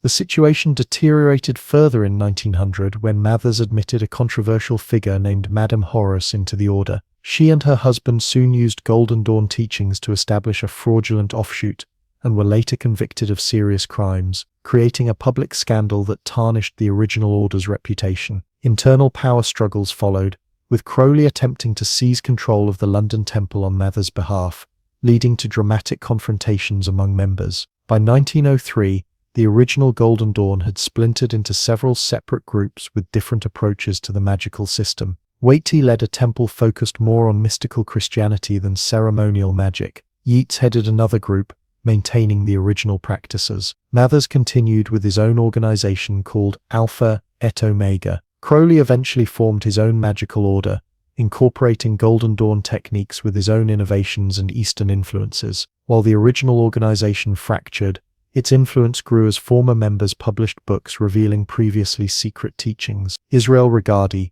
who joined one of the offshoot groups in the 1930s, eventually published the complete Golden Dawn magical system, making it available to anyone interested in ceremonial magic. These publications allowed the techniques and ideas to spread far beyond the original small membership. The Golden Dawn system established patterns still followed in modern occultism. Their assignment of symbols to directions, elements, planets, and zodiac signs created a coherent framework that later magical groups adopted. Their methods of visualization, energy work, and ritual structure became standard practices. Their integration of diverse traditions, Egyptian, Greek, Jewish, and Christianity into a unified system, demonstrated how ancient wisdom could be adapted for contemporary practitioners. The physical tools and magical implements designed by the Golden Dawn became iconic in Western magic. Their tarot deck designs, created by Mathers and artist Pamela Coleman Smith, revolutionized tarot imagery and remain influential today. Their ritual wand with magnetic polarities, their symbolic rose cross, and their method of constructing magical circles all became standard equipment for later practitioners of ceremonial magic. Modern studies of the Golden Dawn reveal a complex organization that was simultaneously revolutionary and deeply rooted in its Victorian context. Their magical innovations pushed boundaries, yet their hierarchical structure reflected the society around them. They embraced ancient wisdom while responding to modern developments, like psychology and scientific discoveries. They included women as equals while maintaining many social conventions of their time. Today, numerous magical groups trace their lineage back to the Golden Dawn or incorporate elements of its system. Modern ceremonial magicians still perform rituals similar to those developed in those London temples. Pagan groups draw on Golden Dawn correspondences between colors, elements, and directions. Even popular culture shows its influence, from fantasy fiction to films depicting magical practices. The physical remains of the original Golden Dawn are few. No temples survive intact, and most ritual objects have been lost or destroyed. What remains are the writings, both published works and private journals of members, preserving the elaborate system of magic they developed. Museums occasionally display artifacts like member robes or magical tools, and libraries house the books written by Golden Dawn members sharing their experiences and techniques. As night deepens around us and the boundary between worlds grows thin, we might imagine those Victorian magicians in their candlelit temples, draped in colored robes and wielding symbolic tools, attempting to pierce the veil between the seen and unseen realms. Whether one believes in the efficacy of their magical practices or views them as elaborate psychological exercises, their quest to explore human consciousness and connect with something beyond the material world represents a timeless human endeavor that continues in new forms to this day. Darkness blankets the Italian countryside as a group of men make their way through dense forest toward a remote charcoal burner's hut. Inside, the simple dwelling has been transformed. Black cloths cover the walls. A rough wooden table holds 3 objects: a bundle of sticks, a white linen cloth, and a bowl of salt. The men speak in hushed tones, using special passwords and recognition signs. These are not ordinary peasants or laborers, but members of the Carbonari, a secret revolutionary society whose burning desire for liberty would help shape the future of Italy and spread revolutionary ideals across Europe in the early 19th century. The name Carbonari means charcoal burners in Italian. The society adopted symbolism from this humble profession, which involved creating charcoal by slowly burning wood under controlled conditions. This transformation of raw material into something more refined and powerful became a perfect metaphor for their own political aims: to transform Italy from a collection of foreign-dominated states into a unified, independent nation. The exact origins of the Carbonari remain somewhat mysterious, as befits a secret society. Some evidence points to their formation in southern Italy, possibly in the Kingdom of Naples around 1806, during the Napoleonic era. Others suggest they emerged from older secret groups in France or northern Italy. What is clear is that by the 1810s they had become a significant underground movement with thousands of members across the Italian peninsula. The early 19th century was a time of political turmoil in Italy. After centuries as a patchwork of small states, the region had been conquered and reorganized during the Napoleonic Wars. With Napoleon's defeat in 1815, the Congress of Vienna restored many old monarchies and placed large parts of Italy under Austrian control or influence. Local rulers, often backed by Austrian military power, imposed reactionary policies that limited free speech, restricted education, and harshly punished political dissent. In this repressive environment, the Carbonari grew rapidly. Unable to express their political views openly, liberals, nationalists, and reformers joined the secret society to find like-minded allies and work toward change. Members came from various social classes. The society included intellectuals, military officers, government officials, professionals, merchants, and some forward-thinking nobles. What united them was opposition to absolute monarchy and foreign control, along with support for constitutional government and greater personal liberties. The organization of the Carbonari was deliberately complex, designed to protect members from infiltration and betrayal. Local groups called Vendite, meaning sales, reported to higher-level groups in a pyramid structure. Members underwent elaborate initiation ceremonies with multiple stages or degrees. New initiates, called apprentices, faced intimidating rituals involving blindfolds, symbolic threats, and solemn oaths of secrecy before becoming Master Carbonari. The ritual elements borrowed symbols from Christianity, medieval craft guilds, and Freemasonry. Members called themselves good cousins and used special handshakes, coded phrases, and recognition signs to identify fellow Carbonari. Their secret vocabulary transformed ordinary objects into political symbols. Twigs represented the people who were stronger together than alone. Salt symbolized wisdom, water stood for equality, and fire represented liberty and purification. The Carbonari first emerged as a major revolutionary force in 1820, when they led an uprising in Naples. Military officers who were secret members of the society mutinied against King Ferdinand I, demanding a constitution that would limit royal power. The rebellion gained widespread support, forcing the king to temporarily agree to their demands and establish a constitutional government. This early success inspired Carbonari in other regions, and seemed to demonstrate that their methods could produce real political change. The victory proved short-lived. Austria, concerned about revolutionary movements spreading through its Italian territories, sent troops to crush the Neapolitan Revolution and restore absolute monarchy. A similar Carbonari-led revolt in Piedmont in northern Italy in 1821 also ended in defeat. The Austrian army proved too powerful, and the hoped-for support from the general population did not materialize in sufficient numbers. Many Carbonari leaders were executed,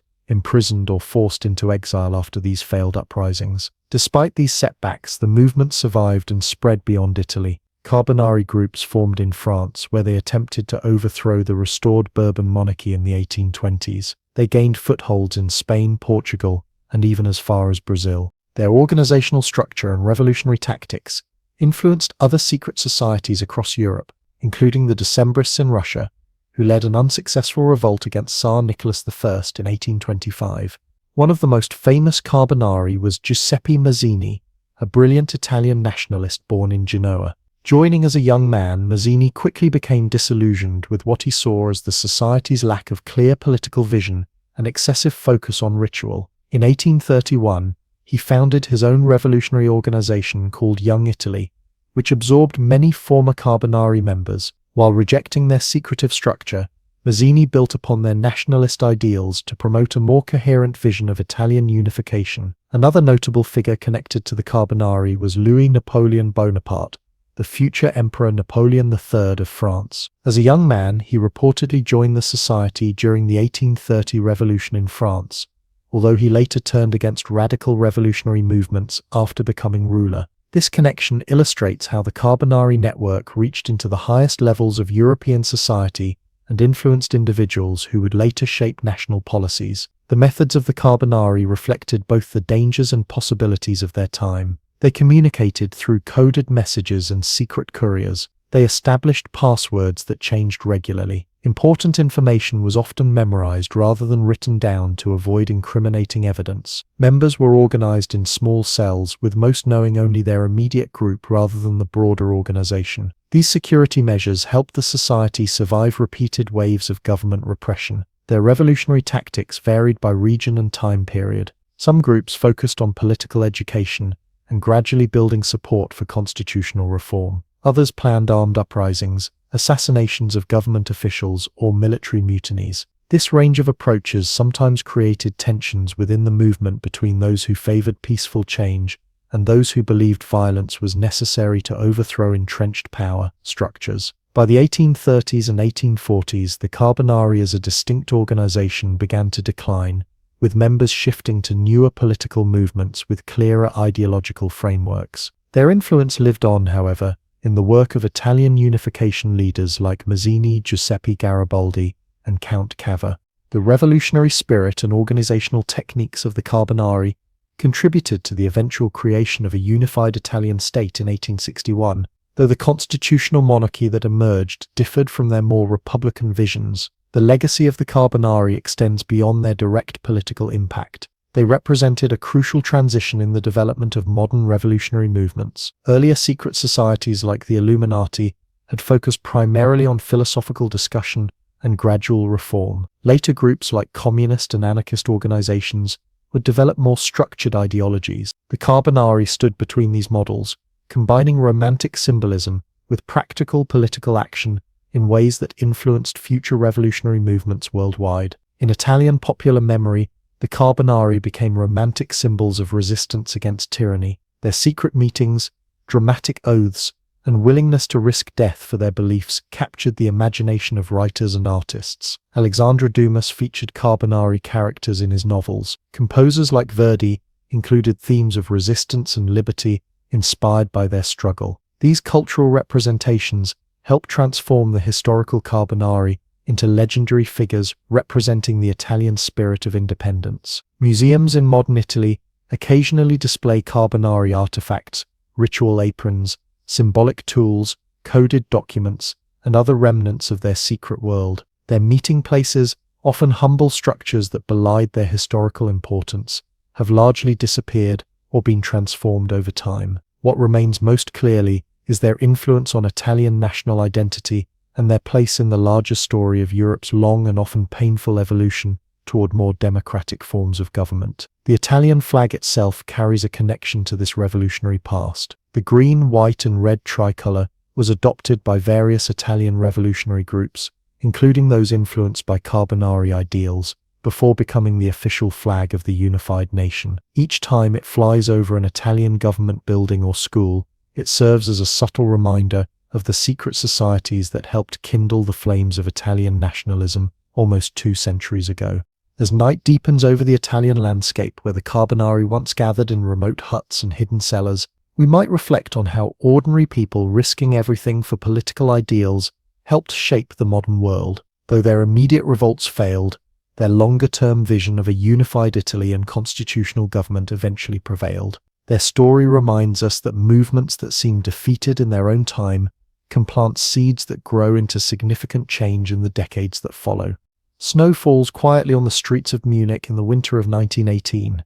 Germany lies defeated after the First World War. Its monarchy collapsed, its people hungry and disillusioned. In this atmosphere of national despair, a group of wealthy intellectuals, aristocrats, and military officers gather in the elegant Hotel Vierassasaten. They speak in hushed tones about ancient Nordic legends, lost civilizations, and the destiny of the German people.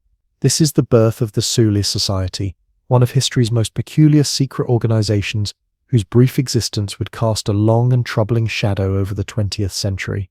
The Suli Society began formally in August 1918, just months before Germany's surrender in World War I. Its founder was Rudolf von Sebottendorf, an adventurer and occultist who had spent years in Turkey studying Islamic mysticism and obscure spiritual practices. The organization took its name from a legendary northern land in Greek mythology, which Sebottendorf and his followers identified with the ancestral homeland of the Germanic peoples. The society used as its emblem a swastika with a sword superimposed upon it, the swastika being an ancient symbol they adopted years before it became associated with Nazi Germany. On the surface, the Suli Society appeared to be a study group for German folklore and archaeology. Members gathered to discuss runes, ancient Germanic traditions, and Norse mythology. They published a newspaper called the Münchener Beobachter, which later became the Völkischer Beobachter, the official Nazi Party newspaper. But beneath this scholarly veneer lay stranger beliefs that mixed occultism with racial theories and extreme nationalism.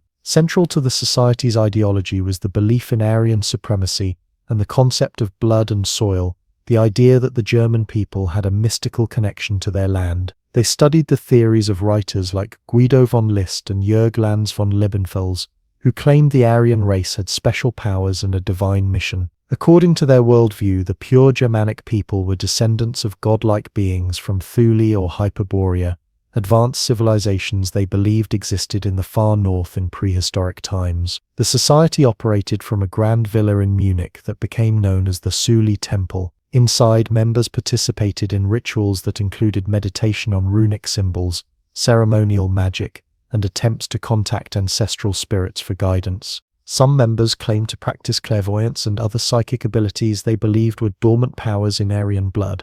These practices mixed elements from various occult traditions including theosophy, Rosicrucianism, and ceremonial magic with Volkish nationalist ideas. The membership of the Thule Society included influential figures in Munich society: lawyers, doctors, aristocrats, military officers, and intellectuals joined its ranks. Notable members included Dietrich Eckart, a poet and playwright who became an early mentor to Adolf Hitler, Rudolf Hess, who would later become Deputy Führer of Nazi Germany, and Alfred Rosenberg, who would become the chief ideologist of the Nazi movement. Each brought their own interests and interpretations to the society's blend of mysticism and nationalism. What makes the Thule Society historically significant is not just its bizarre beliefs, but its direct connection to the birth of the Nazi Party. In 1919, Sebetendorf and other Thule members helped establish a political group called the German Workers' Party. This small organization would later be joined by Adolf Hitler, who eventually transformed it into the National Socialist German Workers' Party, the Nazi Party. The Thule Society provided early financing, newspaper support, and a network of influential contacts that helped the fledgling Nazi movement grow.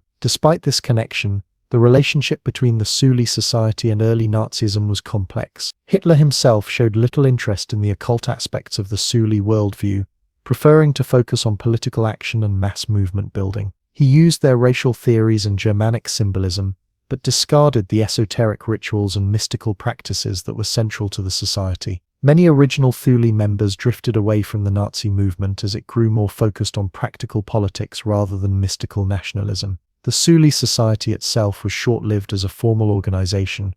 By 1925, it had largely disbanded, with many members moving into other nationalist groups or directly into Nazi party work. Sebetendorf left Germany for Turkey, later returning to publish a book titled Before Hitler Came, in which he claimed credit for laying the groundwork for Nazism. The Nazi leadership, uncomfortable with these occult connections, briefly arrested him when he returned to Germany in 1933, then sent him back to Turkey. Despite its brief existence, legends about the Thule Society grew over time. After World War II, writers and conspiracy theorists elaborated on the group's activities and influence, often exaggerating its size, power, and mystical practices. Stories emerged claiming the society had possessed ancient magical knowledge, conducted human sacrifices, or maintained contact with superhuman intelligences. These sensationalized accounts mixed fragments of truth with fantasy, creating an image of the Thule Society as more powerful and sinister than historical evidence suggests. Some post-war accounts claim the society sent expeditions to Tibet, Iceland, and Antarctica, searching for entrances to the Hollow Earth or remnants of the ancient Aryan civilization they believed had once existed. While the Nazis did sponsor a scientific expedition to Tibet in 1938, there is little evidence connecting this directly to Thule Society beliefs. Similarly, stories about secret Thule-inspired Nazi bases in Antarctica have become popular in fringe literature, but lack historical foundation. The true legacy of the Thule Society lies in how it helped transform fringe occult ideas into political action, with devastating consequences. The group served as a bridge between the world of esoteric societies and practical politics during a crucial moment in German history. Their mixing of mysticism with nationalism created a powerful mythology about German destiny that, stripped of its more obvious occult elements, could appeal to a nation in crisis, searching for meaning and direction. In the decades after World War II, neo-Nazi groups have occasionally attempted to revive Thule Society ideas and practices. Small occult nationalist organizations have formed in various countries, claiming to be spiritual heirs to the original society. These modern groups typically emphasize the mystical and racial aspects of Thule Society ideology, while attempting to distance themselves from the historical consequences of those ideas. Law enforcement agencies monitor such groups due to their potential for radicalizing vulnerable individuals. The story of the Thule Society, illustrates how secret societies can sometimes influence history in unexpected ways. While never large in membership or long-lasting as an organization, its ideas helped shape movements that would change the world. The society represents an intersection of occultism, nationalism, and political activism that demonstrates how fringe beliefs can, under certain conditions, move from the margins to the mainstream with profound consequences. For historians of both occultism and political extremism, the Thule Society serves as an important case study in how mythological thinking can be harnessed for political purposes. The society created a narrative about German origins and destiny that provided psychological comfort and a sense of special mission during a time of national humiliation. This narrative proved adaptable enough to be simplified and spread beyond occult circles to a mass audience searching for explanation and hope. Museums in modern Germany occasionally feature exhibits on the Thule Society as part of the larger history of the rise of Nazism. Historical documents, photographs of members, and surviving copies of their newspaper provide glimpses into this strange chapter of history. Unlike some historical secret societies that sought to keep their very existence hidden, the Thule Society operated somewhat openly in its time, making its activities better documented than many older esoteric groups. The snow continues to fall on Munich streets, covering the locations where this fateful society once gathered. The elegant hotel still stands, though few guests realize the role it played in a dark chapter of history. The villa that housed the Thule Temple was destroyed during Allied bombing in World War II, erasing the physical center of this brief but influential secret society. What remains are scattered documents, photographs, and the troubling legacy of what happens when mystical nationalism transitions from candlelit ceremonies to political power. As we leave this strange intersection of occultism and history, the story of the Thule Society reminds us that secret societies do not exist in isolation from their times. They reflect the dreams, fears, and obsessions of the cultures that produce them. In the case of the Thule Society, those dreams took a dark turn, showing how the human search for meaning and connection can sometimes lead down destructive paths when mixed with theories of racial superiority and national destiny. Mist drifts through ancient redwood trees in a secluded forest north of San Francisco. As night falls, men in dark robes gather around a massive stone owl, nearly 40 feet tall. A bonfire blazes beneath the towering statue. Haunting music echoes through the trees as a ceremony begins that has remained largely unchanged for over a century. This is the cremation of care ritual that opens the annual summer encampment at Bohemian Grove, the exclusive retreat of one of America's most intriguing secret societies, the Bohemian Club. The story begins in 1872 in San Francisco. The Gold Rush era had transformed the rough frontier town into a booming city, but a group of journalists, artists, and musicians felt something was missing. Cultural refinement and artistic fellowship. They founded the Bohemian Club as a gathering place for creative minds seeking inspiration and camaraderie. The name reflected their artistic aspirations, referencing the bohemian lifestyle of European artists and writers who valued creativity over convention. The club motto became "Weaving spiders come not here," taken from Shakespeare's A Midsummer Night's Dream. This phrase embodied their core principle. At bohemian gatherings, outside business and practical concerns were to be left behind in favor of art, music, and fraternal bonds. The early membership included newspaper editors, opera singers, painters, and writers who gathered regularly for performances, lectures, and artistic exhibitions. Within a few decades, the character of the club began to shift. Wealthy businessmen and influential politicians joined, attracted by the cultural atmosphere and exclusive social connections. These new members, called associate bohemians rather than regular bohemians, had money and power but little artistic talent. They supported the club financially while enjoying the creative environment created by the artists. Gradually, the balance tipped, and the club transformed from an artistic haven into a gathering place for the elite of American society. In 1899, the Bohemian Club purchased land along the Russian River in Sonoma County, about 75 miles north of San Francisco. This 700-acre property, filled with magnificent ancient redwood trees, became known as Bohemian Grove. What began as a weekend camping retreat evolved into an elaborate summer encampment where members could escape the pressures of public life for 2 weeks each July. Within the grove, they built small rustic cabins and camps with whimsical names like Lost Angels, Mandalay, Owl's Nest, and Silverado. The most famous tradition at Bohemian Grove is the cremation of care ceremony that opens the summer encampment. In this theatrical ritual, members witness the symbolic burning of human worries and responsibilities, represented by an effigy named Dull Care. The ceremony takes place in front of the massive concrete owl statue that has become the unofficial symbol of the club. This ritual, with its robes, pyrotechnics, and elaborate script, sets the tone for the retreat, a temporary escape from the burdens of the outside world. Throughout the 2-week encampment, members enjoy daily activities ranging from serious to playful. Lakeside talks feature prominent members speaking on important topics, often providing insider perspectives on politics, economics, or international affairs. Theatrical productions called Low Jinks and High Jinks showcase comedy skits and musical performances. Members hike through the redwoods, swim in the river, enjoy elaborate meals prepared by staff, and gather around campfires for drinks and conversation. What makes the Bohemian Club particularly noteworthy is its membership roster. Presidents Herbert Hoover, Dwight Eisenhower, Richard Nixon, Gerald Ford, Ronald Reagan, George H.W. Bush and George W. Bush have all been members. Corporate leaders from America's largest companies, military generals, media executives, bank presidents, and university leaders fill its ranks. With around 2,500 members, the club represents an extraordinary concentration of American power and influence, gathered in one exclusive organization. The most famous quote about the Grove comes from one of its own members, President Herbert Hoover, who called it the greatest men's party on earth. The all-male membership policy has remained unchanged since its founding, though women are employed as staff and occasionally appear as performers. This gender exclusivity has drawn criticism in modern times, but remains central to the club's tradition as a place for male bonding and brotherhood. The secrecy surrounding Bohemian Grove activities has fueled endless speculation and conspiracy theories. The club itself maintains a policy of discretion, with members discouraged from discussing Grove events with outsiders. Journalists are generally barred from the property, though a few have managed to sneak in over the years.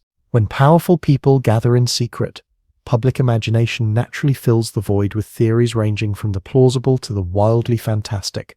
Most accounts from former members and staff describe the Grove atmosphere as surprisingly informal and playful. Men who command corporations and governments reportedly relax, drink heavily, perform in silly skits, and even relieve themselves against the famous redwood trees rather than walking to bathroom facilities. This behavior represents a deliberate escape from the constraints and formalities of their public lives, a chance to temporarily return to a boyhood freedom from responsibility. Yet serious conversations do occur among the redwoods. While official club rules discourage business discussions, the informal networking opportunities are undeniable. Historic meetings at the Grove have included early planning for the Manhattan Project in 1942 and discussions that led to the founding of the United Nations. When people who shape national and international policy gather in relaxed settings, their casual conversations can have far-reaching consequences, even without formal deal-making. The club maintains a city headquarters in San Francisco, a 7-story building near Union Square that includes dining rooms, a library,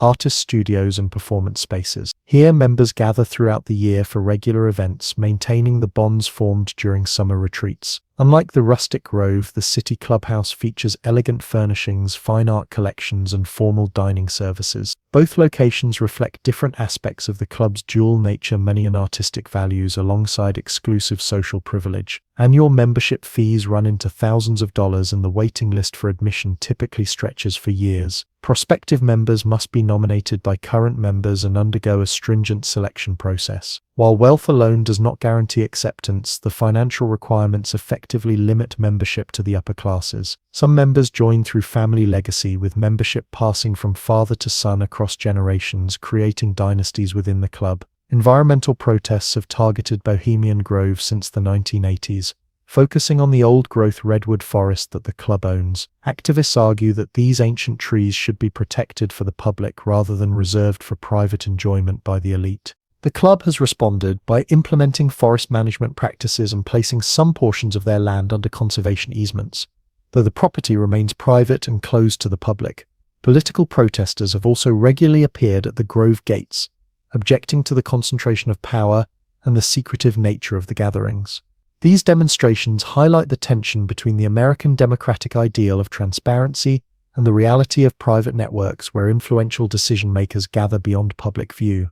The club defends its privacy as necessary for members to truly relax and speak freely without media scrutiny. In recent decades, the club has faced declining relevance as traditional power structures evolve. The original purpose of providing cultural refinement to San Francisco has become less necessary in a global city with thriving arts institutions. The networking function faces competition from modern forums like economic summits and technology conferences. Younger generations of leaders often favor transparency over secrecy and inclusion over exclusivity, making the club seem increasingly anachronistic. Yet the Bohemian Club endures, adapting just enough to survive while maintaining its core traditions. Its longevity speaks to a persistent human desire for belonging to exclusive groups and the enduring value of face-to-face connections in an increasingly digital world. For members, the appeal remains the same as it has for generations, a place where the burdens of responsibility can be temporarily set aside in favor of friendship, creativity, and the simple pleasures of a forest retreat. As darkness settles over the towering redwoods, the campfires of Bohemian Grove continue to burn each summer. Men who shape our world gather in this private Eden, temporarily free from public scrutiny. Whether viewed as an innocent retreat or a troubling symbol of concentrated influence, the Bohemian Club represents a fascinating intersection of power, secrecy, tradition, and human desire for connection that continues to capture our imagination and raise questions about how decisions are made in a democratic society. Imagine a dark European night in the early 1600s. Candles flicker in the study of a learned scholar as he pores over ancient texts on alchemy, astrology, and mystical philosophy. Outside, religious wars rage and new scientific ideas challenge old beliefs. In this turbulent time, mysterious pamphlets begin to appear in the cities of Germany. They tell of a secret brotherhood called the Rosicrucians, masters of hidden wisdom who work quietly to transform society through spiritual knowledge. The pamphlets cause a sensation across Europe, with some scholars desperately seeking to join this brotherhood, while others condemn it as dangerous heresy. But who are these mysterious Rosicrucians, and do they even exist at all? The story begins with three strange documents published between 1614. The first, called the Fama Fraternitatis, tells the tale of a German doctor named Christian Rosenkreuz, who lived over 100 years earlier. According to the story, Rosenkreuz traveled to the Middle East and North Africa, studying secret wisdom from Islamic and Egyptian scholars that was lost to European knowledge. Upon returning to Germany, he gathered a small group of trusted friends to form the Fraternity of the Rose Cross. The second text, the Confessio Fraternitatis, expanded on the first, describing how these brothers possess secrets of nature, medicine, and spiritual transformation. The third document, called The Chemical Wedding of Christian Rosenkreuz, was a strange allegorical story filled with symbols and hidden meanings. Together, these works announce the existence of a secret brotherhood dedicated to universal reformation of human knowledge, healing, and spirituality. What made these claims extraordinary was the description of the founder. According to the texts, Christian Rosenkreuz lived for 106 years, dying in 1484. His body was placed in a special seven-sided vault filled with symbols, mirrors, and inscriptions. The Brotherhood agreed that the tomb would remain secret for 120 years. The pamphlets claimed that this time had passed, and now the Brotherhood was ready to cautiously reveal itself to the world. The response was immediate and overwhelming. Scholars, doctors, and mystical thinkers across Europe published hundreds of books and pamphlets either praising or condemning the Brotherhood. Some left public notices begging to be contacted by the Rosicrucians. Others claimed to have already joined their ranks. Religious authorities warned that the group practiced dark magic. Yet, despite all this attention, no verifiable Rosicrucian organization appeared to claim responsibility for the original manifestos. Most historians now believe the Rosicrucian documents were actually written by a small group of German Lutheran scholars, possibly led by theologian Johann Valentin André. Rather than announcing a real secret society, the texts were likely a spiritual allegory, using the story of a fictional brotherhood to call for religious and scientific reform during the troubled period following the Protestant Reformation. Yet sometimes, fiction can create reality. In the decades and centuries that followed, various groups formed claiming to be the true Rosicrucian Brotherhood or its spiritual successors. The ideas found in the original manifestos influenced many different movements and organizations dedicated to exploring the borderland between science, spirituality, and human potential. What exactly did these Rosicrucian texts teach? At their core was a blend of Christian mysticism with older traditions of alchemy and Hermeticism. Alchemy was not just about trying to turn lead into gold, as many people think today. It was a spiritual practice that used chemical processes as symbols for inner transformation. The alchemists sought to purify their own soul just as they purified metals in their laboratory. Hermeticism was based on writings attributed to Hermes Trismegistus, a legendary Egyptian sage believed to possess divine wisdom. These teachings included the famous principle that became a key Rosicrucian belief: as above, so below. This meant the patterns of the cosmos were reflected in human beings and in the natural world. By studying nature and themselves, humans could understand divine truth. The rose and the cross, which gave the brotherhood its name, were powerful symbols with multiple meanings. The cross represented the human body and the physical world of suffering. The rose symbolized the unfolding of the soul and divine wisdom. Together they suggested the spiritual transformation that was central to Rosicrucian teaching. As the Enlightenment dawned in Europe, interest in Rosicrucianism merged with Freemasonry and other esoteric movements. Secret societies became fashionable among intellectuals and the nobility. Many Masonic lodges added Rosicrucian degrees to their systems. Famous figures like the composer Mozart included Rosicrucian themes in works like his opera The Magic Flute. By the 19th century, several organized groups claimed the Rosicrucian tradition. The Societas Rosicruciana in Anglia formed in England as a scholarly organization for Freemasons interested in esoteric subjects. In France, groups like the Kabbalistic Order of the Rose Cross explored ceremonial magic alongside Rosicrucian philosophy. These various organizations often disagreed about which was the true inheritor of the original brotherhood. The modern era saw Rosicrucianism spread globally. In 1915, H. Spencer Lewis founded the ancient mystical order Rosicrucius, or AMORC, in America. This organization became one of the largest Rosicrucian groups in the world, establishing lodges on multiple continents and publishing extensive teachings by mail. Other groups like Max Heindel's Rosicrucian Fellowship and Rudolf Steiner's Anthroposophical Society also drew inspiration from Rosicrucian traditions while developing their own unique approaches. What drew people to these Rosicrucian teachings across the centuries? For many, it was the promise of knowledge not available through mainstream religion or education. Rosicrucians studied healing techniques, meditation practices, and esoteric sciences that orthodox institutions often rejected. They promised a path to develop inner faculties and perceptions beyond ordinary senses. Modern Rosicrucian orders typically offer systematic teachings in stages or degrees. New members begin with basic principles and gradually receive more advanced instruction as they demonstrate their understanding and commitment. Many groups maintain physical temples where members gather for rituals, lectures, and meditation. Between meetings, students practice exercises designed to develop concentration, visualization skills, and intuitive faculties. The teachings often include practical applications as well as philosophical concepts. Some Rosicrucian groups study sound healing, color therapy, or techniques for directing vital energy for health. Others focus on interpreting dreams, understanding cosmic cycles, or communicating with higher planes of existence. What unites these diverse practices is the belief that humans possess latent abilities and awareness that can be systematically developed. Unlike some secret societies, most modern Rosicrucian organizations maintain relatively open public profiles. They publish books, operate museums, and maintain websites explaining their basic philosophy. The secrecy now tends to surround specific rituals and advanced teachings rather than the existence of the organization itself. Many groups actively seek new members through advertisements and outreach programs. Despite this openness, Rosicrucians still cultivate an air of mystery. Their temples feature Egyptian, Greek, and medieval European imagery that connects members to ancient wisdom traditions. Ceremonial regalia, symbolic colors, and special language create a sense of participating in something ancient and profound. This blend of accessibility and mystery has helped Rosicrucianism survive while many other esoteric movements have faded away.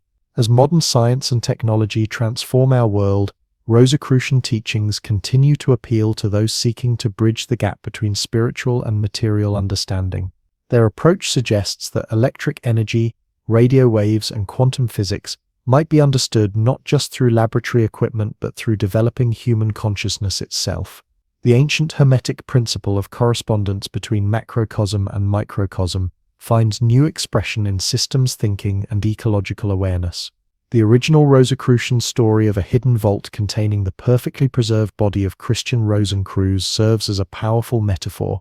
Like the symbolic founder waiting to be rediscovered, ancient wisdom remains available to those who seek it with sincere hearts and open minds. Whether the original Brotherhood of the Rose Cross ever existed matters less than the quest for knowledge and transformation that their story inspired. As night deepens around us, we might wonder if some quiet scholars still gather by candlelight, studying the mysteries of nature and spirit as their predecessors have for centuries. Perhaps the true legacy of the Rosicrucians is not any specific organization, but the enduring human desire to penetrate beyond the veil of ordinary perception into the deeper mysteries of existence. The old church stands silent on a hill in the French countryside. Shadows play across ancient stones as the sun sets behind distant mountains. In the village below, a researcher pores over dusty documents in a local library. He seeks evidence of a secret society said to have protected the bloodline of Jesus Christ for nearly 1,000 years. This is the legend of the Priory of Sion, a mysterious organization that exploded into public awareness in the 1980s and reached global fame through the pages of the Da Vinci Code. But unlike the other secret societies in our journey, the Priory of Sion holds a special place in the landscape of history and myth. It appears to be largely a modern creation wrapped in the trappings of ancient mystery. The story as it was first told to the world is captivating. According to documents discovered in the National Library of France in the 1960s, the Priory of Sion was founded in Jerusalem in 1099 by a crusader named Godfrey of Bouillon. This secret organization supposedly protected a great secret myrrh that Jesus and Mary Magdalene had been married and had children whose descendants became the Merovingian dynasty of French kings. The priory had allegedly been led by some of the greatest minds in European history: Leonardo da Vinci, Isaac Newton, Victor Hugo, and Claude Debussy, among them, called Grand Masters. This narrative first reached public attention through a series of books published in the 1980s. The most influential was Holy Blood, Holy Grail by Michael Burgent, Richard Lee, and Henry Lincoln. The authors presented their research as historical investigation, weaving together mysteries surrounding the French village of Rennes-le-Château,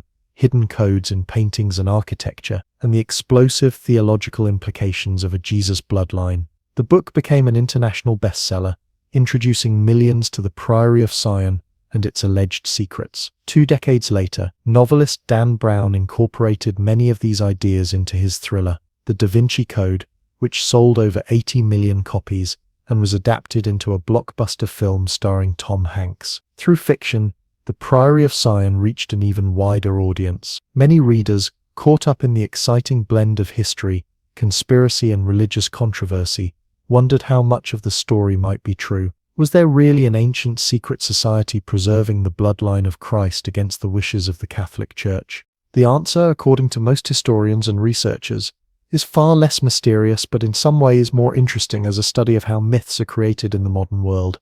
The evidence points to the Priory of Sion being largely the creation of a Frenchman named Pierre Plantard, a complex figure with a talent for historical fabrication and self-promotion. In the early 1960s, Plantard and a few associates registered a small organization called the Priory of Sion with French authorities. Far from being an ancient order, this was a new local club with modest stated goals related to low-cost housing and opposing communism. But Plantard had grander ambitions. Over the following years, he and his collaborators created and planted documents in the National Library of France that described the Priory as an ancient order with connections to the Knights Templar and other historical mysteries. These documents, known as the Dossiers Secrets or Secret Files, were carefully crafted to appear authentic. They included genealogies, coded messages, lists of Grand Masters, and maps related to Rennes-le-Château, a small French village that had already developed its own treasure mystery, thanks to the unusual activities of its 19th century priest,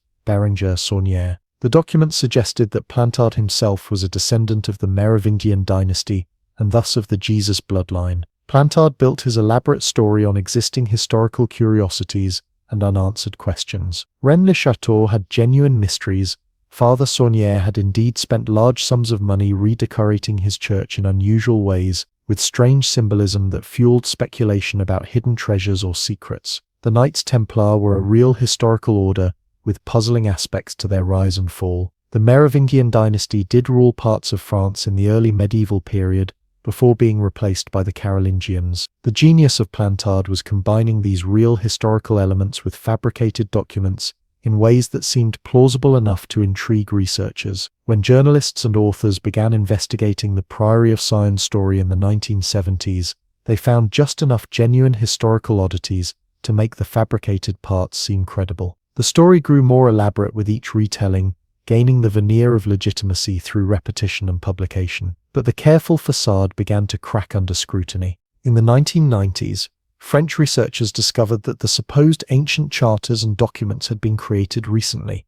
The paper, ink, and printing methods were modern. Some of the alleged medieval parchments contained modern staple holes. The list of Grand Masters included people who had little connection to one another and no evidence of involvement in any secret society. Leonardo da Vinci, for instance, left extensive notes and records of his life with no mention of such an organization. When confronted with this evidence in a 1993 French television documentary, Plantard admitted under oath that he had fabricated the entire story. This confession came during a difficult period when Plantard had become peripherally connected to a political scandal, bringing unwanted official attention to his activities. He acknowledged creating the documents and planting them in the library, effectively exposing the Priory of Sion as a modern hoax rather than an ancient secret society. Despite this clear evidence of fabrication, the myth has proven remarkably resilient. Many people continue to believe in some version of the Priory of Sion story, either unaware of Plantard's confession or unwilling to accept that such an elaborate and widely published narrative could be almost entirely fictional. The village of Rennes-le-Château still attracts thousands of visitors annually, seeking clues to mysteries that were largely invented in the 1960s. The psychological appeal of the Priory of Sion story helps explain its persistence. It combines several powerful elements that resonate deeply with many people: alternative religious history that challenges established authority, hidden bloodlines connecting modern people to sacred figures, codes and symbols waiting to be deciphered by clever investigators, and the tantalizing notion that established history conceals explosive secrets. These themes tap into fundamental human desires for special knowledge, hidden importance, and narratives that make sense of a complex world. For scholars of religion and history, the Priory of Sion phenomenon offers fascinating insights into how myths are created and spread in the modern era. Unlike ancient legends that evolved slowly over centuries through oral tradition, this was a myth deliberately crafted using modern tools, typewriters, photocopiers, and eventually mass media. It demonstrates how quickly a fabricated story can take on a life of its own when it resonates with existing cultural interests and desires. The real mystery of Rennes-le-Château remains unsolved. Father Saunière did somehow acquire significant wealth that allowed him to renovate his church and build a villa, tower, and gardens in the small village. Various theories suggest he found treasure, sold masses, engaged in financial improprieties, or was paid to keep political secrets. His unusual architectural choices and symbolic decorations in the church continue to intrigue visitors, but there is no credible evidence connecting his activities to any ancient secret society or Jesus bloodline. Today, the legacy of the Priory of Sion exists primarily in popular culture rather than historical reality. Beyond the Da Vinci Code, its influence can be seen in numerous novels, films, video games, and television shows that explore alternative religious history and secret societies protecting ancient knowledge. The blend of fact and fiction that characterized Plantard's creation has become a template for many modern conspiracy theories and alternative histories. Some modern groups have adopted the name Priory of Sion for new organizations, claiming to continue the traditions of the alleged ancient order. These range from small spiritual groups exploring esoteric Christianity to online communities discussing alternative history. Without historical continuity to an actual medieval organization, these modern priories are essentially new religious movements inspired by a compelling modern myth. For those interested in genuine historical mystery, the story of how Pierre Plantard created the Priory of Sion myth is actually more fascinating than the fabricated history itself. It demonstrates the power of storytelling, the human desire for hidden knowledge, and the complex relationship between history, belief, and imagination. In an age of information abundance, the line between fact and fiction can blur, allowing modern myths to take root and flourish. As darkness falls over the French countryside and the old church of Rennes-le-Château fades into shadow, we might reflect on how stories shape our understanding of the past. The Priory of Sion may not be an ancient secret society guarding the bloodline of Christ, but as a case study in modern myth-making, it reveals much about our continuing fascination with mystery, our desire for hidden truths, and our willingness to believe in secret histories waiting to be discovered. Welcome to the ultimate rags-to-riches story of ancient history, the saga of ancient Egypt, where a bunch of desert dwellers somehow managed to build giant triangles that still confuse engineers today. Picture this. It's 3100 BCE, and while the rest of humanity is still figuring out that pointy sticks make better weapons than regular sticks, Egypt is about to drop the hottest civilization mixtape of all time. Enter King Menes, the original unifier, who looked at Upper and Lower Egypt and basically said, "Why have two mediocre kingdoms when we could have one super kingdom? Classic corporate merger, ancient style." Before Menes came along, Egypt was basically running the world's oldest north-south rivalry. Upper Egypt was the southern part with their white crown, and Lower Egypt was the northern region with their red crown. Like many neighbouring states throughout history, they spent a good chunk of time glaring at each other across borders. Menes, also known as Nama depending on which historian you ask, decided this arrangement was inefficient and proceeded to conquer his way into a solution. He crowned himself with a fancy new combo crown that was both red and white. Innovation at its finest, folks. Legend has it that Menes founded Memphis as his capital city, strategically placed at the junction between the two former kingdoms. This wasn't just good politics, it was good real estate development. Location, location, location.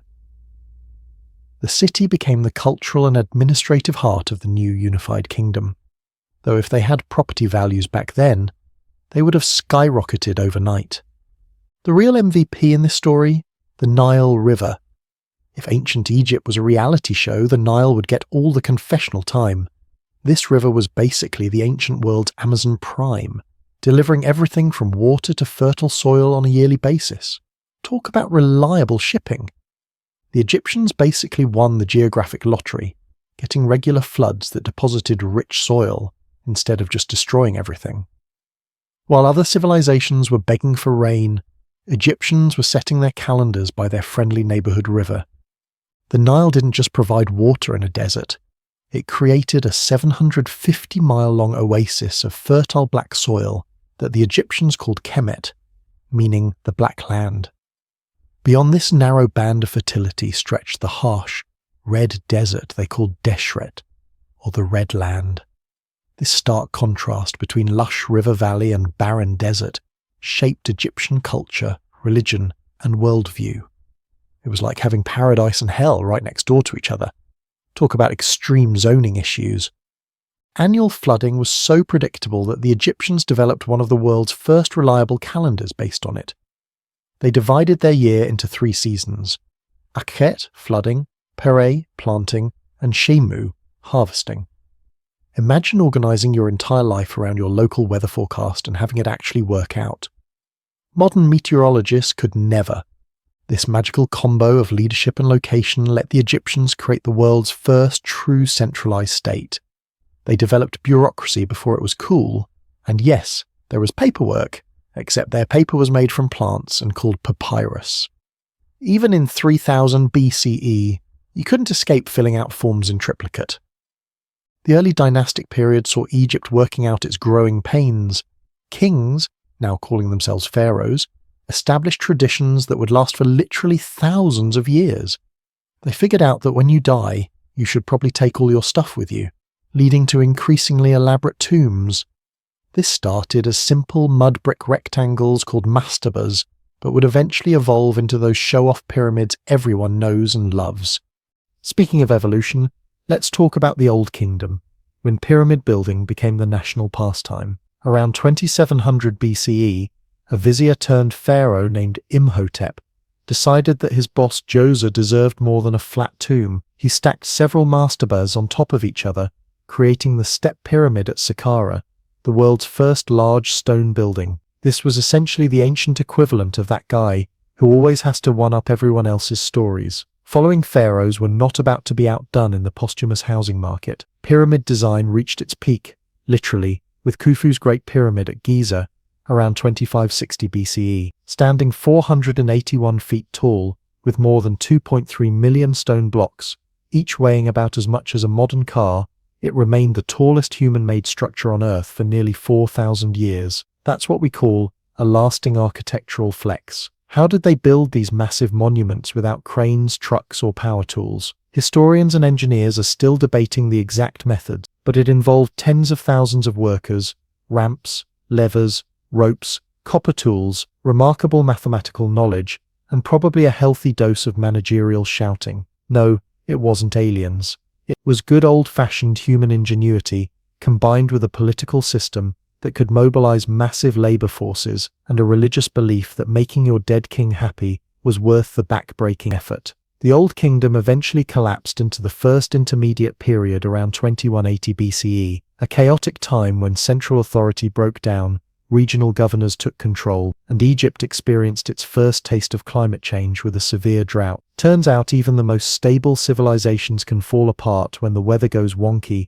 and the government stops functioning. Some things never change. Egypt pulled itself together during the Middle Kingdom, 2055 to 1650 BCE, restoring centralized rule and cultural confidence. Literature flourished, trade expanded, and Egypt remembered why it was so awesome in the first place. But this renaissance was interrupted when those aforementioned chariot-driving hipsters known as the Hyksos showed up from somewhere in the Near East and took over northern Egypt for about a century. Fast forward to the New Kingdom era, around 1550 BCE. Egypt had gone through these rough patches, but after kicking out the Hyksos, Egypt entered its imperial phase, or what historians call, that time, Egypt got really into expansion. The New Kingdom was basically Egypt's equivalent of that person who peaks in high school and never lets anyone forget it. Under pharaohs like Thutmose III and Ramesses II, Egypt flexed on everyone by expanding into Nubia to the south and the Levant to the northeast. They weren't just conquering for the fun of it. They wanted all those sweet, sweet resources and trade routes. Nothing says we've made it, like forcing other countries to pay you tribute. Thutmose III, often called Egypt's Napoleon, but with better hair, conducted at least 17 military campaigns and expanded Egypt's borders to their greatest extent. He recorded his victories in elaborate temple inscriptions, essentially creating the world's first military propaganda campaign. His battle at Megiddo is the earliest precisely documented battle in history, described in such detail that military historians still study it today. Ancient Egypt, inventing warfare documentation before PowerPoint was even a twinkle in Microsoft's eye. Queen Hatshepsut ruled during this period too, though she preferred trading expeditions to military ones. She sent ships to the mysterious land of Punt, probably somewhere along the Red Sea coast, and brought back exotic goods like myrrh trees, gold, and baboons. Yes, baboons. Nothing says diplomatic mission accomplished, like returning with primates. Then came Akhenaten, the pharaoh who decided Egypt's thousands of years of religious tradition needed a complete overhaul. He promoted the worship of the Aten, the sun disk above all other gods, moved the capital to a brand new city in the middle of nowhere, and had artists portray him with an elongated head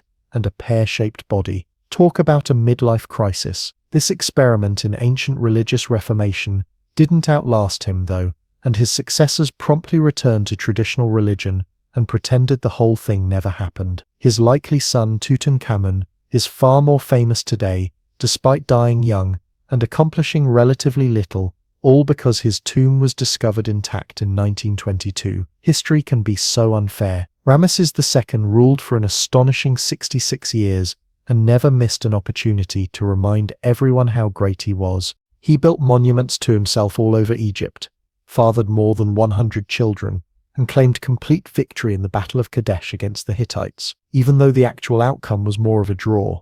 The original king of spin, Ramesses would have dominated social media if it had existed in 1250 BCE. This era saw Egypt building monuments that screamed, "We're rich and we want everyone for the next 4,000 years to know it." The temples at Karnak and Luxor were the ancient world's equivalent of buying a mansion in Beverly Hills, excessive, impressive, and designed to make visitors feel inadequate. Karnak Temple, dedicated to the god Amun-Ra, grew over centuries into a sprawling religious complex covering over 200 acres. Its hypostyle hall, with 134 massive columns arranged in 16 rows, creates a stone forest that still inspires awe today. The columns in the central aisle stand 80 feet tall and about 33 feet in circumference, large enough that 100 people could stand on top of each capital. Ancient Egyptians didn't just go big, they went absurdly, unnecessarily big. Abu-Simbel, another Ramesses II vanity project,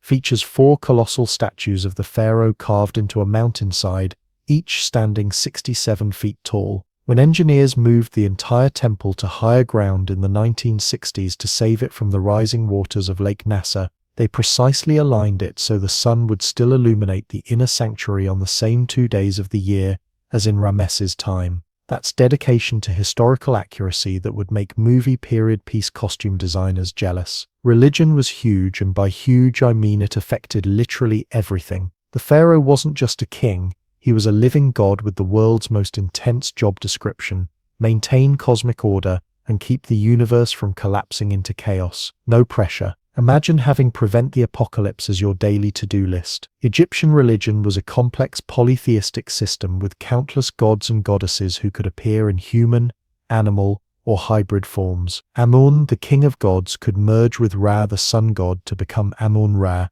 doubling his divine power like some mythological transformer. Osiris ruled the underworld after being murdered and reassembled by his wife Isis, except for one crucial body part that was never found, leading to countless awkward conversations in Egyptian mythology classes. Cats were sacred to the goddess Bastet, while Anubis, the jackal-headed god, oversaw mummification. Sobek, the crocodile god, accepted live crocodiles as pets in his temples. Egyptians were basically running divine zoos millennia before modern wildlife conservation was a thing. The art during this time was peak Egypt: figures with weird sideways poses, hieroglyphs everywhere, and everything painted in colors that would make a kindergarten classroom look subdued. Egyptian art followed strict rules: heads in profile but eyes facing forward, shoulders frontal but lower body in profile. It's like they invented Cubism 4,500 years before Picasso, and then never changed the style. Why mess with perfection? And contrary to what you see in museums today, those temples and statues weren't dignified beige stone. They were painted in colors so vibrant they'd give you a headache. Modern scientific techniques have revealed traces of these original pigments, showing that ancient Egypt looked less like a sepia-toned documentary and more like a color-saturated music video. Behind all this success was an economy that hummed along like a well-oiled machine, with farmers farming, craftsmen crafting, and an army of scribes writing everything down. Because if there's one thing bureaucracies love more than collecting taxes, it's documenting that they collected taxes. The pharaoh sat at the top of this pyramid scheme, pun absolutely intended, reaping the benefits, while theoretically keeping the gods happy enough to let the Nile flood at the right time each year. Scribes enjoyed high social status because literacy was rare and valuable. Learning to write hieroglyphics required memorizing hundreds of signs and years of training. Scribes didn't hesitate to remind everyone how important they were, with one ancient text proclaiming, "Be a scribe, your limbs will be smooth, your hands will be soft, you will be one who is counted among the elite." The original study hard and get a desk job career advice. Most Egyptians were farmers who worked the fertile fields along the Nile, growing wheat, barley, flax, vegetables and fruit. They also raised cattle, sheep, goats, and poultry. Farmers paid taxes in the form of crops, which were stored in massive government warehouses to feed officials, priests, artisans, and construction workers. It was basically a giant, nationwide company cafeteria system. Skilled craftsmen created exquisite jewelry, furniture, pottery, and stonework. The quality of Egyptian craftsmanship was so high that wealthy people in neighboring countries clamored for Egyptian luxury goods. Egyptian exports were the ancient equivalent of that imported label that still makes products seem fancier today. International trade brought cedar from Lebanon, gold and incense from Nubia, lapis lazuli from Afghanistan, and silver from Anatolia. Egypt's trade network stretched surprisingly far for a time when the fastest mode of transportation was a wooden boat with sails or a camel with an attitude problem. So there you have it. Ancient Egypt in its glory days, when the living was easy, the monuments were enormous, and everyone was obsessed with what would happen after they died. They created a civilization so iconic that we're still using their images to sell everything from luxury hotels in Las Vegas to cereal with questionable nutritional value. Now that's what I call a cultural legacy.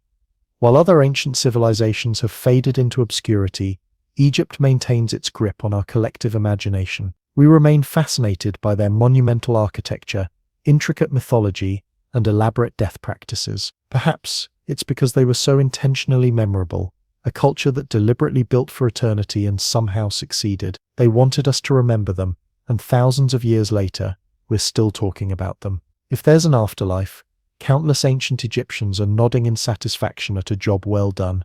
The marketplace in Jerusalem bustles with activity under the hot Mediterranean sun. Roman soldiers patrol the edges, keeping watchful eyes on the local population. In the crowd, a man moves with purpose, his cloak concealing a short curved dagger called a seeker.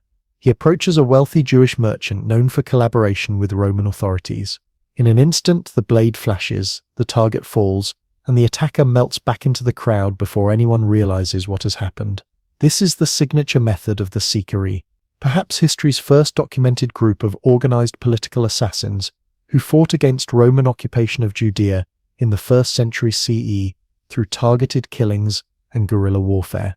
The story of the Sicarii unfolds against the backdrop of Roman rule in ancient Judea, a region roughly corresponding to modern Israel and Palestine. After the Roman general Pompey conquered Jerusalem in 63 BCE, the Jewish homeland became subject to Roman control. While Rome initially allowed a degree of self-government under client kings like Herod the Great, direct Roman rule was established around 6 CE with the appointment of Roman prefects and procurators. This foreign occupation created deep resentment among the Jewish population, particularly as Roman authorities interfered in religious matters and imposed heavy taxation. From this environment of growing tension emerged several resistance movements. The most famous were the Zealots, a broader revolutionary group opposed to Roman rule and those who collaborated with it. The Sicarii represented an extreme faction within this resistance, distinguished by their method of assassination using concealed daggers. Their name came directly from their weapon of choice, the seeker, a short curved blade that could be hidden under clothing and used for swift, lethal strikes in public places. Our primary historical source on the Sicarii comes from Josephus, a Jewish historian who wrote in the late 1st century CE. Having initially participated in the Jewish revolt against Rome before surrendering and allying himself with the Romans, Josephus provides a complicated and somewhat biased account. He describes the Sicarii as merciless killers who murdered prominent Jews who collaborated with Rome, created an atmosphere of terror in Jerusalem, and engaged in kidnapping for ransom to fund their activities. Unlike modern terrorist groups seeking publicity, the Sicarii emphasized stealth and anonymity. Their preferred tactic was to blend into crowds during festivals and public gatherings in Jerusalem. When the city was packed with visitors, they would strike quickly, kill their target, and then cry out about the crime along with the shocked bystanders, ensuring they could not be identified as the perpetrators. This method allowed them to escape capture and continue their campaign of targeted violence over many years. One of their most prominent victims was Jonathan the High Priest, assassinated around 56 CE. As a religious leader seen as accommodating to Roman rule, he represented exactly the type of figure the Sicarii targeted, not just direct Roman authorities but also Jewish leaders they viewed as collaborators. These assassinations served both practical and symbolic purposes, eliminating individuals who facilitated Roman control while sending a powerful message to others who might consider cooperation with the occupiers. The Sicarii were motivated by a complex mix of religious zeal and nationalist fervor. They believed they were fighting a holy war, guided by the conviction that God alone should rule the Jewish people rather than any foreign power. For them, violent resistance against Rome and its collaborators was not merely a political act but a religious duty. They likely saw themselves as following in the tradition of biblical figures like Phanes, who in Jewish scripture was praised for killing those who violated religious law. Under the leadership of Menahem, grandson of Judas of Galilee, who had led an earlier revolt against Roman taxation, the Sicarii established a base at the fortress of Masada around 66 CE. This remote stronghold, built by Herod the Great on a plateau overlooking the Dead Sea, provided a secure location from which they could launch attacks on Roman targets. The natural defenses of the site nest steep cliffs on all sides, and a single narrow path to the summit made it nearly impregnable. The activities of the Sicarii intensified as tensions built toward the Great Jewish Revolt that erupted in 66 CE. In the early stages of the rebellion, they participated in attacks on Roman garrisons and collaborated with other revolutionary factions.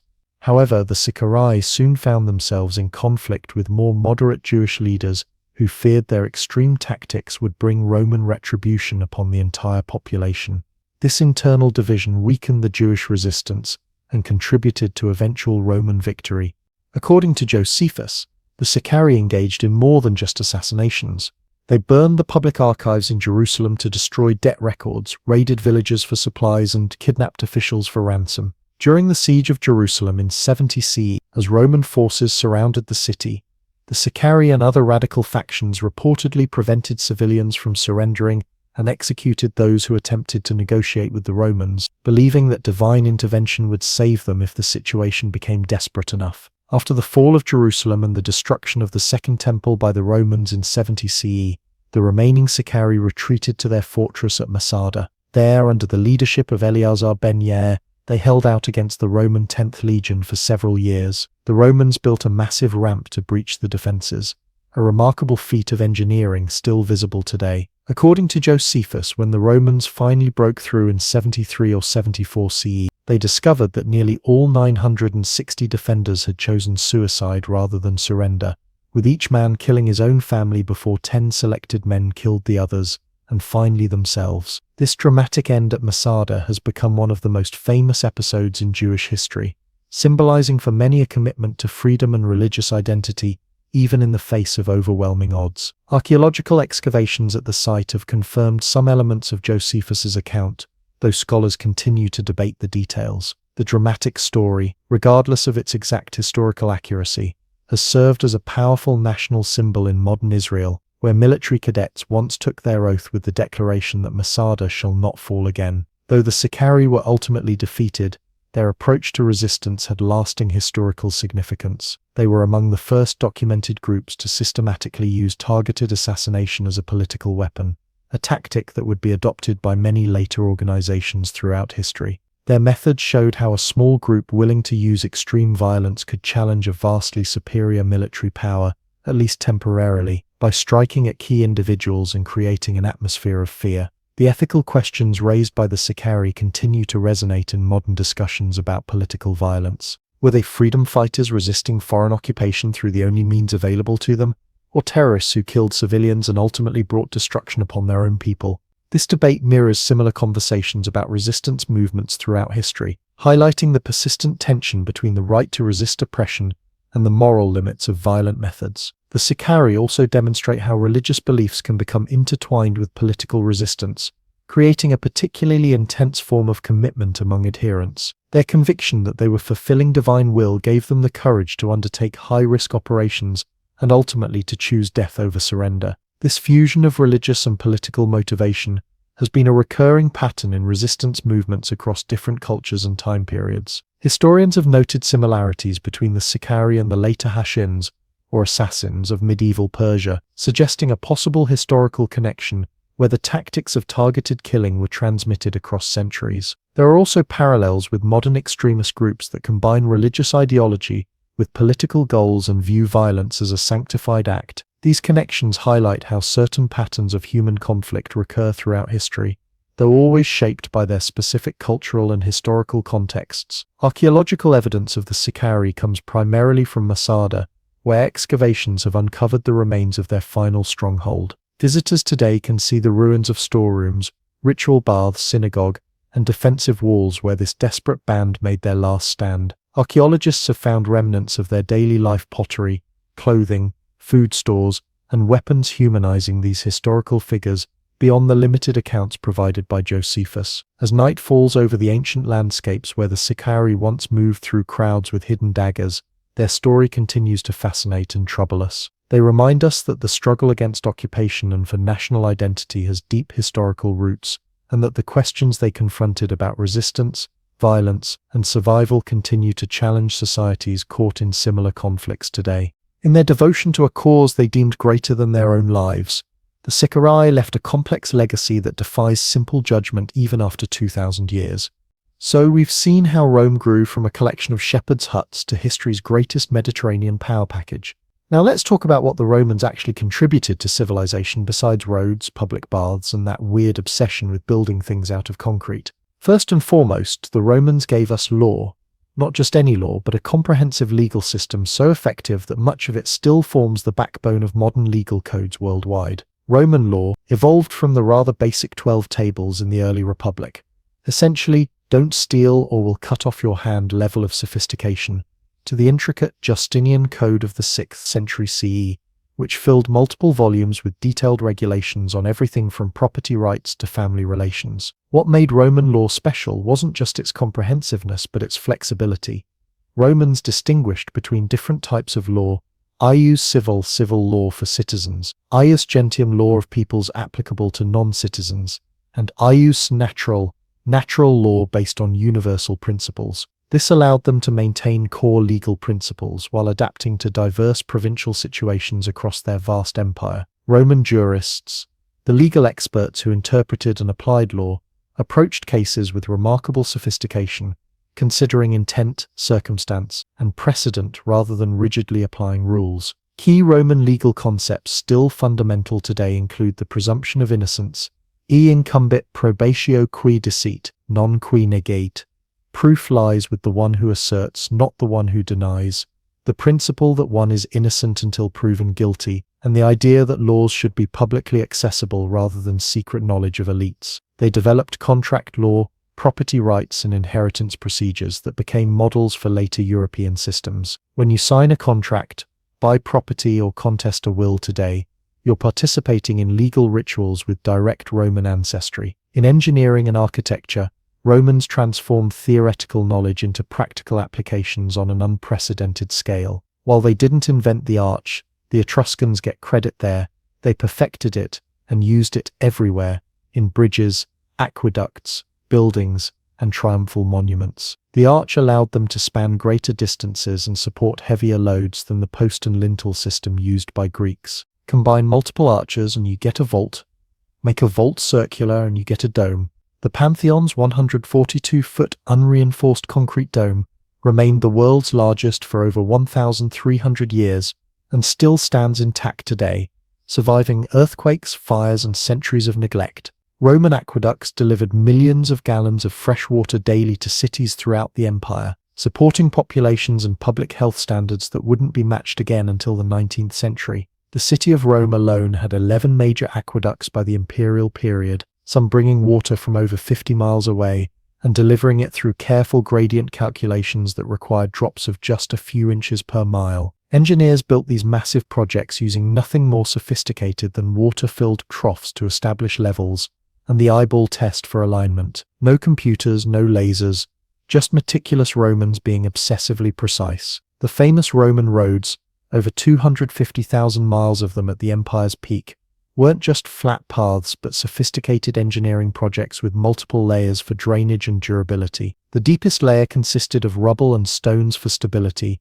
followed by gravel, sand, and finally large, tightly fitted paving stones on top. Roads were crowned in the middle to allow water runoff and featured drainage ditches on both sides. Some Roman roads have survived in usable condition for 2,000 years, which puts modern pothole-filled highways to shame. Next time you hit a pothole, remember the Romans could build better roads with hand tools than we can with modern machinery. Roman sanitation systems were equally impressive. Public latrines featured running water beneath stone seats arranged in rows, ancient flush toilets that made communal bathroom breaks into social occasions. Extensive sewer systems carried waste away from population centers, improving public health even if Romans didn't understand the germ theory behind why this worked. The Cloaca Maxima, Rome's main sewer, was so large a person could sail a boat through it, and portions still function today as part of modern Rome's drainage system. That's right, Romans built sewers so well that parts are still working after 2 millennia of continuous use. In urban planning, Romans created a template for city design that spread throughout Europe, North Africa, and the Middle East. The typical Roman city featured a grid layout with a forum public square at the center, surrounded by government buildings, temples, and markets. Standard amenities included theaters, amphitheaters, public baths, and fountains accessible to all citizens. This wasn't just aesthetically pleasing but highly functional, allowing efficient movement of people and goods while providing necessary services. The Roman emphasis on public space for civic engagement influenced urban design for centuries to come. The concept of public health itself was a Roman innovation. While they lacked modern medical knowledge, Romans understood the connection between cleanliness and health at a practical level. Public baths weren't just for socializing but for hygiene, with separate pools of hot, warm, and cold water, plus exercise areas and massage services. Imagine a combination YMCA, spa, and social club available to citizens of all classes for minimal fees. The baths were so integral to Roman life that when barbarian invasions disrupted aqueducts in later centuries, the loss of bathing facilities symbolized the decline of civilization itself. Roman medicine, while primitive by modern standards, established important practices that would influence later development. Military medicine was particularly advanced, with dedicated field hospitals, specialized surgical instruments, and physicians trained in treating battlefield wounds. Roman doctors performed successful cataract surgeries,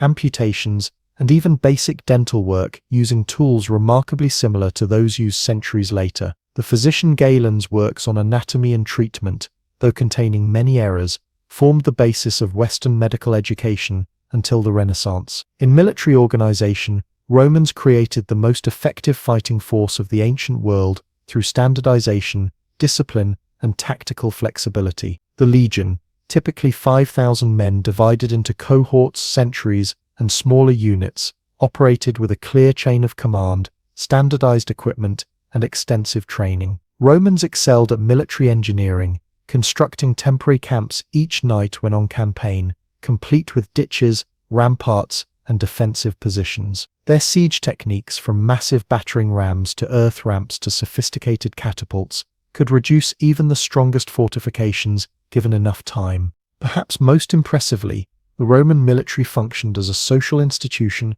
as well as a fighting force. The service offered social mobility to poor citizens and eventually to provincial recruits. Veterans received land grants, citizenship rights, and social status, integrating them into Roman society and spreading Roman culture throughout the empire. When they settled in provincial towns after service, these veterans brought Roman customs, language, and loyalty with them, effectively Romanizing the empire from the ground up. In commerce and finance, Romans created sophisticated systems for trade, banking, and investment. They standardized weights, measures, and coinage throughout the Mediterranean, enabling reliable transactions across vast distances. Banking families accepted deposits, made loans, and provided letters of credit that functioned like modern checks, allowing merchants to travel without carrying large amounts of cash. Investment partnerships shared risk in commercial ventures, particularly shipping, which was profitable but hazardous given ancient navigation technology. Insurance contracts protected against losses, while futures contracts allowed speculation on upcoming harvests or commodity prices. Roman agriculture transformed the landscape through large-scale farming techniques, crop rotation, and specialized production. The latifundia, vast agricultural estates often worked by slaves, produced grain, olive oil, and wine in quantities that supported urban populations throughout the empire. Romans improved irrigation methods, developed better plows, and wrote agricultural manuals detailing best practices for everything from vineyard management to beekeeping. Many European agricultural regions still follow patterns established during Roman times, with the same areas specializing in the same crops 2 millennia later. In language and literature, Latin evolved from a local Italian dialect to an international language of government, law, and eventually religion that would dominate Western intellectual life for over 1,000 years. Classical Latin literature, the works of Cicero, Virgil, Horace, Ovid, and others, established models of eloquence and style that would be imitated by scholars throughout the Middle Ages and Renaissance. When you use words like exit, agenda, alibi, or etc., you're directly quoting Latin phrases that became so useful they never left our vocabulary. The Roman education system, adopted from Greek models but adapted for practical Roman needs, established a curriculum of grammar, rhetoric, and logic that would form the basis of Western education until modern times. Young men and occasionally women of the elite studied great literary works, practiced public speaking, and learned the art of persuasion, skills considered essential for participation in civic life. While limited to a privileged minority, this educational model established the concept of a standard body of knowledge that educated people were expected to master. Even in art and architecture, where Romans are often dismissed as mere imitators of the Greeks, they made significant innovations. Roman portraiture captured individual likenesses with remarkable realism, moving beyond Greek idealization to show wrinkles, warts, and character. Roman historical reliefs on monuments like Trajan's Column told visual narratives that function almost like ancient comic strips, recording military campaigns and daily life with documentary precision. And while Romans adopted Greek column styles, they combined them with arches and concrete to create architectural forms, like the basilica that would become templates for later churches and public buildings throughout Europe. Perhaps Rome's greatest contribution, however, was the concept of Romanitas, Romanness, a cultural identity that transcended ethnicity and geography. Unlike earlier empires that remained foreign impositions on conquered peoples, the Roman Empire gradually transformed into a multicultural civilization where individuals could become Roman through language, customs, and civic participation, regardless of origin. By the later empire, senators came from Spain, North Africa, and Syria, while emperors originated from the Balkans or even Arabia. This inclusive imperial identity, while never eliminating ethnic distinctions or inequalities, created a cosmopolitan Mediterranean civilization where diverse peoples shared common values and institutions. But despite these remarkable achievements and contributions, the Roman Empire couldn't last forever. Its decline and fall came through a complex combination of internal weaknesses and external pressures that gradually transformed the Mediterranean world from imperial unity to medieval fragmentation. The first cracks appeared even during the peak Pax Romana period. The reign of Marcus Aurelius 161–180 CE faced constant warfare on the northern frontiers against Germanic tribes and devastating outbreaks of what was likely smallpox, called the Antonine Plague, which killed millions throughout the empire. The philosopher emperor's son and successor Commodus proved incompetent and megalomaniacal, preferring to fight as a gladiator in staged contests rather than address imperial problems. His assassination in 192 CE triggered the first major succession crisis since the year of 4 emperors a century earlier. The subsequent Severan dynasty stabilized the empire temporarily, but at a critical cost. They significantly increased military salaries to secure army loyalty, setting a precedent that strained imperial finances. Emperor Caracalla granted citizenship to all free men throughout the empire in 212 CE, a momentous development in making provincial subjects into Romans, but one motivated primarily by expanding the tax base to pay those military expenses. The real crisis came with the 3rd century anarchy from 235–284 CE, when the empire nearly collapsed under simultaneous pressures. During this chaotic half-century, at least 26 men claimed the title of emperor, most ruling briefly before being murdered by troops or rivals. The military effectively became the only path to power, with soldier emperors rising and falling with alarming frequency. Without stable leadership, frontiers weakened, economic problems multiplied, and civic institutions decayed. External threats intensified during this period. A revitalized Persian Empire under the Sassanid dynasty replaced the Parthians, creating a more aggressive eastern rival that captured the Emperor Valerian in battle, an unprecedented humiliation. Germanic confederations like the Alemanni, Franks and Goths increased pressure on Rhine and Danube frontiers, occasionally breaking through to raid deep into Roman territory. The empire seemed to be crumbling from all directions simultaneously. Economic problems compounded the political and military crises. Desperate emperors debased the currency to pay troops, leading to severe inflation. Trade networks fractured as security declined, reducing tax revenue and commercial activity. Plagues reduced the population, creating labor shortages in agriculture and crafts. Wealthy elites retreated to self-sufficient rural estates, diminishing urban economies that had been centers of Roman cultural and economic life. The empire nearly fractured completely, with breakaway regimes in Gaul and Palmyra, Syria functioning as separate states during the 260s. Only through the military efforts of emperors like Aurelian, known as Restorer of the World, was imperial unity temporarily restored. But the Roman world that emerged from the 3rd century crisis was fundamentally transformed, more militarized, more regimented, and more autocratic than before. Emperor Diocletian, 284–305 CE, implemented sweeping reforms to stabilize the wounded empire. He doubled the number of provinces while creating a more hierarchical administrative structure. He established the tetrarchy, rule of 4, with 2 senior and 2 junior emperors governing different regions, attempting to solve the succession problem that had plagued Rome. He imposed price controls to combat inflation, reformed taxation, and required sons to follow their fathers' professions to ensure economic stability.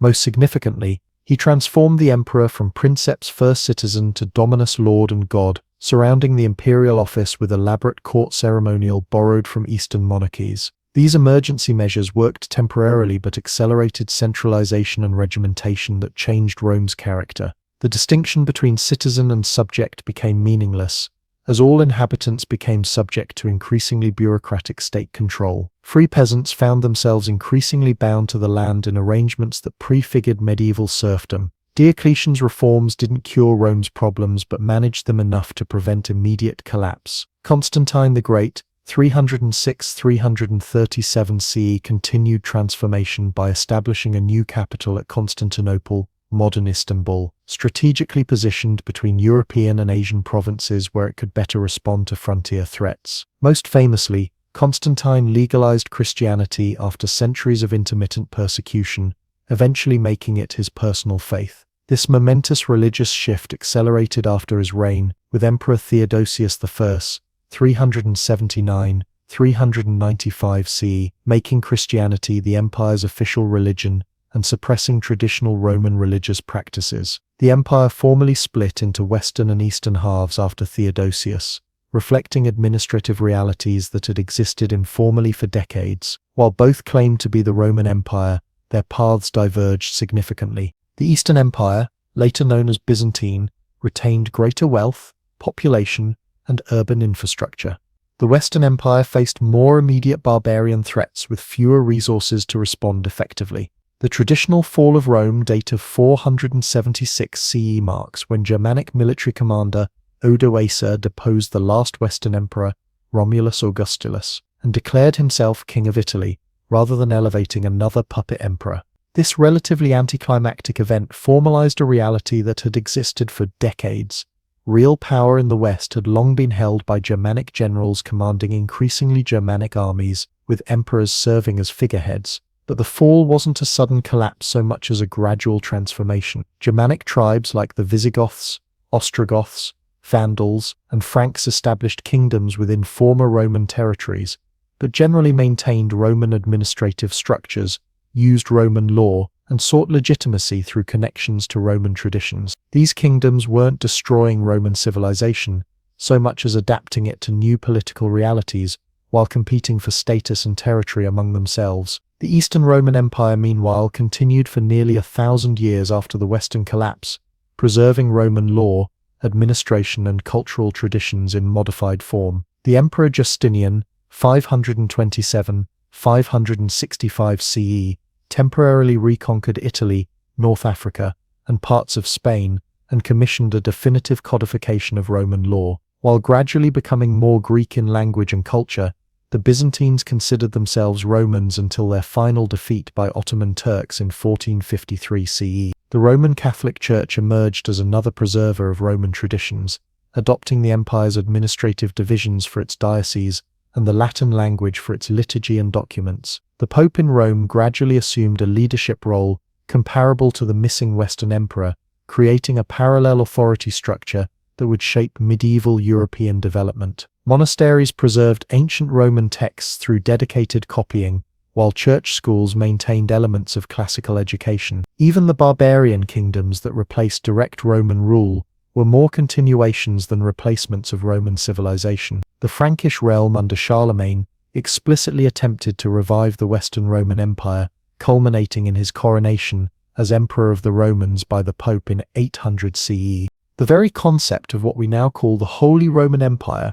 represented ongoing efforts to recapture lost Roman unity and authority, however imperfectly realized. So what caused this lengthy, complex imperial transformation that we simplistically call the fall of Rome? Historians have proposed dozens of explanations, from lead poisoning to Christianity to moral decay to climate change. The reality involves multiple interconnected factors that undermined Roman resilience over time. Military overextension stretched defensive capabilities too thin across enormous frontiers, requiring ever larger armies and expenditures. The empire stopped expanding significantly after Trajan, meaning no new conquests brought in treasure and slaves while maintenance costs for existing territories continued. Germanic and Persian threats intensified simultaneously, forcing costly two-front defense. Economic problems compounded over generations, with currency debasement leading to inflation, tax burdens falling increasingly on the shrinking middle class, and agricultural productivity suffering from soil exhaustion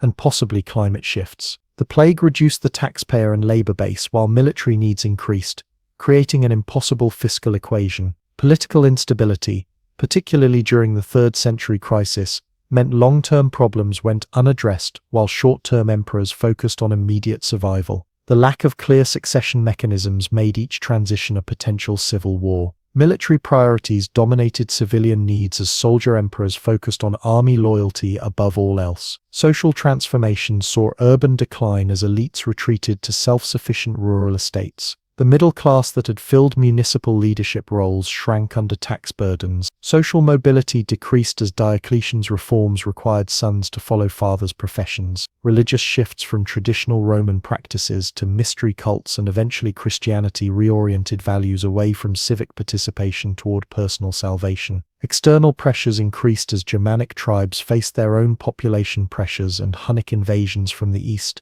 forcing them toward Roman frontiers. The Sassanid Persian Empire provided a more formidable eastern rival than the earlier Parthians. Climate changes may have driven population movements that increased frontier pressure beyond sustainable levels. Administrative division between East and West meant the wealthier eastern provinces no longer subsidized Western defense needs. The transfer of the capital to Constantinople redirected resources eastward, while the division of military commands reduced strategic flexibility.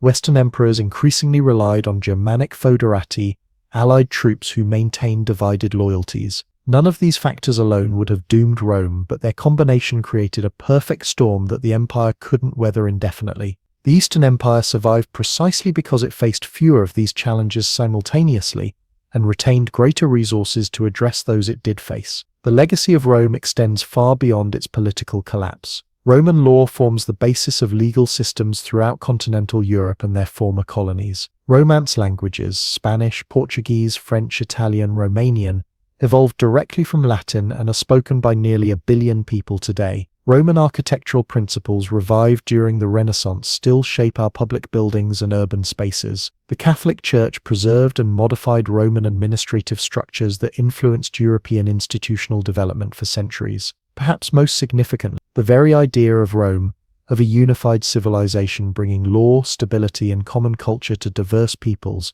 remained a powerful ideal long after the reality disappeared. From Charlemagne to Napoleon to the European Union, attempts to recreate some version of Roman unity have shaped European history repeatedly. The United States deliberately incorporated Roman republican symbols and structures, from the Senate to the fasces on the Lincoln Memorial to the Latin mottos on our currency. Rome fell as a political entity, but in many ways it never stopped influencing how we organize our societies, build our cities, practice our laws, and even how we imagine what civilization itself should be. The empire that spanned 3 continents and 5 centuries created patterns of thought and governance so fundamental we often don't even recognize their Roman origins. So next time you drive on a straight road, sign a contract, read a calendar, use concrete, attend a stadium event, or participate in a republican form of government, remember you're engaging with the legacy of those ambitious shepherds who built their city on 7 hills beside the Tiber River.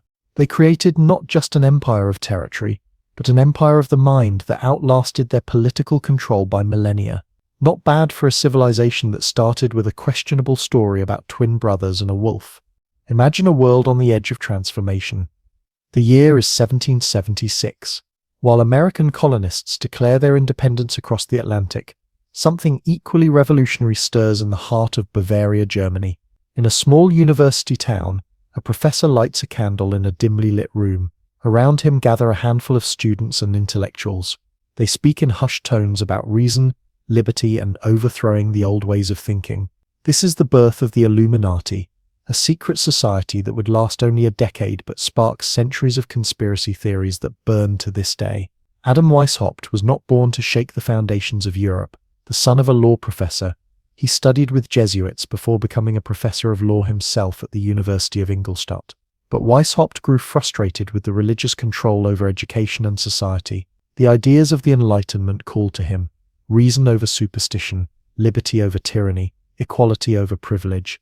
Yet in conservative, Catholic Bavaria, such thoughts were dangerous. On May 1st, 1776, Weishaupt and 5 students formed a secret group called the Order of the Illuminati. The name came from the Latin word for enlightened ones. Their symbol was the owl of Minerva, representing wisdom and knowledge. The original members took ancient names to hide their identities. Weishaupt became Spartacus, after the slave who rebelled against Rome. Their mission seemed noble: spread Enlightenment ideals, fight against superstition, and challenge the power of monarchs and religious authorities. The Illuminati grew slowly at first. New members went through elaborate initiation ceremonies and a system of ranks inspired by Freemasonry. They pledged loyalty to the order above all else. Messages traveled between members in secret codes. They developed a calendar system different from the Christian one, and created their own geography with code names for locations. Bavaria became Achaia, Austria was Egypt, and Munich was Athens. A breakthrough came when Baron Adolf von Knieg joined in 1780. Well connected in Masonic circles, he helped the Illuminati infiltrate Masonic lodges across Europe. Freemasons already gathered in secret and discussed philosophical ideas, making them perfect recruiting grounds. Within a few years, the Illuminati counted around 2,000 members spread across Germany, France, Italy, Hungary, and Poland. The members included some powerful figures: dukes, barons, philosophers, writers, and merchants. Johann Wolfgang von Goethe, the famous German writer, possibly joined their ranks.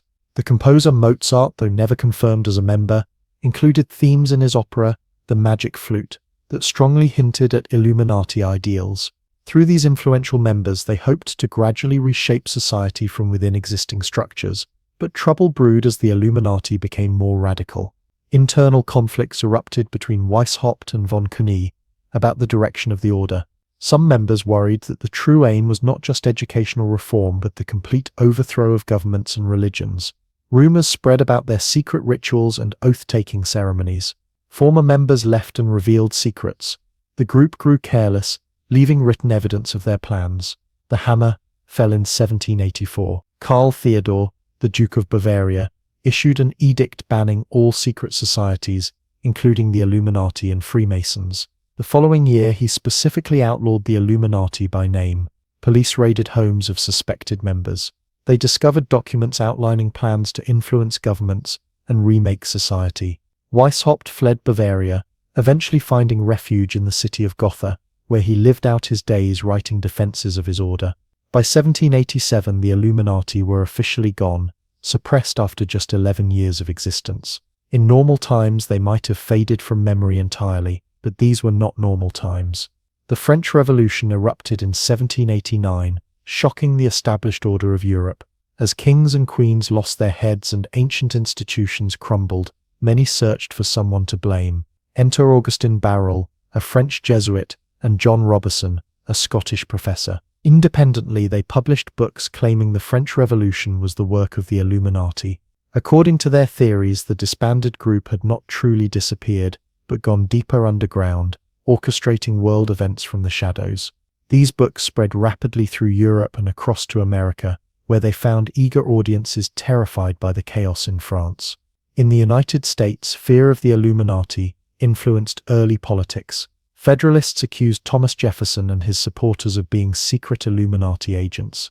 4th of July sermons warned of their influence. Newspapers printed stories about their ongoing plots. The fact that the Illuminati had formed the same year as American independence seemed too coincidental to many suspicious minds. Though these initial fears eventually faded, the idea of the Illuminati as puppet masters never truly died. Throughout the 1800s and 1900s, they became a convenient explanation for any unsettling change or disaster. Economic crash. The Illuminati manipulated markets. World War. The Illuminati played both sides. New cultural movement.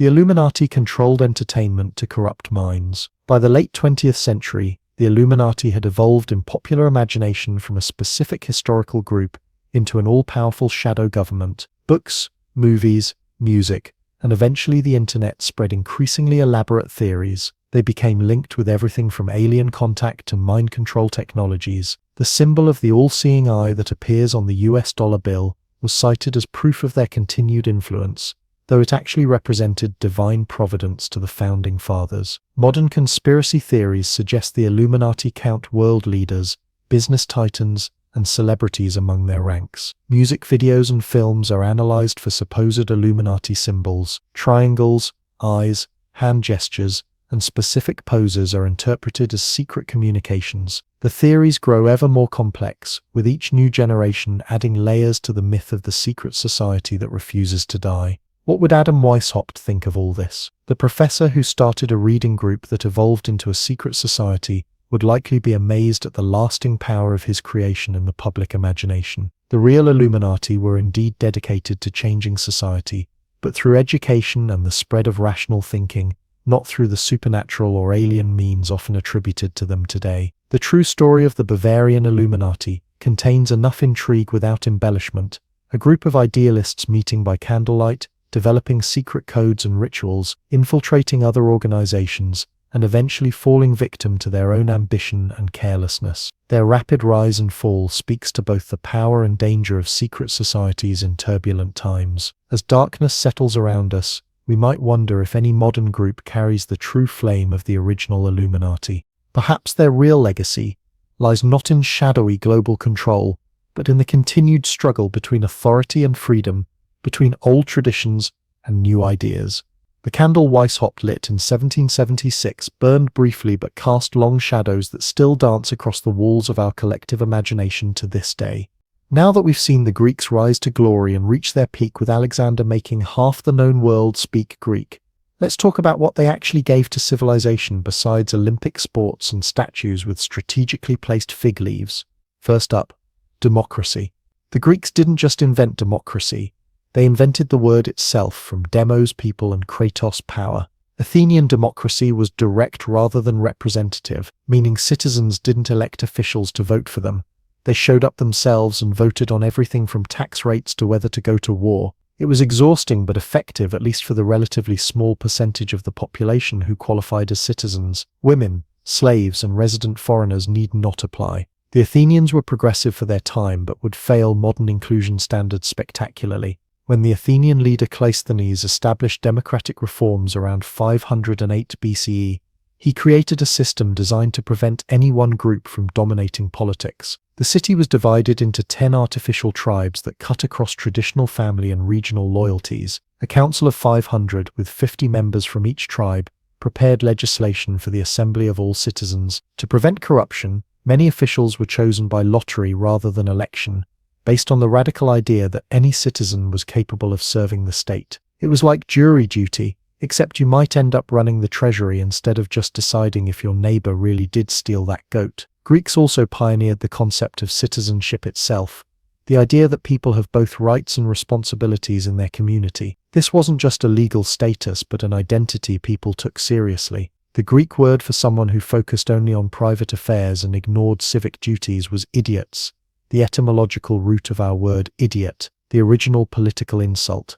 In philosophy, the Greeks went from explaining the world through myths about gods with complicated love lives to developing systematic approaches to understanding reality through reason. The Presocratics asked big questions like what is everything made of, with answers ranging from water, Thales, to air, Anaximenes to undefined boundless substance, Anaximander to fire, Heraclitus to numbers, Pythagoras. They were wrong about the specifics but revolutionary in seeking natural rather than supernatural explanations. Socrates shifted philosophy toward ethics and epistemology, constantly questioning assumptions and exposing contradictions in people's thinking. His student Plato developed an elaborate theory of forms, arguing that the physical world is just a shadow of perfect eternal ideas. His Republic outlined an ideal society run by philosopher kings, essentially arguing that the people who should rule are those who don't want to but are really good at thinking. A political system that has never been implemented for obvious reasons.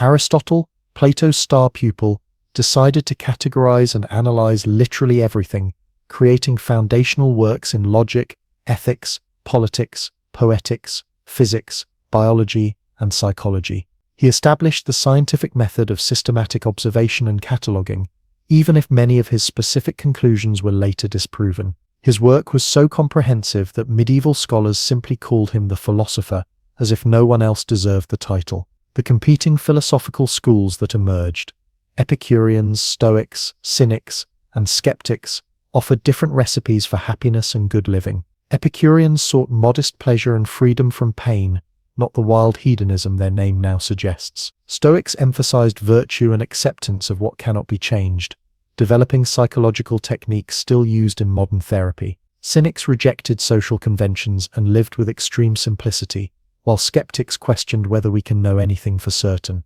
Each school offered a complete life philosophy that addressed the fundamental question, how should we live? They were the original self-help gurus minus the expensive seminars and questionable merchandise. In mathematics, Greeks transformed an art of practical calculation into a rigorous deductive science. Euclid's Elements organized geometry into a logical system of definitions, axioms, and proofs so elegant and comprehensive that it remained the standard mathematics textbook until the 20th century. Archimedes calculated the value of pi, developed the principles of leverage and density, and invented numerous mechanical devices, including the Archimedes screw still used for irrigation today. Eratosthenes calculated the Earth's circumference with remarkable accuracy, using nothing but shadows, a well and basic geometry. Hipparchus developed trigonometry and created the first comprehensive star catalogue.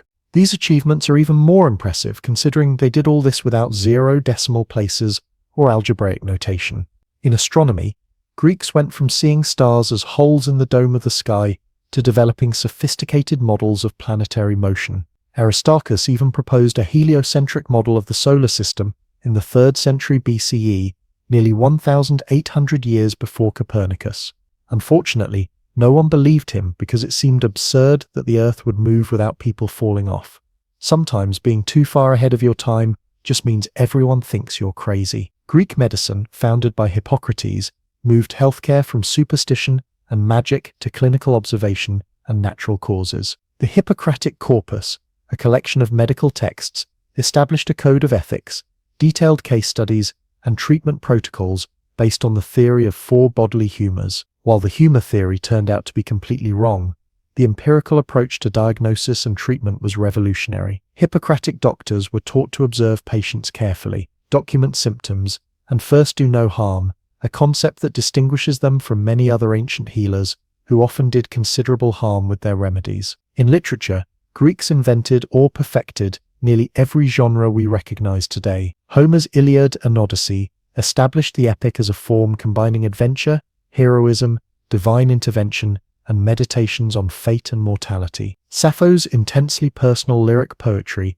expressed individual emotions with unprecedented intimacy. Tragedy, developed by Aeschylus, Sophocles, and Euripides, explored the human condition through mythic stories, showing how character flaws and bad decisions lead to inevitable suffering. Aristophanes created political comedy, using outrageous plots and crude humor to satirize politicians, intellectuals, and social trends. Herodotus and Thucydides invented historical writing, attempting to explain human events through evidence rather than myth. The novels of the Hellenistic period featured romances, adventures, and fantastical journeys that would feel surprisingly familiar to modern readers. Greek art revolutionized aesthetic standards by developing naturalism, idealism, and narrative composition. Sculptors like Phidias, Polychaetas, and Praxedes created figures so lifelike they seemed to breathe, establishing ideals of human beauty that still influence our concepts of physical perfection.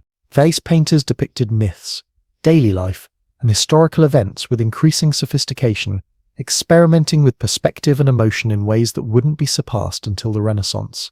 Greek architects created the classical orders, Doric, Ionic, and Corinthian, that still define important building aesthetics on everything from banks to government buildings worldwide. Greeks also gave us theatre as performance art, complete with actors, costumes, and stage productions. What began as religious ceremonies honoring Dionysus evolved into complex dramatic presentations exploring the human condition. Theatre festivals were major civic events where playwrights competed for prizes and prestige. The Greeks built stone theatres with incredible acoustics, like the theatre at Epidaurus, where audiences of 14,000 could hear a whisper from the stage, ancient sound engineering that modern architects still struggle to replicate. In the realm of sport, the ancient Olympic Games established the concept of regular international athletic competition, complete with opening ceremonies, specialized training, and victory celebrations. Athletes competed in running, wrestling, boxing, pentathlon, chariot racing,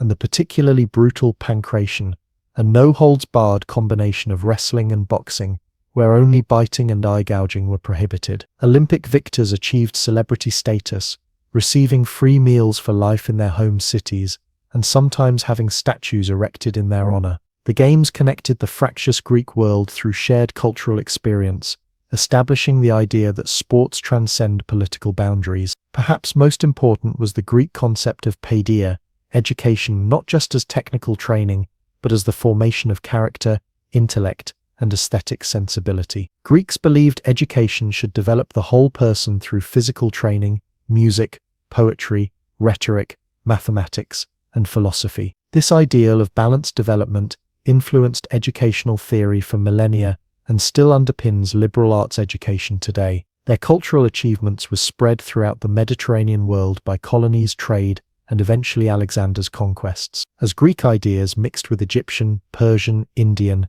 and other traditions during the Hellenistic period, new hybrid forms emerged.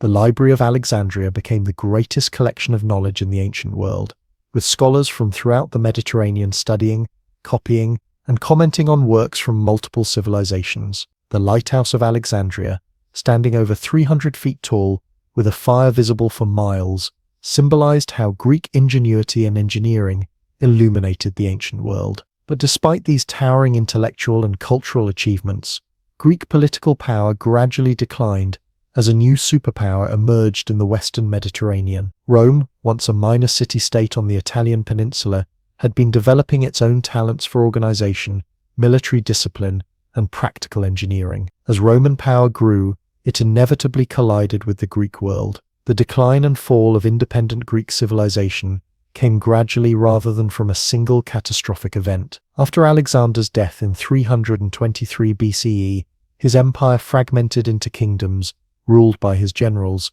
the Ptolemies in Egypt, the Seleucids in Asia, the Antigonids in Macedonia, and others. These Hellenistic kingdoms preserved Greek culture, but replaced the democratic and republican ideals of the classical period with monarchy and bureaucracy. The mainland Greek cities briefly attempted to reassert their independence through federal leagues, the Achaean and Aetolian leagues, that united multiple cities under shared institutions. This was an innovative attempt to overcome the limitations of the small city-state in an age of territorial kingdoms. However, internal divisions and the fatal tendency to seek outside help in local disputes ultimately doomed these experiments. Rome entered the Greek world first as an ally, helping Greek cities against Macedonian domination. After defeating Macedonia at the Battle of Pydna in 168 BCE, Rome presented itself as the protector of Greek freedom. This protection, however, increasingly resembled domination as Rome intervened more directly in Greek affairs. When the Achaean League rebelled against Roman interference in 146 BCE,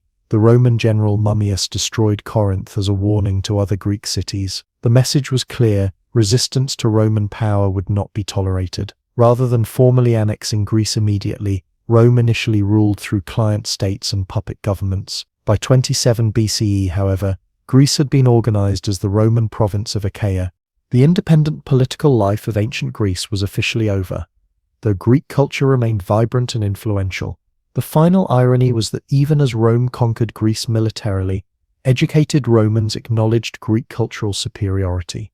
Wealthy Romans hired Greek tutors for their children, collected Greek art, spoke Greek as a second language, and imitated Greek architectural styles. Roman writers adapted Greek literary forms, and Roman philosophers studied in Athens.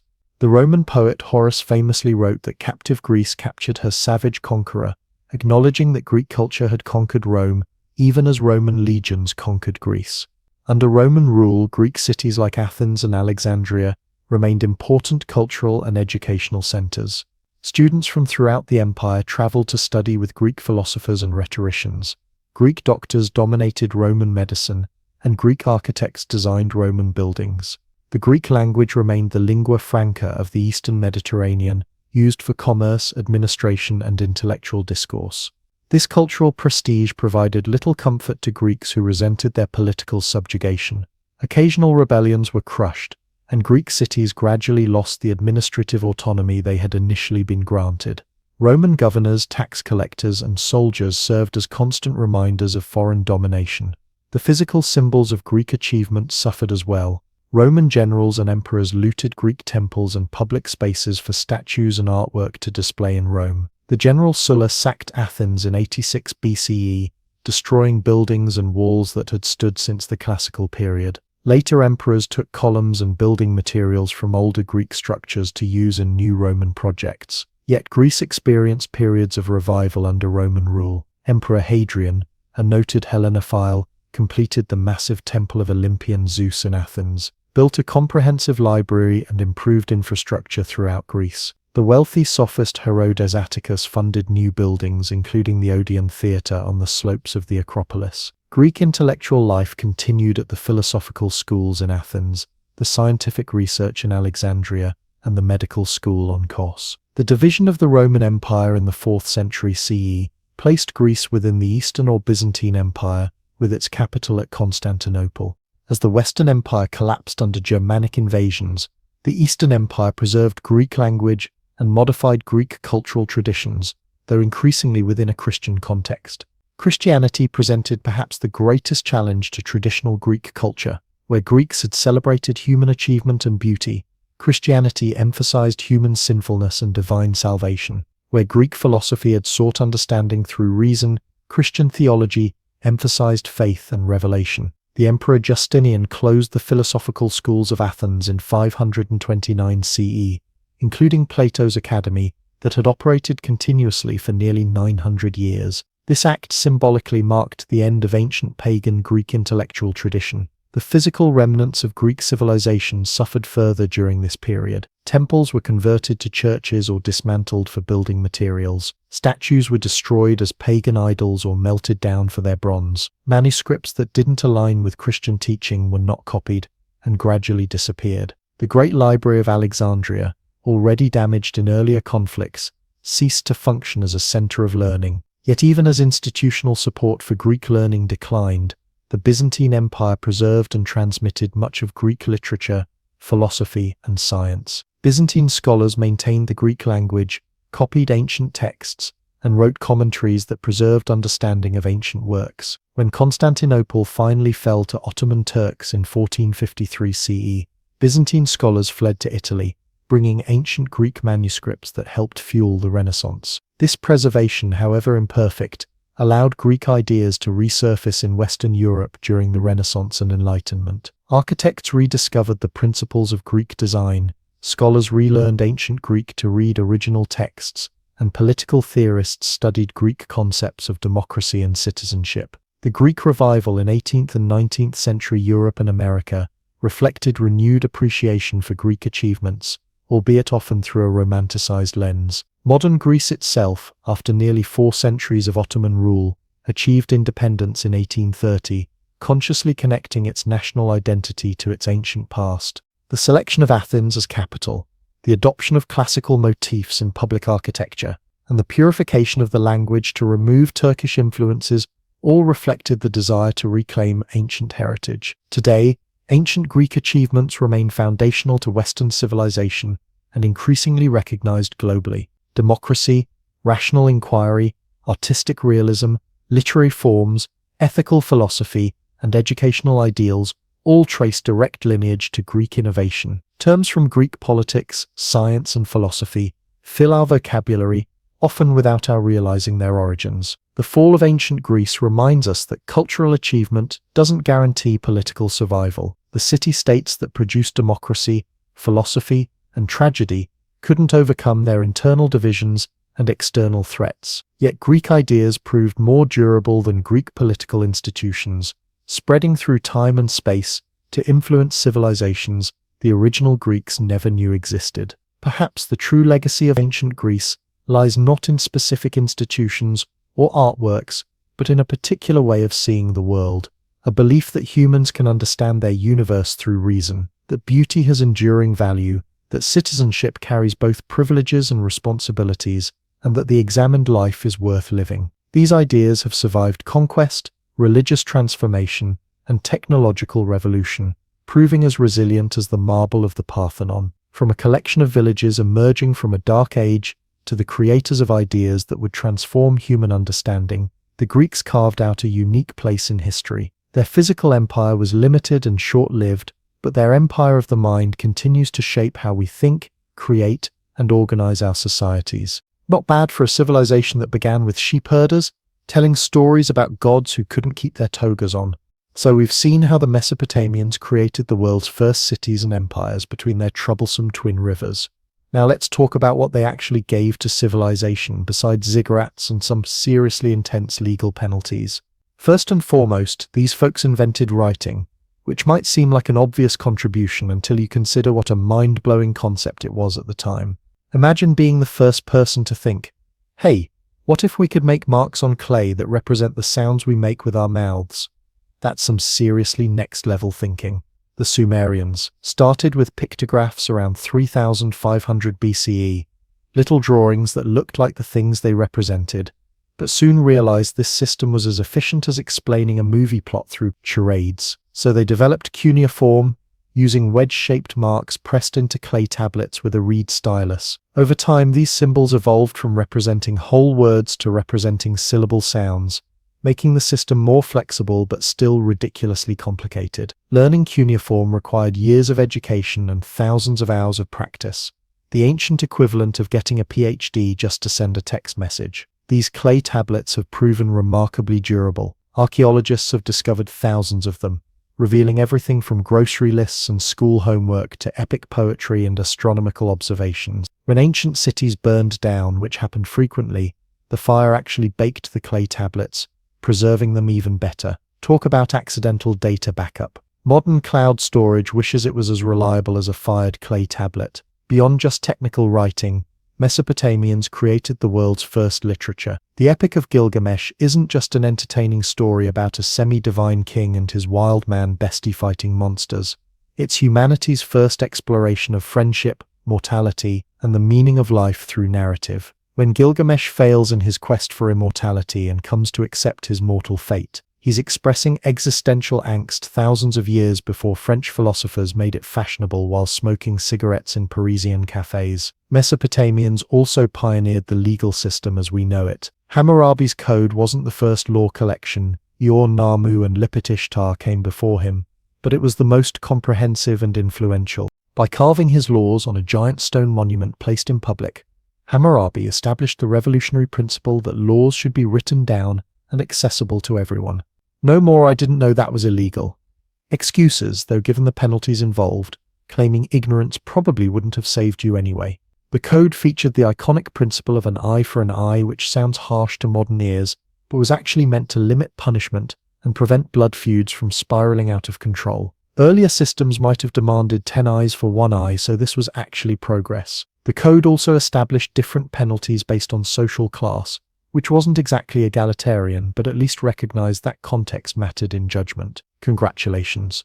Mesopotamia, you invented both law and legal loopholes simultaneously. In mathematics, Mesopotamians were absolute rock stars. Their sexagesimal base 16 number system still influences how we measure time and angles today. Every time you look at a clock or measure a 360-degree circle, you're using their math. They developed place value notation thousands of years before the invention of zero, could calculate square and cube roots, and solved quadratic and cubic equations using something similar to algebra. Mesopotamian mathematicians created detailed tables of multiplication, division, squares, and cubes that functioned as ancient calculators. They could calculate compound interest, proving that bankers have been complicating our lives since the dawn of civilization. Their mathematical achievements were so advanced that some of their techniques wouldn't be rediscovered in Europe until the Renaissance, nearly 3,000 years later. Not bad for people using clay tablets instead of computers. Their astronomical observations were equally impressive. Mesopotamian priest astronomers meticulously recorded celestial movements over centuries, creating the world's first astronomical databases. They identified 5 planets, tracked lunar phases, and could predict eclipses with remarkable accuracy. Of course, they interpreted all this as divine communication rather than physics. Ancient astronomers were basically astrologers with really good record-keeping habits. This astrological focus led them to divide the sky into 12 sections that became our zodiac signs. So next time someone asks if you're a Taurus or a Gemini, you can blame the Mesopotamians for starting that whole conversation. They also grouped stars into constellations, many of which we still recognize today. Looking up at Orion or the Big Dipper connects us directly to those ancient sky watchers. The Mesopotamian calendar tried to reconcile lunar months with the solar year, resulting in a 12-month calendar, with occasional leap months thrown in when things got too out of sync. This was the prototype for later lunar solar calendars like the Hebrew and Chinese calendars. Their 7-day week, with the 7th day designated as a rest day, would influence later religious traditions. So when you're enjoying your weekend, pour one out for ancient Mesopotamia. In architecture and engineering, they pioneered techniques that would spread throughout the ancient world. The arch, the dome, and the vault all have Mesopotamian origins, though the Romans would later perfect these forms. Without these innovations, basically every impressive building in history would be impossible. No cathedrals, no Colosseum, no Capitol building, no cool bridges, nothing with any interesting ceiling whatsoever. Their irrigation systems transformed agriculture across the Middle East. Using canals, dikes, dams, and water-lifting devices like the shaduf, they turned arid lands into fertile fields. These techniques spread throughout the ancient world and still influence farming in many regions today. Mesopotamians didn't just feed themselves, they invented the techniques that would help feed civilization for millennia to come. Mesopotamia also gave us the wheel. While simple rollers had been used earlier, the true wheel and axle combination for vehicles first appeared in Mesopotamia around 3500 BCE. Within a few centuries, they had chariots, wagons, and potter's wheels, a transportation and manufacturing revolution that literally got civilization rolling. If time travel were possible, ancient Mesopotamians could legitimately demand royalties on basically every wheeled vehicle in existence. They also invented the sailboat, combining the power of wind with directional control to create vessels that could travel both upstream and downstream on rivers, and eventually venture into the Persian Gulf for maritime trade. These weren't exactly luxury cruise liners, more like glorified rafts with sticks and fabric attached, but they revolutionized transportation and trade nonetheless. In the culinary arts, Mesopotamians created the world's first recipes, written on clay tablets around 1750 BCE. These weren't just ingredient lists, but detailed cooking instructions for various stews and broths. They also invented beer as we know it, deliberately fermenting grain into alcoholic beverages rather than accidentally discovering fermentation like earlier cultures presumably did.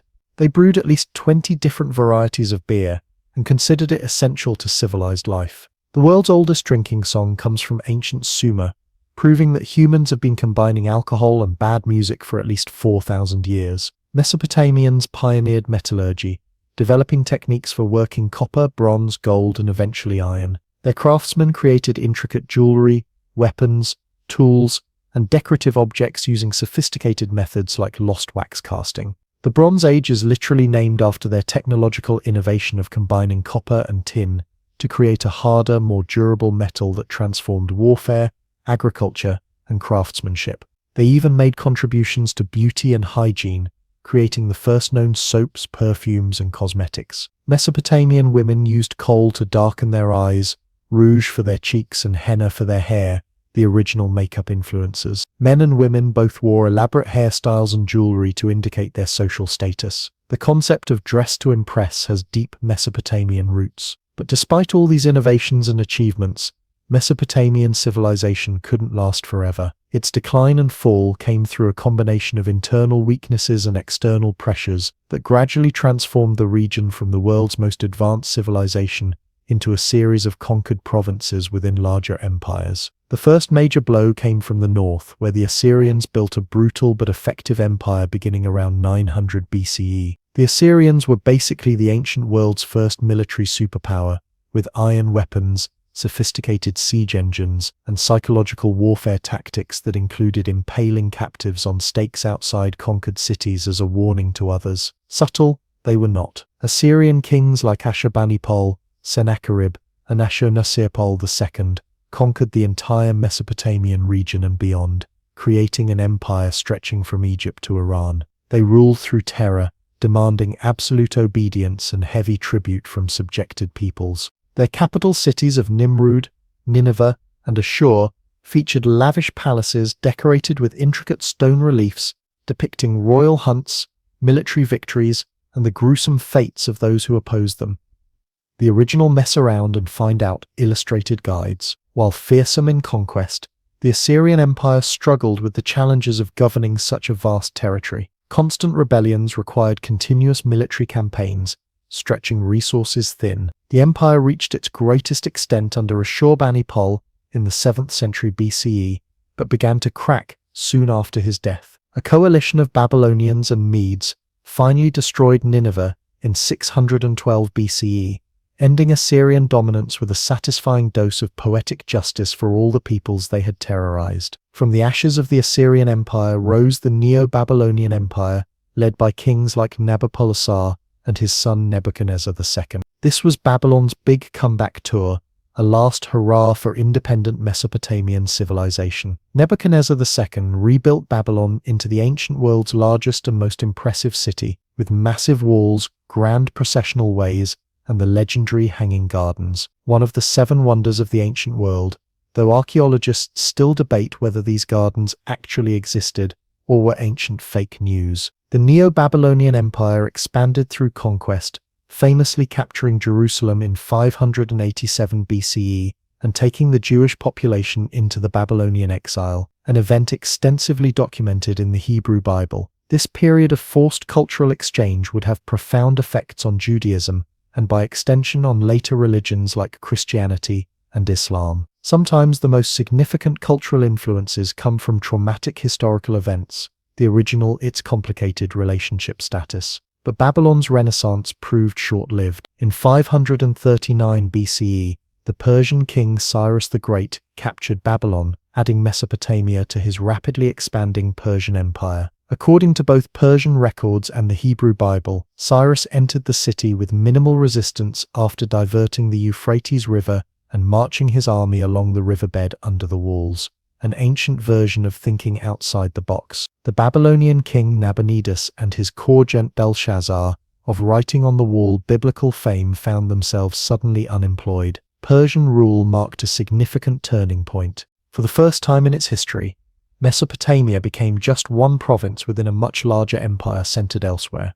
The Persians were relatively benevolent rulers who respected local customs and religions, but political power had definitively shifted eastward to Persepolis and Susa. Babylon remained an important administrative center, but it was no longer the seat of independent power. The Persian Empire itself fell to Alexander the Great in the 338 BCE, bringing Mesopotamia under Greek influence. Alexander had grand plans for Babylon, intending to make it his eastern capital, but his premature death in the city in 323 BCE, after a night of excessive drinking, some historical traditions never change, left his empire to be divided among his generals. Mesopotamia became part of the Seleucid Empire, ruled by Greeks but still maintaining much of its cultural identity. Greek and Mesopotamian traditions began to blend in interesting ways, creating new cultural hybrids. However, cuneiform writing and traditional religious practices gradually declined as Aramaic language and Hellenistic culture became more dominant. The Parthians, an Iranian dynasty, conquered the region next, followed by the Sassanid Persians, and eventually the Islamic caliphates after the 7th century CE. With each conquest, links to the ancient Mesopotamian tradition grew more tenuous. The last known cuneiform inscription dates from the 1st century CE, the final whisper of a writing system that had endured for over 3,000 years. By the time of the Islamic conquest, ancient Mesopotamian culture had been thoroughly transformed. The ziggurats crumbled, The cuneiform tablets were buried under layers of debris, and even the memory of Gilgamesh faded into vague legends. The great irrigation systems that had made the region so fertile deteriorated through centuries of warfare and neglect. The Fertile Crescent became significantly less fertile as environmental degradation, combined with political instability, reduced agricultural productivity. The final blow to Mesopotamia's ancient glory came with the Mongol invasion in 1258 CE, when Hulagu Khan destroyed Baghdad, ending the Abbasid Caliphate and demolishing the irrigation systems that had sustained the region since Sumerian times. Contemporary accounts claim the Tigris ran black with the ink of books and red with the blood of scholars, a dramatic description of cultural devastation. In a cruel historical irony, the region that had invented irrigation, writing, cities, and empire had become a backwater, its ancient achievements forgotten by the world, and even by its own inhabitants. The ziggurats were mistaken for natural hills, the cuneiform tablets for curious stones with strange markings. Mesopotamia, once the center of world civilization, had fallen so completely that when European archaeologists began to rediscover its remains in the 19th century, they were astonished by what they found. Yet in another sense, Mesopotamia never truly fell. Its cultural and technological innovations spread throughout the ancient world, influencing Egypt, Greece, Rome, Persia, India, and beyond. The concept of a written legal code passed from Hammurabi through the Hebrews, Greeks, and Romans into modern legal systems worldwide. Their mathematical and astronomical knowledge was preserved and expanded by Greek, Indian, and Islamic scholars. Even after the physical cities crumbled and the original languages died out, the fundamental ideas birthed between the Tigris and Euphrates continued to shape human civilization. Our 60-minute hours, our 360-degree circles, our written contracts, our interest-bearing loans, our astrological signs, and countless other aspects of modern life trace directly back to those innovative ancient Mesopotamians. In the deepest sense, Mesopotamia never really fell because we're still living in the world it created. The first civilization established patterns that all later ones would follow, creating a template for urban life, organized religion, centralized government, and written culture that continues to define what we mean by civilization itself. So next time you sign a contract, check the time, drink a beer, or complain about city traffic. Remember, you're participating in cultural practices pioneered by those innovative people between two rivers more than 5,000. If you've ever wondered what happens when you give absolute power to someone with trust issues, Emperor Domitian of Rome provides a textbook answer.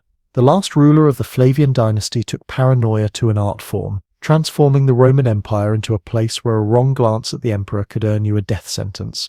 And even the walls had ears, sometimes literally, thanks to his network of informants. Domitian might not have the name recognition of Nero or Caligula in the terrible Emperor Hall of Fame, but what he lacked in flamboyant madness, he made up for with methodical, calculating cruelty that left Rome's elite living in constant fear. Imagine an emperor who combined the micromanagement skills of an overbearing boss with the suspicion levels of a conspiracy theorist and the vindictiveness of someone who keeps a spreadsheet of everyone who ever wronged them. That's Domitian in a nutshell. Born in 51 CE as Titus Flavius Domitianus, he grew up in the shadow of his more successful father and brother. His father Vespasian rose from humble origins to become emperor after the chaotic year of 4 emperors in 69 CE. His older brother Titus was the golden child, handsome, charming, and a successful military commander who helped suppress the Jewish revolt and conquer Jerusalem. Meanwhile, young Domitian was largely sidelined during his father's rise to power,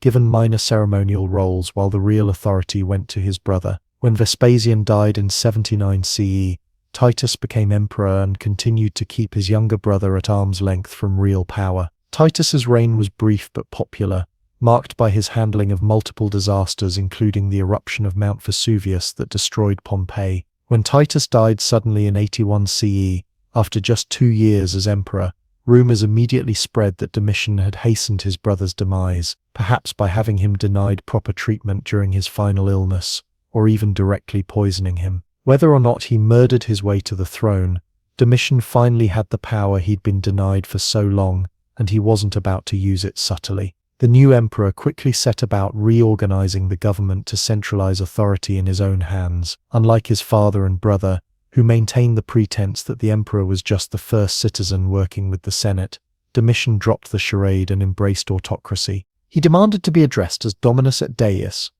Lord and God, had gold and silver statues of himself placed throughout the imperial palace, and insisted on elaborate court ceremonies that emphasized his divine status. Imagine being so insecure about your authority that you need people to literally call you a god to your face. It's the ancient equivalent of constantly telling everyone you have a very high IQ. In fairness to Domitian, his administration wasn't entirely a disaster. He was an efficient, hands-on ruler who took his administrative duties seriously. He strengthened the currency, enforced public morality laws, built impressive new structures in Rome, including a massive palace on the Palatine Hill, and generally kept the empire running smoothly. He was also a micromanager who insisted on personally overseeing even minor details of government, the kind of boss who would email you at 2 a.m. asking for updates on a routine project. His military record was similarly mixed. He secured the German frontier and ordered the construction of the Limes Germanicus, a series of forts, watchtowers, and walls that protected Roman territory. However, his campaigns in Britain and against the Dacians in modern Romania achieved limited success,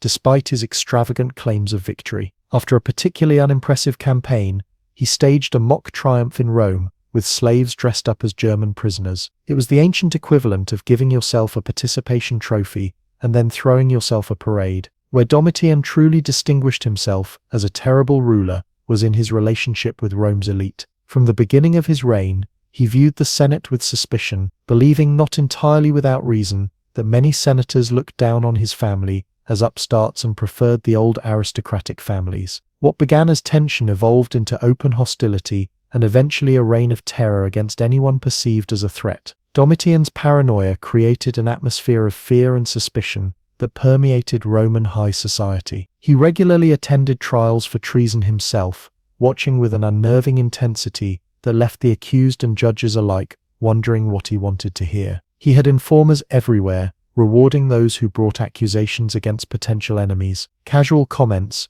jokes about the emperor, or even reading the wrong kind of literature could be reported and used as evidence of sedition. As his reign progressed, Domitian's suspicion turned into outright purges. He executed or exiled senators, philosophers, and anyone else he perceived as a threat. One senator was executed for celebrating his birthday on the same day as a rebel general. Another was killed for having a map of the world in his house, which Domitian took as evidence of imperial ambitions. A historian named Hermogenes was executed for perceived slights in his writing, and the slaves who had copied the manuscript were crucified. Even Domitian's own cousin, Flavius Clemens, wasn't safe. He was executed on vague charges of atheism, which may have been a reference to Christian or Jewish sympathies. The emperor's living arrangements reflected his growing paranoia. He lined the walls of his palace portico with reflective stones so he could see if anyone was sneaking up behind him. He reportedly spent hours alone each day catching and stabbing flies with a stylus, leading one courtier to quip that at least there were no flies around when someone asked if the emperor was alone. It's never a good sign when your hobbies include stabbing insects while imagining they're your enemies. Domitian's personal life was as troubled as his public one. His marriage to Domitia Longina was tumultuous, including a period where he exiled her for an alleged affair, only to recall her shortly after. He had no surviving children with Domitia, but after the death of his niece Julia Flavia, with whom he reportedly had an affair, he deified her, elevating her to divine status. Nothing says healthy family dynamics quite like turning your deceased niece Loki into a goddess. By 96 CE, after 15 years of Domitian's increasingly erratic and dangerous rule, fear of the emperor had transformed into a fear for Rome itself. The constant purges had eliminated many capable officials and created a climate where ability and integrity were liabilities rather than assets. Even the emperor's closest circle no longer felt safe, a feeling that proved justified when Domitian began executing even his most loyal officials based on the slightest suspicions. The end came from within his own household. On September 18, 96 CE, a group of conspirators, including court officials, senators, and even Domitian's wife Domitia, carried out an assassination plot. According to historical accounts, a freedman named Stephanus, who had been accused of embezzlement, pretended to have an injured arm and kept a dagger hidden in his bandages. After gaining a private audience with the emperor to discuss supposed conspirators, Stephanus struck, stabbing Domitian. Other conspirators rushed in to finish the job.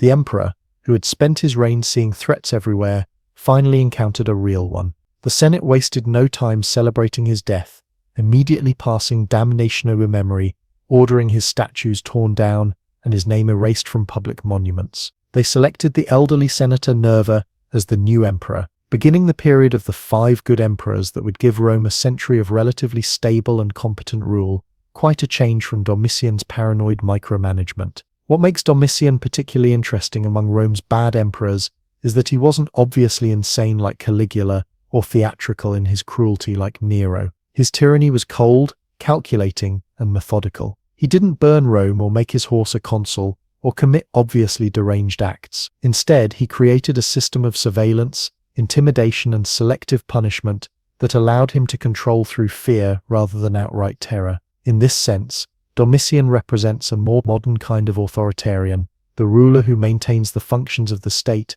and even improves its efficiency while simultaneously undermining its institutions and creating a climate of fear. His administration worked well on paper. The provinces were governed effectively, the borders secured, and the economy managed responsibly. For ordinary Romans, life under Domitian might have seemed relatively normal. It was the elite who lived in constant fear, never knowing when an innocent comment or association might lead to ruin. Historians have debated whether Domitian's paranoia had some justification. There were indeed plots against him, and the senatorial class undoubtedly resented his authoritarian style. But like many rulers consumed by suspicion, Domitian created the very threats he feared by alienating potential allies and pushing people toward conspiracy as a means of self-preservation. The lasting image of Domitian's reign is perhaps best captured by the story that he once invited leading senators to a dinner party where everything, the walls, furniture, plates, and food, was colored black. The guests were seated next to gravestones bearing their names,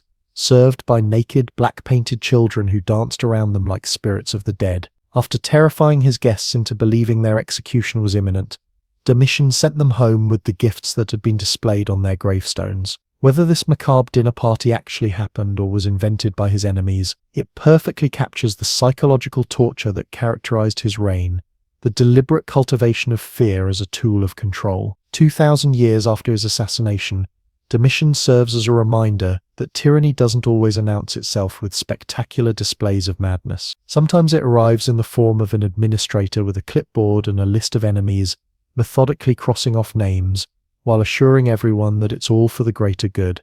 In the end, Domitian's legacy is not the buildings he constructed or the borders he secured, but the climate of fear he created, and the lesson that even the most vigilant paranoid can't watch his back forever. In the grand theatre of awful leadership, few performers deserve a standing ovation quite like Emperor Nero.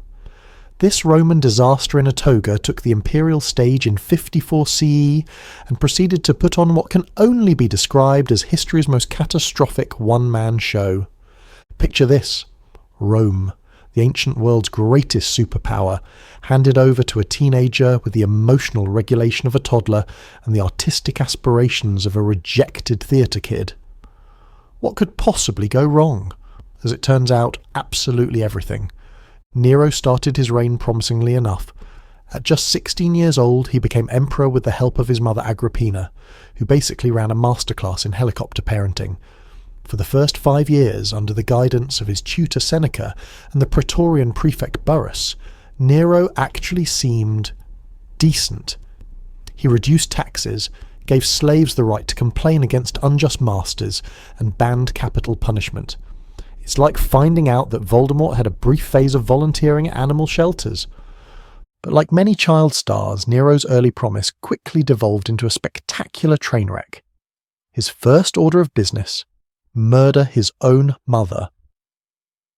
Agrippina had become too controlling for his taste, and rather than attend family therapy like a normal person, Nero decided matricide was the answer. First, he tried an elaborate collapsing boat scheme, which failed when Mum turned out to be an excellent swimmer. Eventually, he just sent assassins. Mother-son relationships in ancient Rome were complicated, to say the least. With Mommy Dearest out of the picture, Nero's terrible decision-making accelerated faster than a chariot with no brakes. He kicked his first wife Octavia to the curb, then literally kicked her to death. He married his mistress Poppaea, who later died when Nero, in a fit of rage, kicked her while she was pregnant. detecting a pattern here. The man had serious anger management issues and a disturbing fondness for kicking. But Nero's true passion wasn't violence, it was the arts, and not in a wholesome painting as a hobby kind of way. Nero considered himself the greatest artist of his age, a regular ancient Roman Kanye West minus the talent. He competed in the Olympic Games, and mysteriously won every event he entered, imagine that. Wrote poetry that made everyone cringe, and performed marathon concerts where audience members allegedly faked death to escape. People would literally pretend to die, rather than listen to another one of his lyre solos. That's not just bad reviews, that's audience members choosing fake mortality over his music.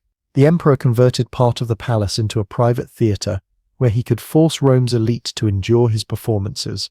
Guards were stationed at the exits to prevent escape, and audience members were required to show their appreciation or face consequences. It was basically an imperial version of an open mic night, except you might get executed for checking your sundial too, obviously.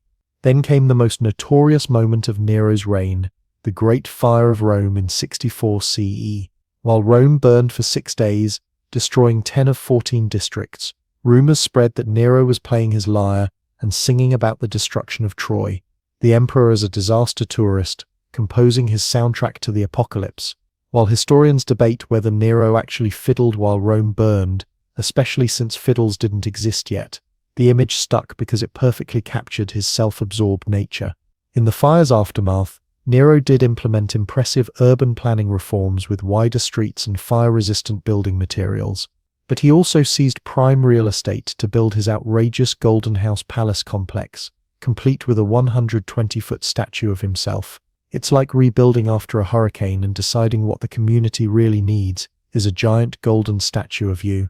Needing a scapegoat for the fire, Nero chose Rome's small Christian community. What followed was the first systematic persecution of Christians by Roman authorities. Believers were covered in animal skins and torn apart by dogs, crucified, or set on fire as human torches to illuminate Nero's gardens at night. Even by ancient standards of cruelty, this was extreme. As Rome's economy tanked under the weight of Nero's extravagant spending, public opinion soured. Senators, soldiers, and citizens grew increasingly fed up with their emperor's theatrical antics and brutal governance. Provincial governors began revolting, and the Senate finally declared Nero a public enemy. In his final hours, as troops closed in, Nero famously lamented, "What an artist dies in me." Still obsessed with his performer's legacy rather than his catastrophic rule. Unable to face execution, he forced his secretary to help him commit suicide. His dying words perfectly captured his delusional ego.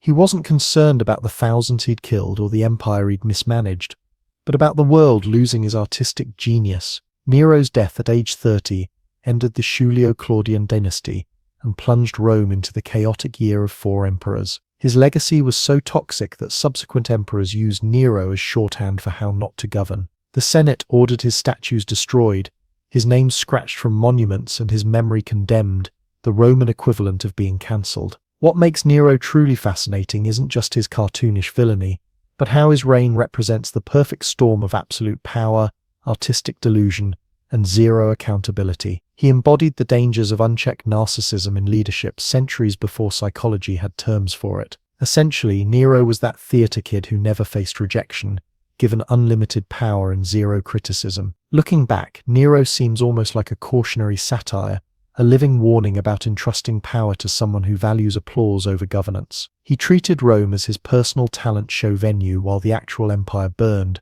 both literally and figuratively. In the pantheon of terrible rulers, Nero stands out not just for his cruelty, though there was plenty of that, but for his unique combination of artistic pretension and governmental malpractice. Ancient historians like Tacitus, Suetonius, and Dio Cassius painted Nero in the darkest possible colors, and while modern historians question some of their more outrageous claims, the core truth remains: Nero was a disaster of imperial proportions. He represents the ultimate example of what happens when leadership becomes performance art rather than public service. Perhaps the most incredible thing about Nero's legacy is that even after his death, pretenders claiming to be him popped up around the empire. Some people apparently thought, you know what would be great? If that guy who kicked his pregnant wife to death and used Christians as garden lights came back. These false Neros gained followings, speaking to both the chaos of the time and the strange charisma the man must have possessed. In the end, Nero remains the benchmark against which terrible leaders are measured. When we describe someone as Neronian, we're invoking a specific brand of self-obsessed, artistically pretentious, murderously unstable leadership that manages to be both tragic and absurd. He didn't just fiddle while Rome burned. He tried to make the burning into his own personal concert venue, then blamed the fire on someone else. Nero continues to fascinate us, not just as a villain, but as an archetype, the eternal warning of what happens when we give absolute power to those who are absolutely unprepared for it. In the reality show of history's worst emperors, Nero didn't just win the competition, he burned down the studio, killed the judges, and declared himself the greatest performer who ever lived.